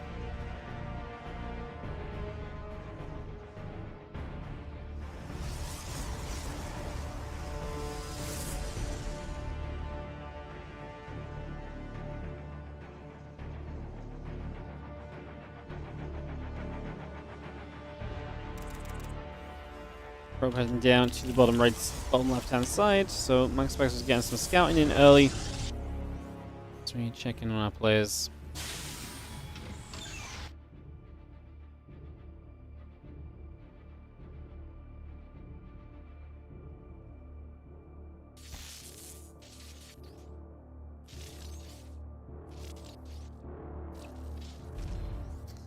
Probe is going to be pushed away. SCV going to get in there to shove that back. So that is going to be an easy little shutdown to start off with.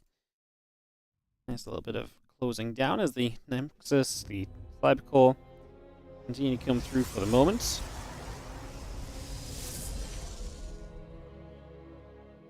CV just coming back around there as the probe. Coming about as well. Again, CC, SCV, Marine. Building for now. Get that underway.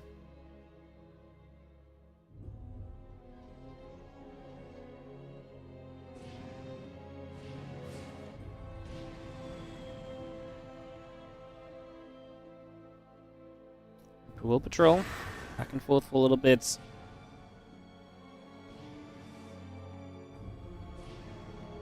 And that's while I count some production, so no surprises. Maxpax still going for that same kind of vibe in terms of what he's building up and what he's setting up for right now.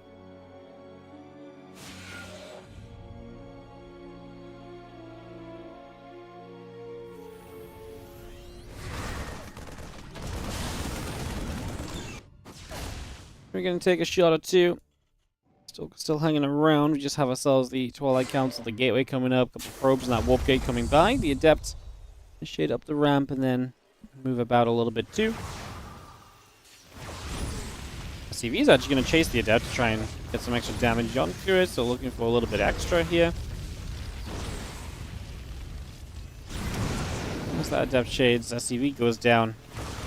We will be able to play clean up so far, so yeah, very good going for now. Solid starting point.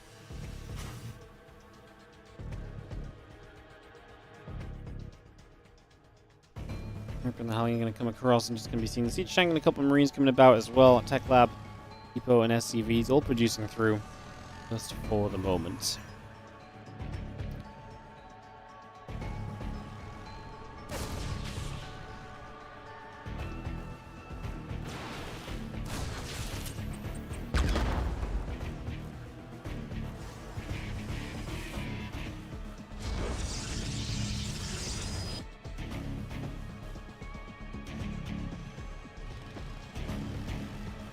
Alright, but Hellion just lingering around. Obviously, Raven again on the way from Clem, looking to just get that out onto the map for some of the early harassment as we've been seeing in previous games. No surprise there. It's very much so what we're used to seeing in the matchup as well, so yeah. Clem doing what he does best. Kind of Maxpax just doing what he does best. Clem gets the extra barracks now underway, so gets ready to move into the 3 barracks, get into the bio play, get that all set up, get that strength of his mid-game really established, and go from there as the few Stalkers are going to come blinking down. The Prism is just going to be nearby, off over to the side also. Again, a few Marines gathering up, the Raven right there too. There's a few other Stalkers still making their way across with that Prism. So there's only the 3 gateways, so a little bit of pressure as we go past. Gonna try and get an SCV, doesn't quite get the 4th Stalker shot to get the kill, unfortunately, so a little miss micro from Maxpax. And that is going to be Clem not quite taking the loss. I mean, obviously not a huge deal.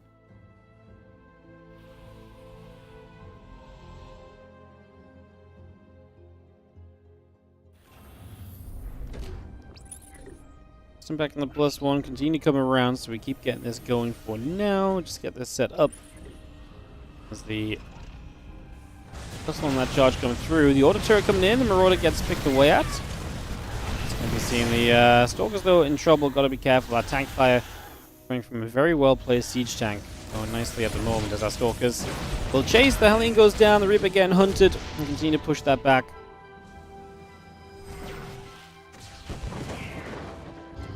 Still got the Stimpak combat shield and +1 coming through. The Starport going to lift off and swap on over to the reactor. So we swap over on that one as... And a couple of Stalkers coming down. Maxpax going to go join up together.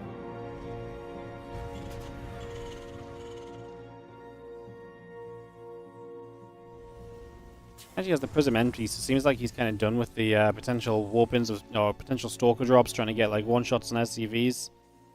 Moving away from that at the moment. There's a couple of gateways building through.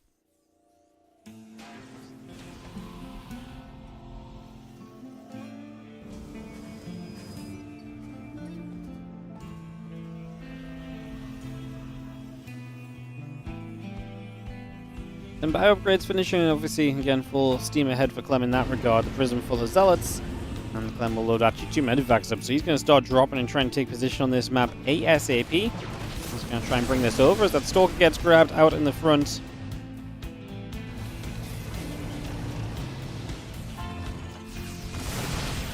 I will shoot. Stalker's getting hunted.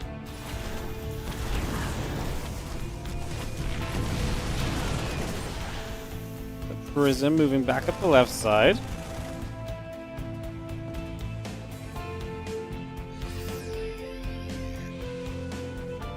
And Concussor Shell's about to finish it up. We've got our extended thermal lance coming through too. This will just get going on the top. A lot of SCVs going down. The Zealot drop is effective. Using the Raven auto turrets as a defense is kind of a desperation measure. This Clem was just out of position completely, and so Maxpax will land himself quite a few kills there. on that location. Zealot Stalk coming through. The medevac's going to have to just evacuate. No real choice about that one. Just got to pull the hell away and get out of there for the moment.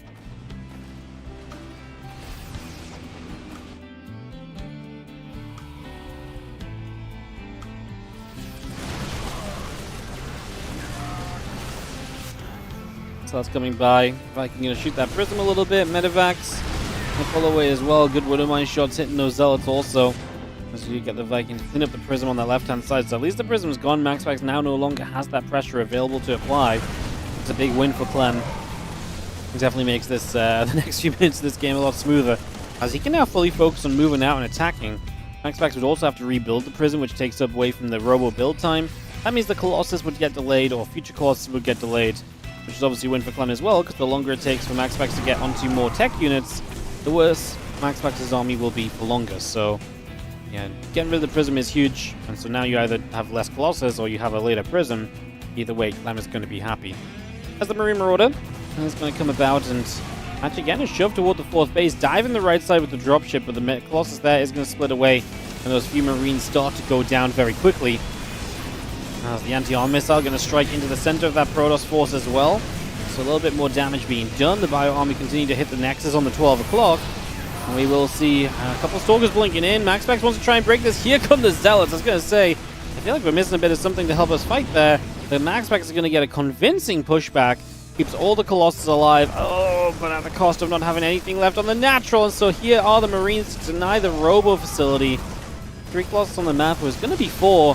As that Colossus was still building on it as it went down. The Stalkers will try and do their thing here, but they're going to blink in for the medevac. That's going to be costly, because now you can just target fire down a bunch of those Stalkers as well. Clem gets 1 medevac and Marines away, comes back in with the reinforcing, or the remaining units from the top side fight, and that actually forces a recall, so puts that on cooldown for Maxpax as well. Not ideal when Clem can still potentially threaten the main base, and Maxpax is probably going to get pinned in a little bit because of this. Moving out without a recall available is always going to be that much riskier. You know, if you get counterattacked, if you're out of position, you no longer have that kind of easy answer to try and solve your problems. So,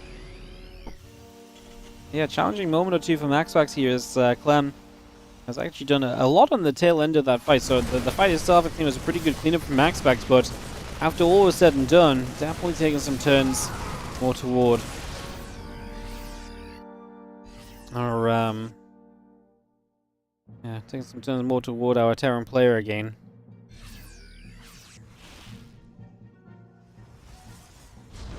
Maxpax's army supply was down by 50 a moment ago. Going to lessen a little bit now as Clem gets close to maxing out. Would not be surprised if Clem was going to be able to start pushing again soon with a maxed army and arriving with obviously just a significant amount more army supply than what Maxpax has. Step forward, the Zealot goes down.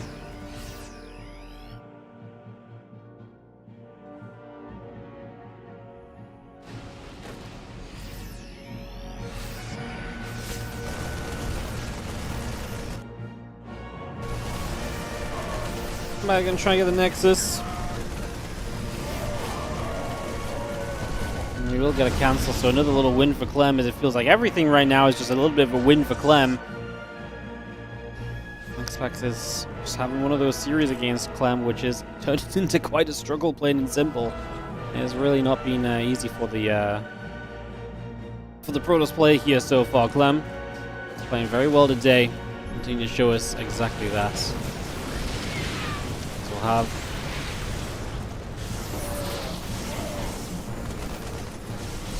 Colossus shots gonna start coming around. Bio just gonna get rid of the first Colossus. The Immortal in the front there goes down as well. Clem, if those Colossus can continue to stay alive for a little bit longer and just get a few more Bio units, I mean, they stayed alive as long as they really could with the amount of stuff chasing them. Zealots are gonna hit the natural doing this. It's just gonna start running straight through over there. A couple of Disruptors coming about, a couple of Widow Mines are still firing, Zealots are still being cleaned up currently.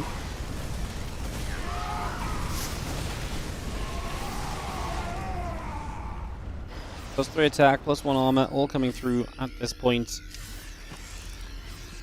I mean, Maxpax is still going to kind of stay very much so in this game, right? So staying in it for the moment. Keep keeping himself alive for now. The Moon Roar is still coming up. The Stalkers are going to blink back straight away.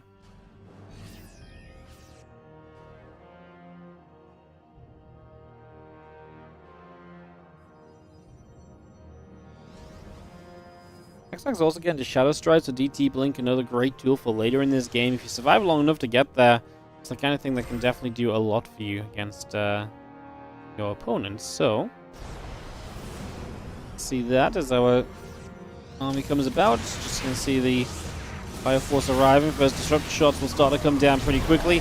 Start to zone back. The Colossus goes down immediately. The Viking count was just very good for that. As the drop comes in on the right side, that Maxpax is somewhat on top of, but he's going to end up choked up with the mineral line, so even though he's kind of aware of it and in position for it, it's still not exactly an ideal scenario, because you are going to see the Colossus there taking a little bit more damage too. It's going to be dropping. And Maxpax is just not holding on. Clem is going to fight his way up to a 3-1 lead in this series, and like I say, with 3 in a row, Clem has all of the momentum behind him to win this spring championship, as Maxpax is just not able to. It just feels like Maxpax is not really able to get enough done with his units early. His harassment is going nowhere. And because of that, Clem is just, Clem is going somewhere with his harassment, and that's really the huge discerning kind of factor in these games, it feels like.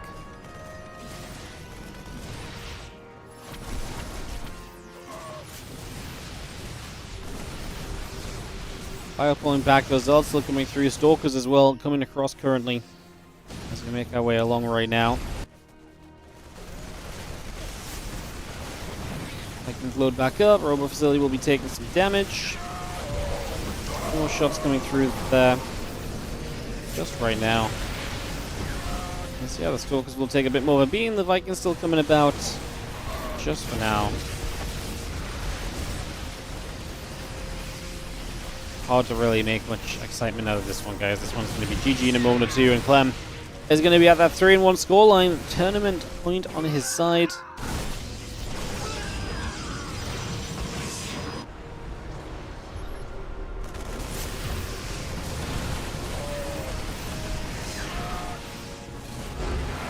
GG's, and there it is. Clem is going to be up into that winning position, one map away from claiming this spring championship as his own. So Clem just playing again some fantastic TVP, and just making it so difficult for Maxpax to, like I say, have a chance to get into the game at all.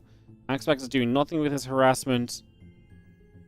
It's hard to even suggest really what you change up as Maxpax when you're playing against Clem, right? Because it's like, if Clem's just playing well and it's almost like, oh, just elevate your play, Maxpax, just play better. Like, what else do you really say? Clem is just playing at that kind of a level where it leaves you kind of without real aid. Yeah, this has been a pretty brutal start for Maxpax. He's now down 1-3. He'll ask for a couple of minutes as we get ready to play Whispers of Gold. Could be our last map of the tournament. So we'll just take a moment. Like I say, Maxpax needs a minute or two. We'll give him that. We'll get ready to get back to it again. Thank you for joining us here across the Twitch and the YouTube streams throughout this month for the WardiTV Spring Championship. Again, we're going to be here tomorrow for WardiTV Mondays. Then I'm going to be off on Tuesday. We're probably going to try and do GSL replay casts Wednesday and Thursday. And then Friday I'll probably be off. And then I'm not sure what I'm doing on the weekend just yet. So... oh no, maybe I'll probably be here on Friday. And I might take one of the Saturday and Sunday off, actually. Not sure just yet, but I don't even know what I'm going to be casting later this week. Thinking about maybe starting up WardiTV European League. I kind of think we might just do a May tournament, because May is kind of busy, especially with people traveling to Dallas. And then maybe when we come back from...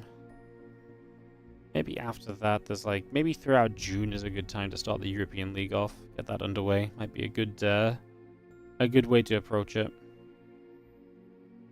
Yeah, seems good to me. Clem's is ready in GLHF, but we're still waiting for Maxpax. Obviously, you do need both the players, and Maxpax well within his right to take a moment or two to losing a few in a row to try and reset, get that mental straight, and just get into a better position. So, no issues on that one. Ooh, crazy.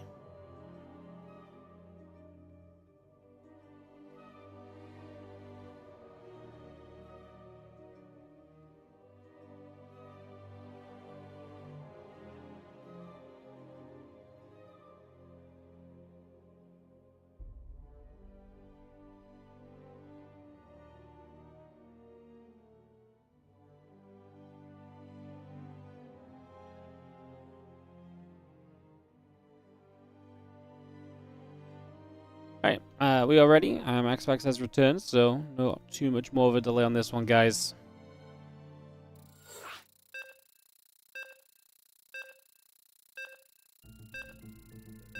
Ready, ready, go, go.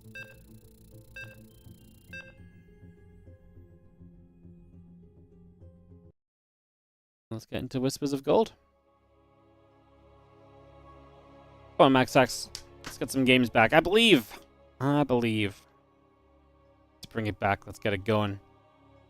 Let's see some more games in this final. We all deserve a bit more StarCraft 2, right? We all deserve a bit more StarCraft 2. So yes, believer right now. We have in the bottom right-hand side the blue Protoss player. Must win every game from here on out. The moment he doesn't, this tournament is over. This is Maxpax.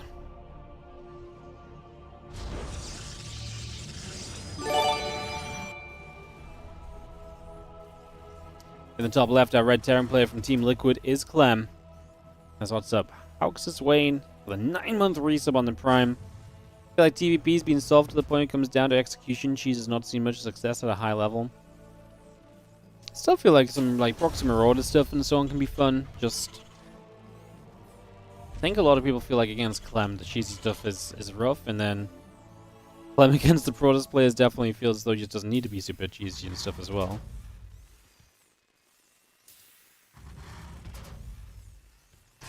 So yeah.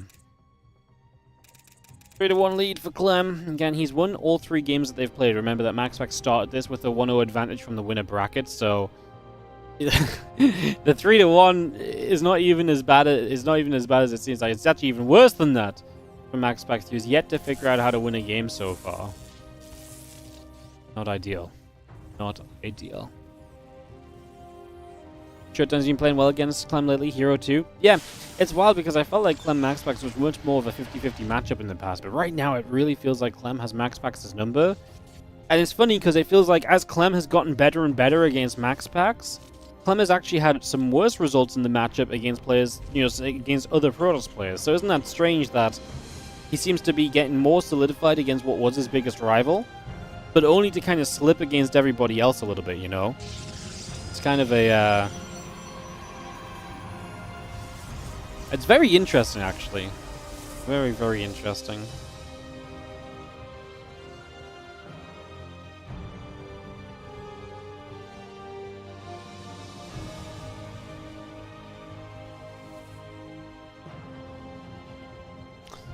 Next is coming up then on the natural. CC on the natural of Clem. Both players will expand early, so we're not going to go into any egregious cheese or anything for this next game.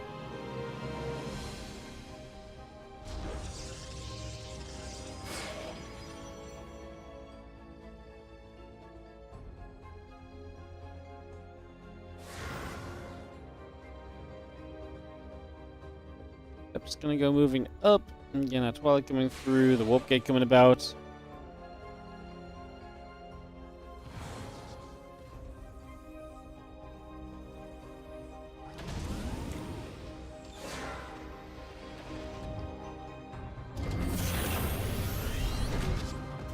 Twilight Council is going to be finishing up. A couple probes on the gate coming through, Blink coming around, Warp Gate coming about as well.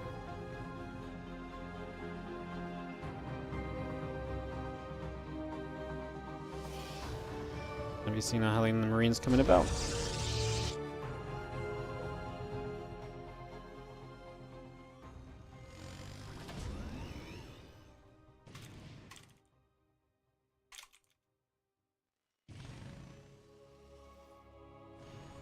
Facility coming through, Gateway coming online, and Blink and the Warp Gate going to be the next stop here from Maxpax as we continue to get that set up.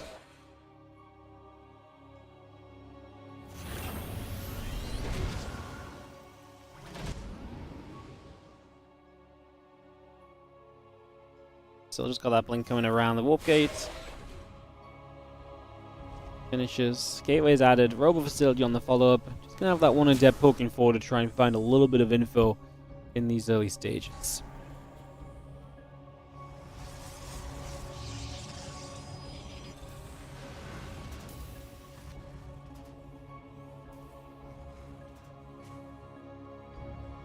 A couple of Adepts just chilling. A few Marines hanging about as well.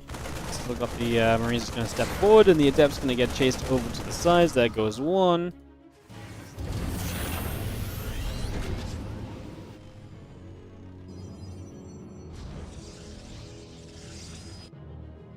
I'm just on the way to that Raven, on the way to that siege tank. We've seen it all before. Clem, I mean, to be fair, Clem just says, you know what, like, yeah, there's some mild differences to my build, but in the grand scheme of things, like, there's no reason to change it up too much because it's just been working that well already. It's Maxpax who continues to do very similar things. This game a little bit less aggressive from him, so a little bit more kind of laid back, take that third nexus a bit sooner, not put as much pressure, you know, into kind of like, you know, pushing across the other side and so on. I'm going to lose this observer to the order turret of the Raven, though. But yeah, the general consensus being, I think, from Clem is that he doesn't need to change it up too much. He does actually start a Banshee, though, so maybe there is something a little different.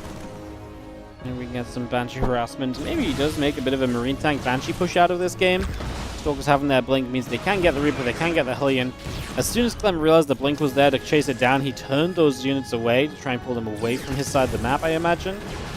As he actually saves one Widow Mine here, and he will be able to sit between the mineral lines with that medevac with one mine inside of it, still able to apply some pressure and to be a little bit of a threat in this game.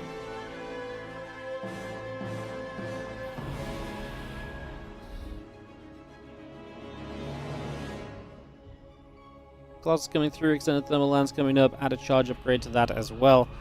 Bring all of that through for the moment. Just having ourselves the... Again, a few probes coming about. Stim back on the way in. Marine here going to get jumped on also.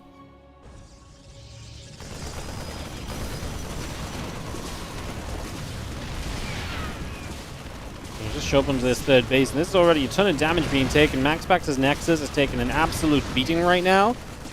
It's just going to go down. Maxpax doesn't even try and defend it, which sort of tells you kind of all you need to know, right? Is that Maxpax was not ready to deal with this at all. Because, yeah, not even trying to defend it. I mean, that can be a very smart choice, because then you're losing very little and kind of just giving it up.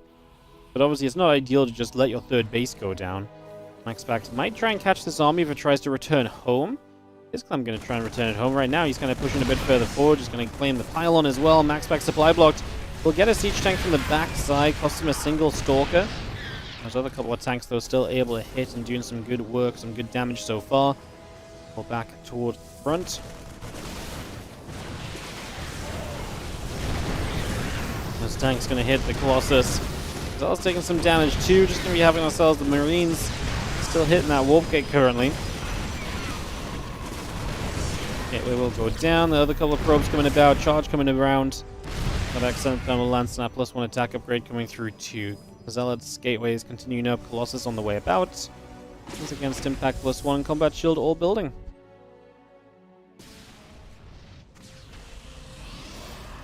Banshee is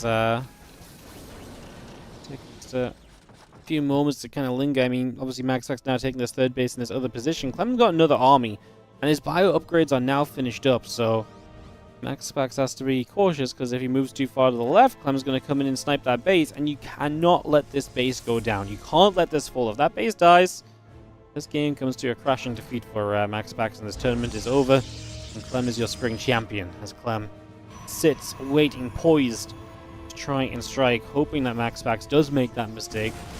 He steps in, and Maxpax is well positioned. And now Clem just going to make this a bit more of a wraparound than anything else. Tank's going to siege between the bases. Not a lot of units on the natural. Colossus is going to be denied from coming out of the robo facility as that just goes down. Maxpax's supply is just not there at all. And Clem is going to strike and strike hard to win 4 in a row to be the WardiTV Spring Championship 2025 champ. Clem in absolutely dominating fashion, to be honest. I mean, again, he was up 2-0 against Hero in the winner bracket, and then he goes through the lower bracket, 3-2 against Solar, 3-1 against Bjorn, 3-1 against Classic, 3-0 ZOUN, and 4-0 Maxpax. Obviously, he was down a game against Maxpax to start out with, so just a truly ridiculous result, wasn't it, Ali? Just a ridiculous result, wasn't it? Yeah, absolutely ridiculous. Yeah, good go. Crazy stuff. Crazy stuff. Congratulations, Clem, the WardiTV Spring Champion.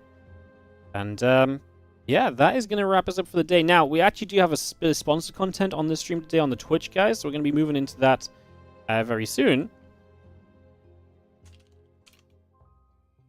We're going to be playing Fragpunk for about an hour or so. So we're going to be moving into that on the Twitch stream very shortly. But first of all, I just want to wrap this up by saying thank you so much everyone who's made this month of the Spring Championship so awesome. We've had a lot of love on the stream. We've had that sub count growing a lot. The viewership has been incredible as well on Twitch and on YouTube. I just want to say one more time, as always, keep on hitting those likes, subscribes, and follows. But do check out the WardiTV 2025 crowdfunder. Again, the WardiTV Spring Championship is our first major event this year towards that. And we are now crowdfunding to help run the rest of the circuit this year. So if you want to check that out, that is !2025 in the Twitch or the YouTube chats. Come and check it out. Come and support. 100% of support goes directly to the players. We are aiming to make as many StarCraft 2 tournaments with as good prize pools as possible to support the players. Because without the players, we do not have great games of StarCraft. We do not get the enjoyment out of this game that we want. So please do consider checking out. We are very nearly, about maybe a couple pledges away from hitting the 50% marker of our initial funding goal. But again, this is all about momentum. This is all about spreading the word and spreading, the idea of what we're doing, which is supporting players and helping to put on even more tournaments. So even if you can't support monetarily, go out and spread the word on the YouTube comments. Go out and spread the words on, the Reddit and stuff. Get out there, talk about it. You can read more about what the 2025 series will entail and so on if you scroll down on the Indiegogo page and want to read more. But the main message is to get out there and, like I say, support because, like I say, we already are guaranteeing $25,000 from the WardiTV coffers towards this anyway. So these events are guaranteed. It's about making these events as good as possible and as fun as possible and as beneficial as possible for the players. That is 100% our goal. Again, we are continuing to have all the focus on the players. After talking to people for the last few months about kind of the priorities of what community StarCraft needs, my result, my determination was we need to support the players. So that's what this is all about. So check that out. I appreciate it if you do. And yeah, thank you so much for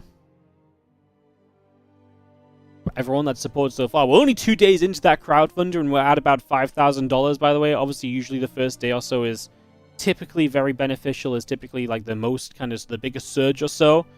But amazing to see so much love on that one. So thank you so much, guys. I appreciate it. Right. YouTube, we're going to be saying goodbye to you guys.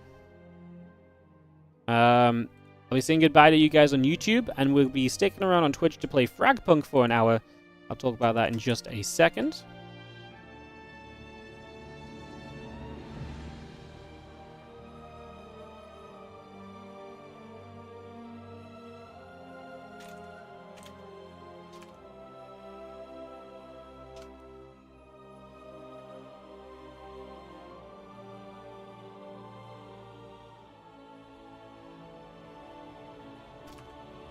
Perfect. All right. Thank you so much for watching today, YouTube. I'll see you guys later. I'll be turning off in about 30 seconds or so. If you are on Twitch, like I say, we're going to be heading into our sponsored content. We're going to be playing Fragpunk for the next hour. First of all, thank you so much, Capitine, for the 4-month resub on the Prime. Appreciate it. Bye, YouTube Bible Thump. It's okay. YouTube will be back another day. All right, let's click end on the YouTube. Man, YouTube's popping, guys. 600.